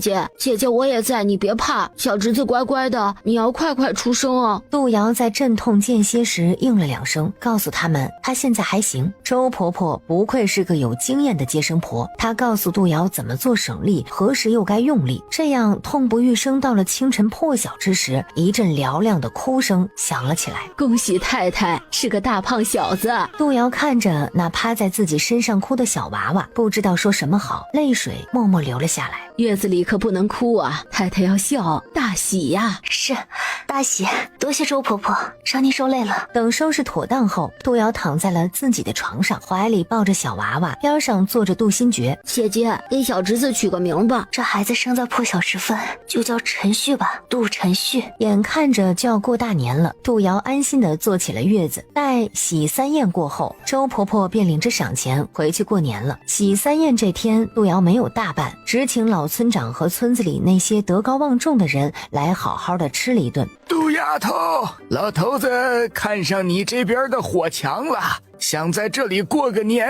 那真是太好了，喜3过后你们就走了，我当时就想着齐老娘要是一直住在这里就好了，人多热闹一些。老头子也有这个感觉，年纪大了就喜欢热闹。杜丫头不要嫌老头子碍事就好哦。怎么会呢，我这是欢迎都来不及。今天大年30，你们想吃什么就让云娘张罗，千万别委屈自己。我知道京城那边的风俗和这边不太一样，今年呢，咱们就按照京城那边的习俗来，也让我们小爵看看跟我们这里到底哪里不一样，也新鲜新鲜。这个好说，我们家的厨娘手艺很是不错，杜丫头有口福了。杜瑶叫过杜新觉，嘱咐道：小爵，姐姐现在不方便外出，你给齐老他们跑跑腿，看有什么需要的就帮忙办着。你想吃什么就跟云娘说，可不要委屈自己，银子不够就来我这里拿，但要记好账，要清楚每一分银子花在哪里。姐姐放心吧，我都记下了，姐姐不用担心我，照顾好我小侄子就行。杜瑶揉揉他的发顶，看着他出门。正月里其实也挺冷的，到了2月，天儿就渐渐转暖了。齐老他们也陆续回到了县城。2月底的时候，齐家祖孙又来了。齐茂带着一个跟他年纪差不多的年轻人，这年轻人来自京城，叫什么安大公子，说是来这边游山玩水的。杜瑶如看傻子一样看着齐茂，你这话呢，偏别人也就算了，我们都这么熟了，你还编如此瞎话来骗我，这就过分了吧。齐茂没想到杜瑶会这么毫不留情地指出来，他一时大窘。我说杜家妹子，你就不能给我留点面子？杜瑶默默地翻了个白眼儿，低头继续磨他的药粉，不紧不慢道：我这个人呢，最容不得别人对我撒谎，要不我给你一一指出来。哎，那你说说我到底哪里说谎了？这位真是京城来的，也确实姓安，外人呢也确实叫他安大公子。不管姓啥叫啥，这人来这的目的呢，肯定不是游山玩水。这里是哪？这里是大青山地界，是咱们大楚的边境。除了咱们这些医者，或者说跟毒打交道的毒医会关注这边的山，普通人肯定不知道大青山是个什么东西。或者说这位安大公子跟你和秦老一样是来这边避难的，不然的话谁会来这样一个鸟不拉屎的地方？游山玩水吗？不可能，一个京城来的贵公子怎会来这样的地方？在他们眼中，这里就是穷山恶水，是出刁民的地方。齐茂被他打败了啊！你说的也对，你确实不是来玩的，但是这事儿吧，你还是要装作不知知道，那样比较好，你就当他是游山玩水来的。啥意思？杜家妹子，有些事儿知道多了呢，这不好，你知道吧？你就当他是来玩的可好？好吧，我也只是想确认一下，他是不是个好人，会不会对我们娘3个带来不必要的危险？不会，安大公子住在这边，只会给你们带来安全至少杨县令那边会看好你们这里的，不会再让任何人捣乱。杜瑶没有马上应下，又问了一句：这人会不会去大青山里转悠？齐茂皱皱眉，或许会吧，到时候还需要你配置一些药包。我的药包很贵的，这位安大公子，我看在是你在京城朋友的份上，不收住宿费，但这药包吧，收，你尽管收。齐茂不以为然，靖安侯府富贵的很啊，你多收点是不是？你免得这人住的不踏实啊。我说杜大公子，你是不是跟那个什么靖安侯有仇啊？这倒没有，实在是算了啊。这事儿吧跟你没关系，你住宿费照收，药包也照收就是了。那好吧，看在你的份上，我收。这让齐茂再一次一口气堵在了心口。什么叫看在我的份上？好像这银子不是给你似的。就在这时，杜瑶听到孩子哭了，她赶紧把药钵收起来，进屋给孩子换上干净的尿布，又喂了奶。看今天天气很好，外面太阳照得暖烘烘的，便抱着孩子出来了。她一把孩子抱出来，正在跟安大公子说话的齐茂便跑了过来。你怎么把孩子抱出来了？我跟你说啊，这天冷着呢，娃娃这么小，可不能着了凉。哎呀，你这女人怎么就不听呢？赶紧回屋去。你这人怎么回事啊？我带着孩子出来晒晒太阳有什么不好？老古董，我告诉你，人必须要晒太阳，不然不长骨头的。走开，离我远一点，别挡路跟孩子晒太阳。孩子还这么小，可不能着凉了。你赶紧回屋，不然怎样？你齐茂那个气呀，只好跟小陈旭说：可怜的娃儿啊，你怎么就摊上这么一不靠谱的娘呢？你们竟然有孩子了！杜瑶和齐茂互相看一眼，齐声道：别瞎说你！齐茂尴尬了，这怎么能是我的孩子呢？我连亲事都没有，哪来的孩子啊？我的孩子跟他没有半个铜板的关系。这位公子，我请你不要胡说八道，坏我的名声。安大公子眨巴眼，不是。他走近了看，发现这小娃娃生的是真好啊！我怎么看着这孩子长得有点像呢？一点都不像，什么眼神啊！杜瑶再次冷哼，抱着孩子进屋。齐茂却是笑着松了一口气，拍拍安大公子：安大公子啊，你怎么不早点来呀？你要是早点过来，小陈旭呢就不会在外边吹这么久的风了。安大公子抬头看天，又伸出手来试风。今天没风，天气好得很。齐茂撇嘴，倒背着手往自己住的院子里走去。那也不能带出来呀，那孩子才2月，怎么往外带呀？不靠谱的亲娘！我说齐兄啊，你跟这位女主人家是个什么关系啊？看你们好像很亲密。别瞎说。齐茂恼了，杜家妹子是我祖父远房侄子的媳妇儿，是吧？你这么算起来，小陈旭就是我的小侄子，可不能败坏人家的名声。安大公子不是想进大青山吗？我劝你啊，好好想想该如何讨好主人家吧，不然啊，这片大青山你是难入喽。安大公子好奇道：为何？大青山不就在边上吗？谁不能进？齐茂摇头：8个月前呢，我也这么说过，便偷偷上山，若不是手里刚好有上好的解毒丸子，我都拖不到回来找人解毒。我跟你说啊，直接在山上喂毒虫了。毒虫？不是吧？匪兄只说这山上的毒草多，只要不碰就不会有事，怎么还有毒虫呢？齐茂用一种你是不是傻的眼神看他。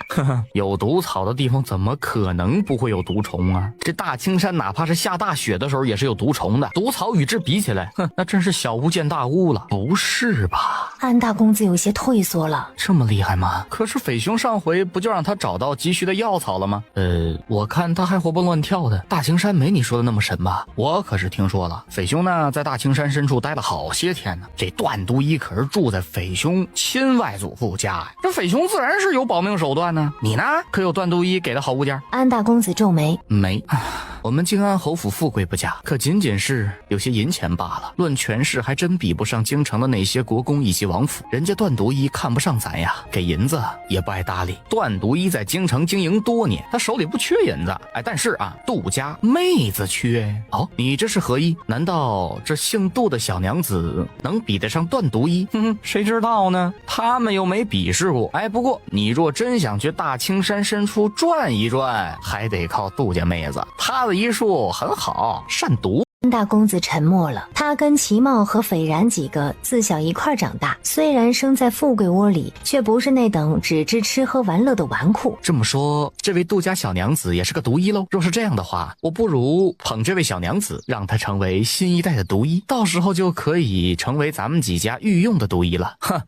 我劝你啊，收起这份轻视的心。若是段毒医在你面前，你可敢说这样的话？要说在刚认识杜瑶的时候，齐茂还怀疑这人怎样，但是现在杜瑶已经用自己的本事彻底把他征服了。我就是这么一说。不过这天儿有点冷啊，不是去山上游玩的好时候，过些日子再说吧。在县城时，你当着我祖父的面儿，你没说实话吧你？安大公子无奈道：你知道我是因匪兄的事情来的吧？哎呀，他不会也是想让你来找那个姑娘的吧？还真是。不过呢，这是其中一个原因。我来这边主要是来避难的，替匪兄寻找什么姑娘，这是顺带的。怎么了？安兄啊，你可是靖安侯世子，谁敢跟你下绊呢？靖安侯世子又如何？不过是个小世子，头上还有皇家之人压着呢。就算没有皇家，那国公家的受宠的姑娘，只怕也能压我一头。姑娘？齐茂斜着眼睛看了他一眼。与哪家姑娘有关啊？你我兄弟多年，我也不瞒你，不然我能在大正月里就出门，我在家里吃喝，它不香吗？哪家姑娘啊？恭亲王家的和运郡主。安大公子一脸苦恼。和运郡主深得太后喜爱，恭亲王也宠着她，把这臭丫头养得不知天高地厚，不但脾气差，还学人家舞刀弄枪。我不过是在她仗势欺人时说了几句公道话，那丫头就追着我不放，说什么看上我了要嫁给我。哎呦，你说这样的女子我敢要吗？你别说我对她没什么想法，就算是有我也不敢要啊。哪个男人愿意家里有母老虎啊？所以你就跑了啊？侯爷他们知道吗？没直说，当我走的时候留了一封信，想来他们是知道的。安大公子不以为然。齐茂又问：那你怎么会来大青山呢？这里山高皇帝远，又穷山恶水的，匪兄出的主意，山高皇帝远好啊，何运那丫头才不会找来。安大公子很自以为是。齐茂呢呵呵两声，他终于发现真相了。匪兄好能耐，既然来了，那安兄就帮他打听那位姑娘吧。哎呀，不知道是怎么样一姑娘啊，我说能把匪兄迷得连兄弟都不要了。安大公子也渐渐品出齐茂话里的味道来。是啊，那肯定是个天仙般的人物，不然怎么能让咱们冷情冷性的匪兄如此算计兄弟呢？谁会想到他们嘴里天仙般的人物正在卧房里哄孩子呢？杜丫头可在啊？不等杜瑶回忆更多，便听到齐老在门外叫他。在，齐老您进来吧，芸娘泡壶热茶来。来了，太太，今天齐老他们和新客人来了，晚上咱们吃点啥呀？杜瑶看了眼齐老，别看白天不怎么冷，但晚上这个地方的寒气还是挺重的。哎，不如咱们吃个火锅如何？昨天常大哥去镇上采买，看到有人卖羊肉，便买了半头羊回来，咱们人多，就来个羊肉锅子。成啊，再让小茂他们去钓几条鱼儿。有鱼有羊才叫鲜。确实如此，用羊骨头和鱼做汤底，那才够味儿。芸娘，你去跟齐公子他们说说，去咱们荷塘那边钓几条小鱼来。行啊，就是咱们荷塘里的鱼要遭殃了。无妨，这养来不就是吃的吗？太太说的是。齐老，您今天怎么又有时间来我这儿？也不怕林兄说您这个师傅不靠谱？小叶是个好的，不会因为这点事儿有意见。说实话，我们几个来到大青山开药铺子，不是为了行医赚银子，不然不会只开药铺了。说的也是，若是为了赚银子，您老开的就是医馆了。老头子来此有两件事，一是为了躲懒，二呢自然是为了疑难杂症来的。杜瑶不怕疑难杂症，他问：只要是我能救的，肯定不会袖手旁观。不过齐老你也知道，我家这孩子还小，我是不会离开这里去外地的，就是县城我也不想去，太远了。齐老当然知道这丫头对孩子的宠爱有多深了。老头子懂，不会让你为难，咱还是老规矩，在来之前我会让病人睡着。有了齐老，就是不知你为什么躲懒。哎呀，你还不知吧，杨县令要成亲了，杨老夫人想请我去主持婚礼，有意让我作为杨家长辈出席。如此热闹场合，我这老头子怎么能参加呢？虽说我跟杨家以前确实有些交情，但是那都是过去的事儿了。这些事儿我能帮自然会帮，不过此事不行啊！实不相瞒，我和小茂他们之所以离开京城，是因为为得罪了人，我才称病告老还乡，走的时候还差点没了命。你说说，这等场合我确实不方便出席，这才来你这儿躲懒啦。杜瑶不想深究齐老的过往，问道：就算是你想躲懒，人家杨县令若是执意邀请您主持，你也没办法躲吧？我病了，这病传人，这倒是个好法子。二人说笑了一番，齐老又道：杜丫头从小生活在这大青山脚下，可听过长寿宫？杜瑶不由得蹙眉，难道齐老的病人与长寿宫有关？你这些日子一直在村里，肯定没听说过长寿宫要在这边建分店的消息吧？建分店，他想到了年前遇到的那个怪书生，以及在山里碰上的那起黑衣人乱斗的事情。难道那个时候长寿宫就打算在这边搞事情了？本以为大青山这边是个清静地儿，没想到长寿宫的人还是来了。若不是知道他们建分店的打算由来已久，老夫还以为他们是追着我来的。老夫原本是宫里的御医，我们齐家呢历代行医，每一代都有人在宫中担任御医。虽说御医的官职不大，但几代下来还是小有影响的。老夫本打算早早就退下了，让儿子上位，可是没想到宫里的宠妃说是怀了身子，让老夫前去复诊，验个喜脉是轻松的事情，可老夫却诊出那个宠妃根本就没有怀孕。但在我之前的御医却说是喜脉，宠妃也说是怀了身子，老夫便知这事儿没这么简单呐。情急之下吃了一粒诱发心急的药丸，就这么吐血晕倒。我这一举动自然是得罪了宠妃，连陛下都处罚了我，但我不得不这么做呀。不想同流合污，也不想推出来做替死鬼，只能让自己发病了。我被革了太医院的职位没过多久，便听到那位宠妃小产了。起因是另一个得宠的妃子跟他斗嘴时推了他一把，如此一来孩子没了，另一个宠妃也被打入冷宫，娘家人因此也倒了霉。老夫本以为此事就这么结束了，可惜那个宠妃依然不放过我，当晚竟然派人刺杀老夫。好在老夫也会点毒，躲过刺杀后，次日一早老夫便带着小帽离京了。路上也遇到了几回刺杀，有惊无险的躲到了这边。杜瑶听到这里，接着他的话：我第一次遇到齐老之时，您被人暗算了，暗算您的人也是宫里出来的吧？毕竟那样的毒不是一般人能拥有的。确实出自宫中，我曾在一个跟宠妃作对的妃子身上见过，不出3刻，那妃子便气绝身亡了。他们肯定觉得我中了这样的毒也会立即身亡，这才下了毒后就没出现。